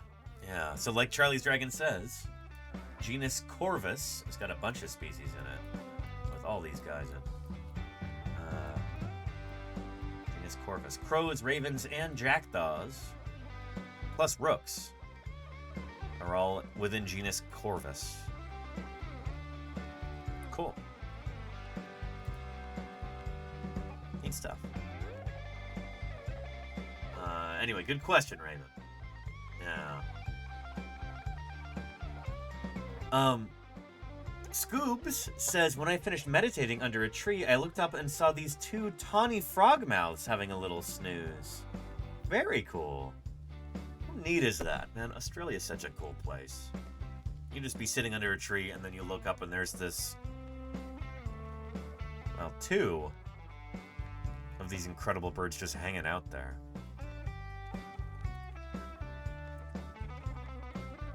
Again, the tawny frogmouth. It's been said many times, but I'll repeat it. It looks like something out of Jim Henson's workshop, you know? Yeah, they look like Muppets, says Claire. Exactly. Yeah.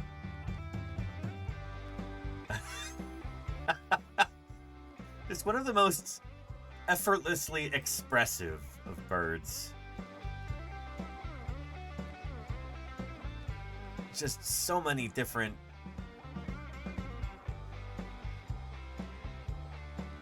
facial expressions. They're so emotive without even trying to be, you know?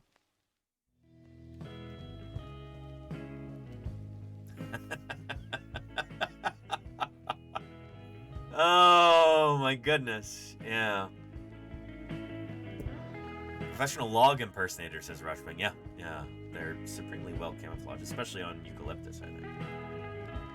On the old gum tree. Very cool, Scoobs. I'm jealous you get to see these critters all the time. That's really neat. Yeah. Rushwing has got some royal spoonbills for us from the Melbourne Zoo.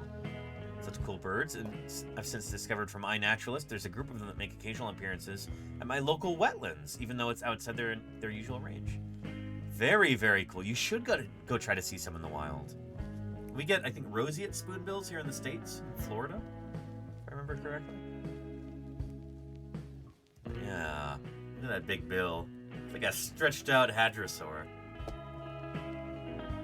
Oh, these guys are so cool. Really, really neat. Yeah. Good stuff, Rushwing. Thanks for posting. Yeah. You're also down in Australia, right? I think so. Super cool. Aren't they they're such neat animals. You know? Yeah. So I think these are the ones we have here in the States. Roseate spoonbill.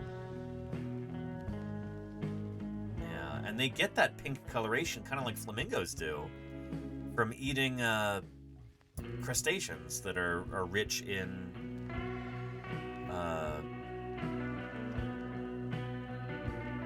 carotene or something like that. Yeah. Neat critters. That's a painting, but and they use that spoon bill to kind of dabble in the water. Crustaceans. I love this. Come at me, bro.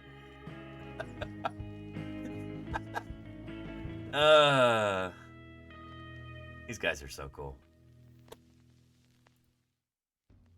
Anyway, neat, Rushman. Thank you for sharing. This is great. Alexander Morrison's got a combo of different vids this week. First is a bunch of grackles, once more engaging in an Archosaurian feeding frenzy. And second is a minute-long video appreciating the local Sukians, American gators. Already teased you all last week about the gator footage. As we all know, birds and crocs are kindred, So I'm flexing the rules a bit. Fair? Okay. Okay. Let's take a look.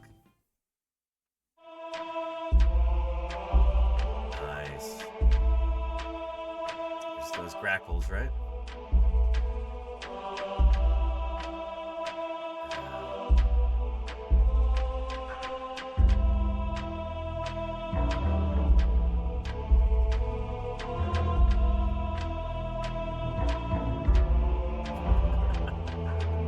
Is that like a piece of a pancake or something? What are they eating?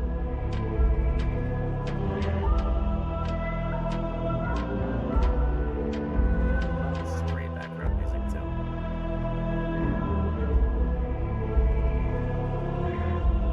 Brian Angus, who I was mentioning with my interview with Michael earlier.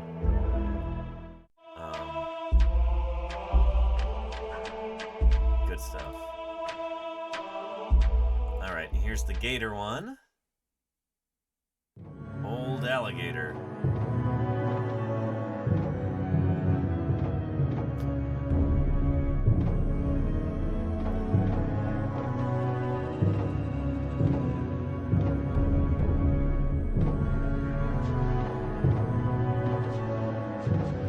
Big old gator back there.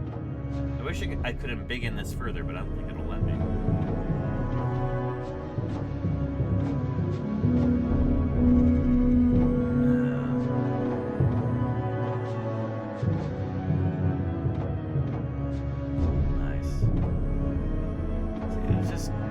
Chill animals for the most part. Just hang out. They're digesting. Just waiting. Just living life in the slow lane. Some of us could learn a lot from gators. They move when they have to. That's for sure. Cool stuff. Thank you for posting there, Alexander. Good stuff as usual. And there's, of course, the skull of Alligator mississippiensis. American alligator. I should print myself one of these. Although every time I think about doing that, I look on eBay and I find real alligator skulls, and it's like, it's not that expensive. I could just buy one, maybe? I don't know. Yeah.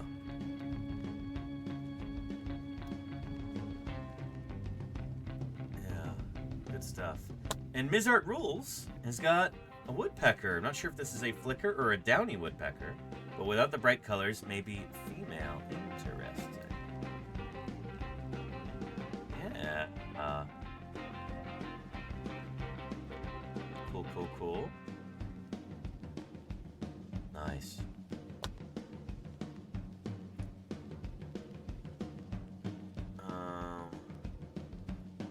It's definitely woodpeckers, says Charlie's Dragon. Yeah, I'm not good at woodpecker IDs.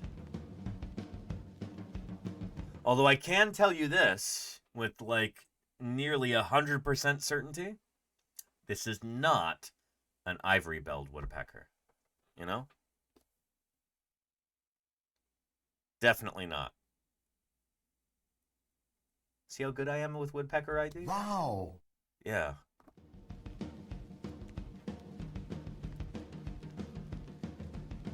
If anybody's wondering why that's supposed to be funny, ivory-billed woodpeckers went extinct back in, what, the 40s?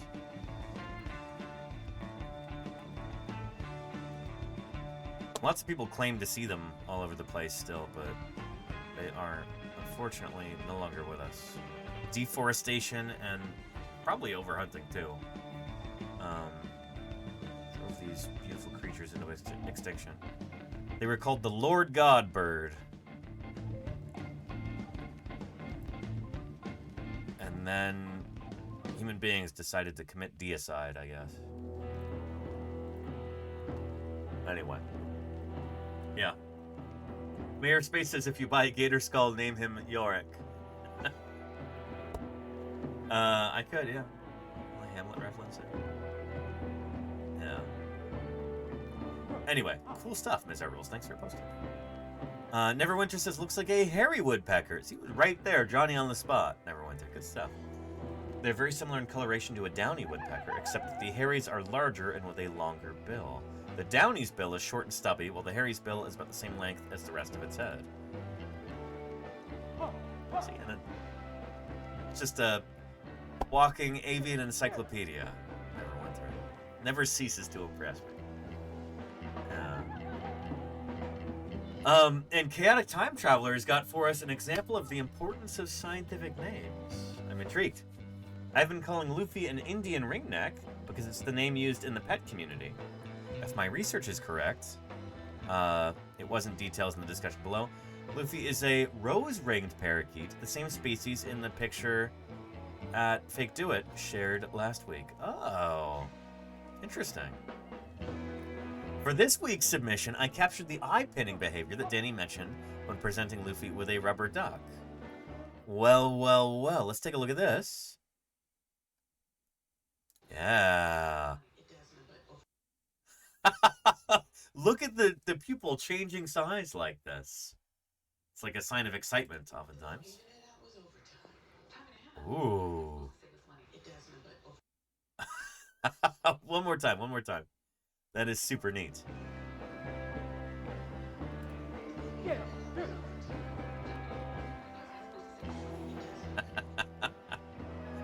Yoink, free birds, says Raven. Yeah, there you go. Pretty neat. Thank you for sharing, Chaotic Time Traveler. And Luffy is a rose-ringed parakeet. The other birds were not. Oh. Here, let's go to rose-ringed parakeet.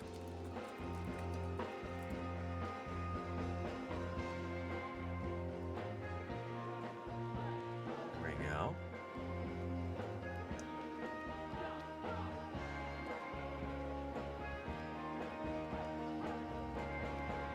There we go.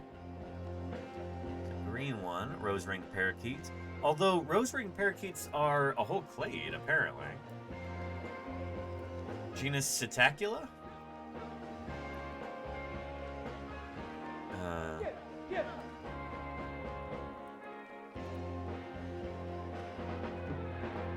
There we go. The Afro-Asian ring-necked parrots. Genus of parrots from Africa and Southeast Asia. Bunch of different species. Neat. Yeah. And Psittaco says, Squiggles, yeah, same root word as Psittacosaurus. The parrot lizard, Psittacosaurus.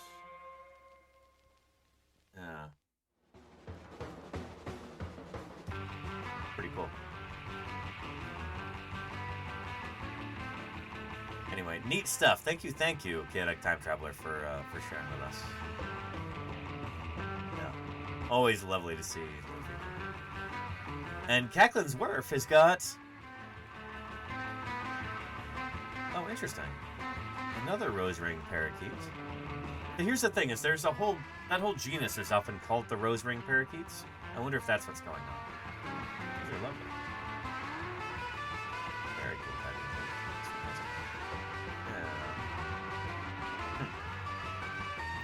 The phylogeny is confusing. Well, yeah, that's the thing, is that this...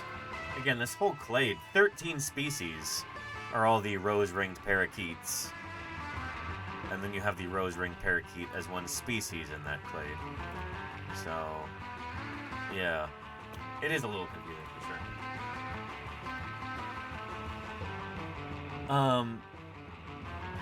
Yeah. And Neverwinter has got a LeConte's sparrow, Amospiza lecontii, seen at Pennypack in the on the Delaware River in Philadelphia in December 2022. The LeConte is rare for the East Coast. Its normal range is the Midwest U.S. and Canada.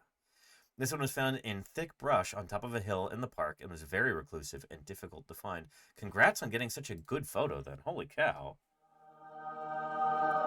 For an elusive bird, this is exquisite. Well done.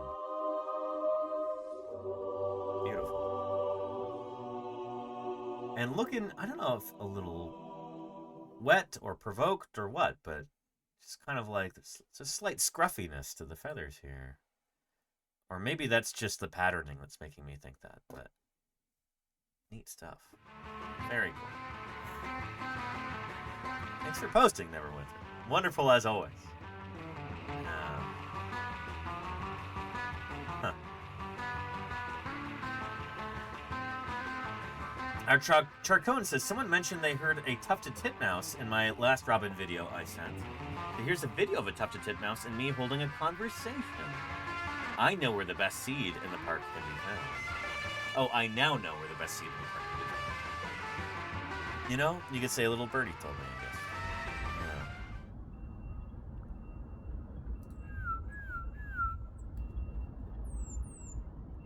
Yeah. Oh.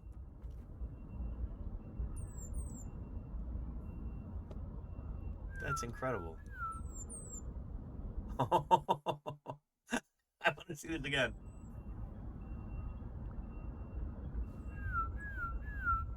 Let's turn the volume up.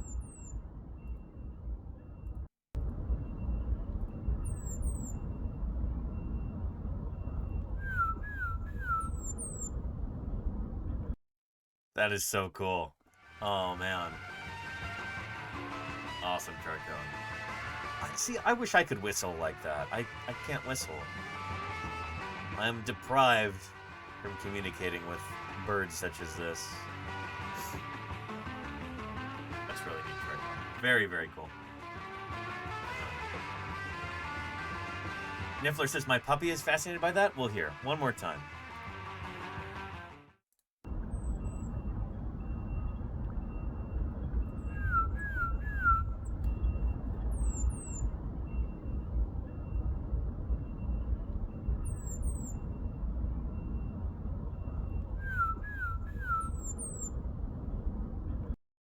Very cool. Very cool. Thank you so much for posting, Charcone. Yeah. Get a kitten? That is March 1st, 2025. I went on a Celtic-themed tour in Ireland.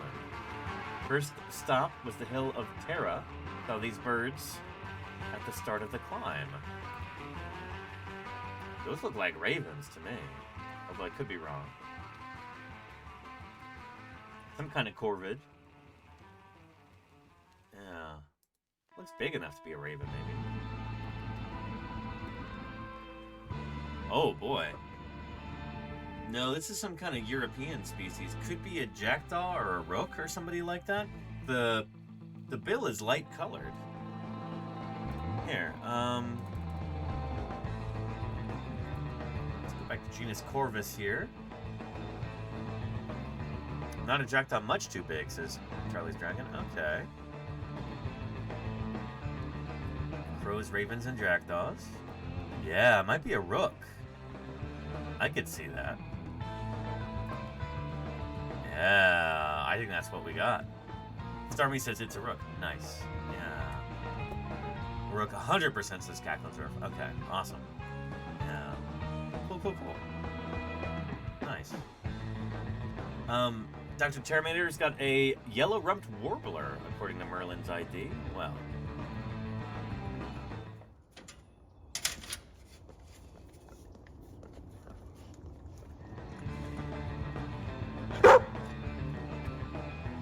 Bark. Oh, there we go. Up here? Or here? Center of frame? Nice.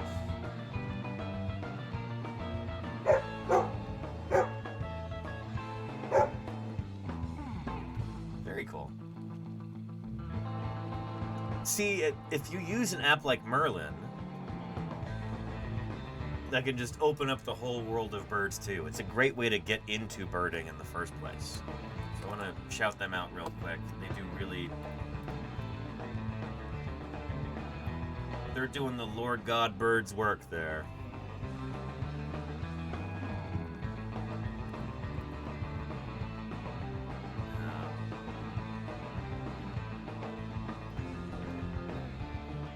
If you're looking for a full tutorial on how to use Merlin Bird ID, stick around because I've been using Merlin for almost 5 years now, and in this video I'm going to show you everything that I found inside of this app. So once you open up the app, the very first thing that you're going to see is your bird. It's free, by the way.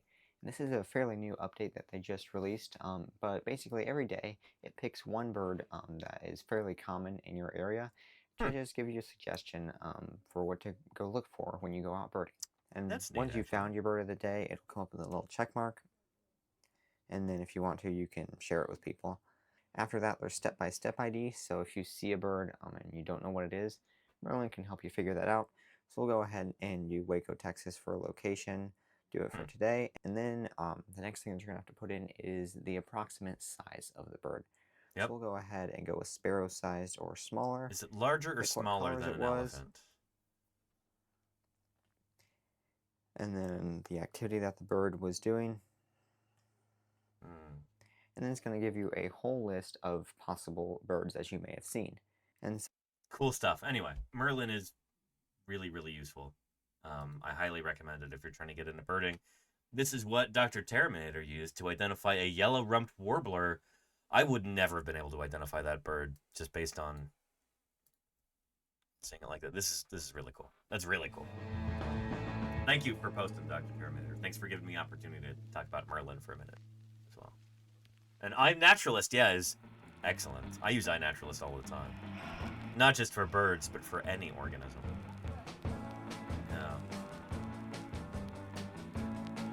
Oh, and Guibert, well, you should use iNaturalist then, if Merlin doesn't work for Australia. I'm sorry, I didn't realize it did.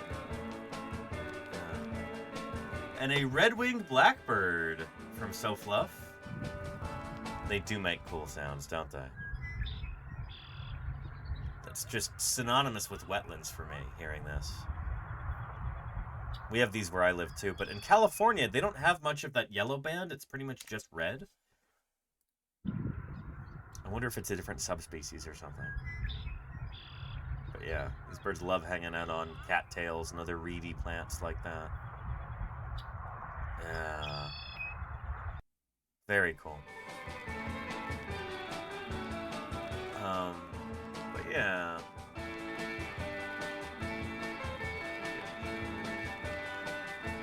Oh yeah, and addicted to captain. Holy cow! That with birds like this, many of them are restricted to very small ranges, and some of them are more or less cosmopolitan. But yeah, most birds are restricted to certain ranges. With the red-winged blackbird in particular, here, let's see if I can find that. I feel like we've looked this up before. Red-winged blackbird. No yellow stripe in California. Yeah, here we go. All About Birds. This is the same organization that produces the Merlin app. Habitat. Look for them in fresh and saltwater marshes. They need to be near water. That's where they're comfortable. Regional differences. There's subtle variation in red-winged blackbirds across the country. The most obvious race is the bicolored blackbird of coastal California, which shows no yellow border on the red shoulders. So I'll see if I can find you a picture. California red-winged blackbird. They don't have the yellow patch. Like, here's one with the yellow. Here's one here. Or no, is that different? Anyway. Yeah. Interesting stuff. Yeah. And even ours up in the knee hills don't have yellow. Interesting, Claire. Yeah. Huh.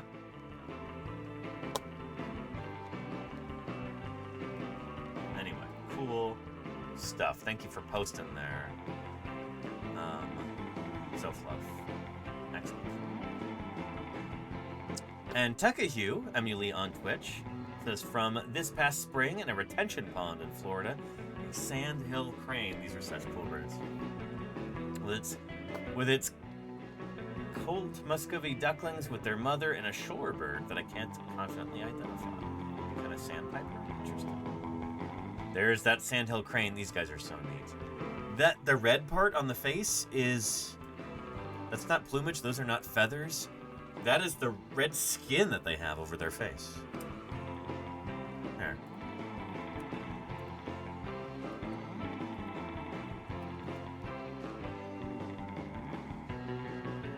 See? Really neat. Yeah. And then we've got some Muscovy ducklings. Very cute. Oh, man.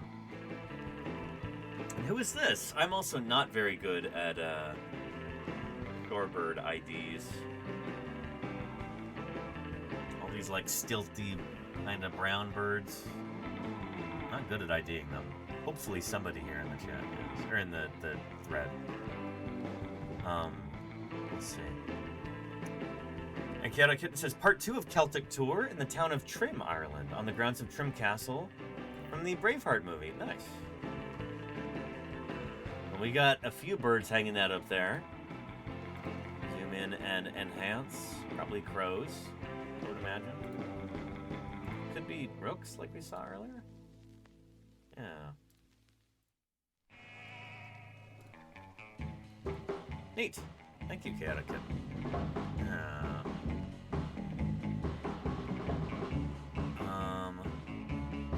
And further drop has got a great blue heron at the pond house. Its nest was just above it. Nice. Almost looks like a cardboard cutout here. Yeah, you have to decide to zoom way in. My camera does this too, where things get kind of flat and desaturated when you zoom in. But great blue herons are so cool. And if this were your first time ever encountering this kind of bird, you'd be like, where's its neck? They've got incredible flexibility between their cervical vertebrae. It's really wild.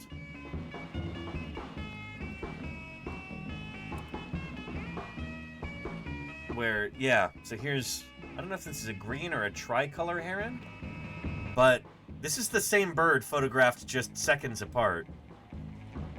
You know, going from that to just wild, you know?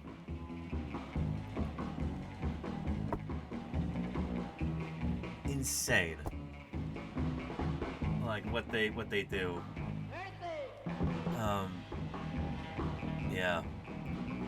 And I think Matt Waddell talks about this here. Herons don't just lie, they cheat, or at least their tracheas do.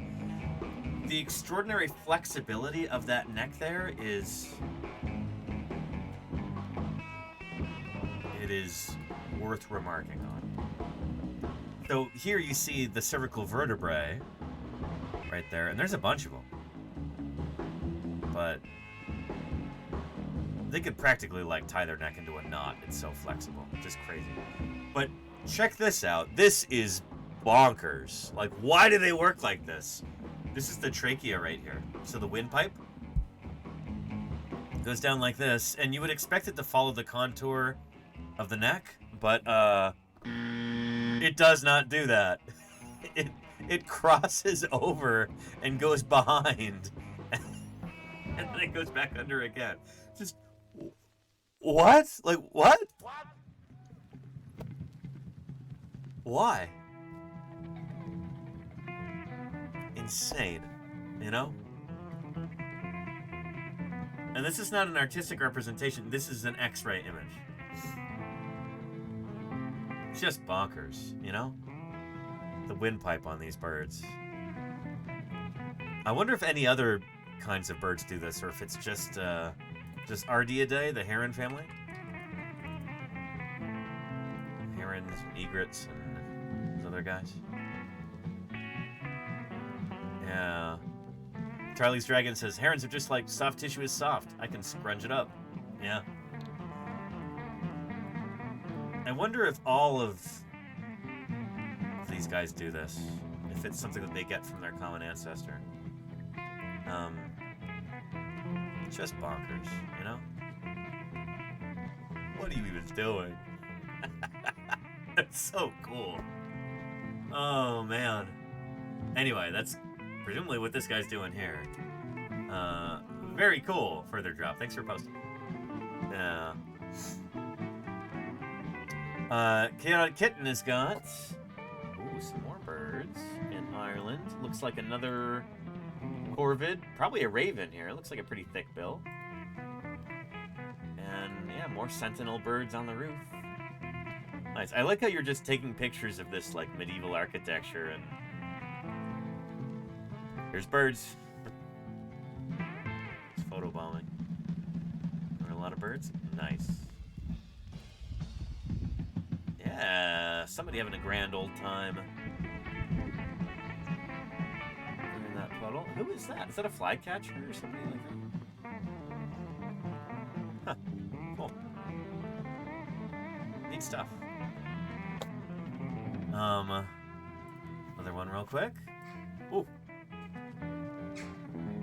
Pigeon? Yeah. A feral rock dove. Nice.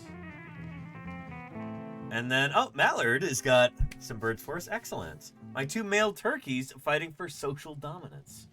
Turkeys do this often and have different stages in this combat, in this display/combat and moves used. I imagine non-avian dinosaurs might have done similar things with complex social combat. Makes sense.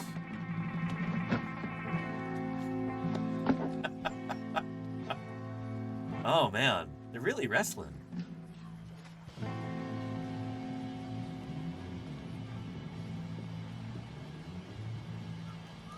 That's funny. So, presumably they're in a situation where they're not competing for mates or for food, really. Like, they've got their needs taken care of. So they're just kind of sparring for fun, I guess?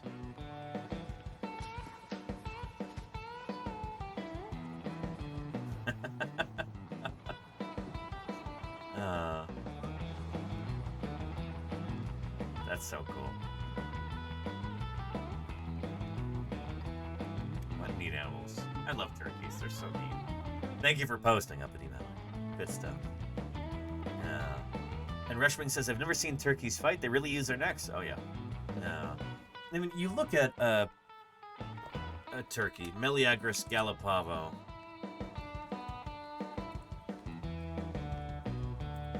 And there's so much going on with their head and neck. It's such a showy part of them. This is those look like maybe domestic variants in Mallard's video. But in the wild, it's even more pronounced. And we look at that and we go, wow, those are some striking colors. Those blues and reds. Even the browns and blacks and whites are pretty striking too.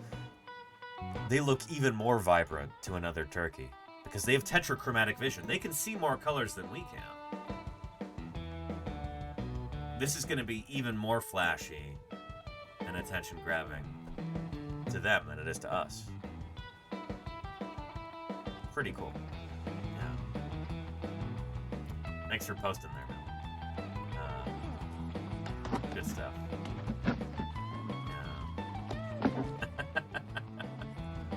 Oh boy. Yeah. And that's our last one. Shoot. Well, with that, right on time. We got through Thursday Birds Day. Thank you everybody who submitted photos and videos. Hope you had fun. I did. It's always fun to look at our modern dinosaurs in our modern world. See what they're getting up to. It's good to keep an eye on them, you know? It's just a little bit of wit and wonder and whimsy for our daily lives. I think that's important to have. Anyway, with that, we're going to go ahead and wrap up our stream. Don't go away just yet. We're going to see if we can raid into somebody else doing some science. But let's commence our wrap-up procedure here. And see who else is doing some science on Twitch right now.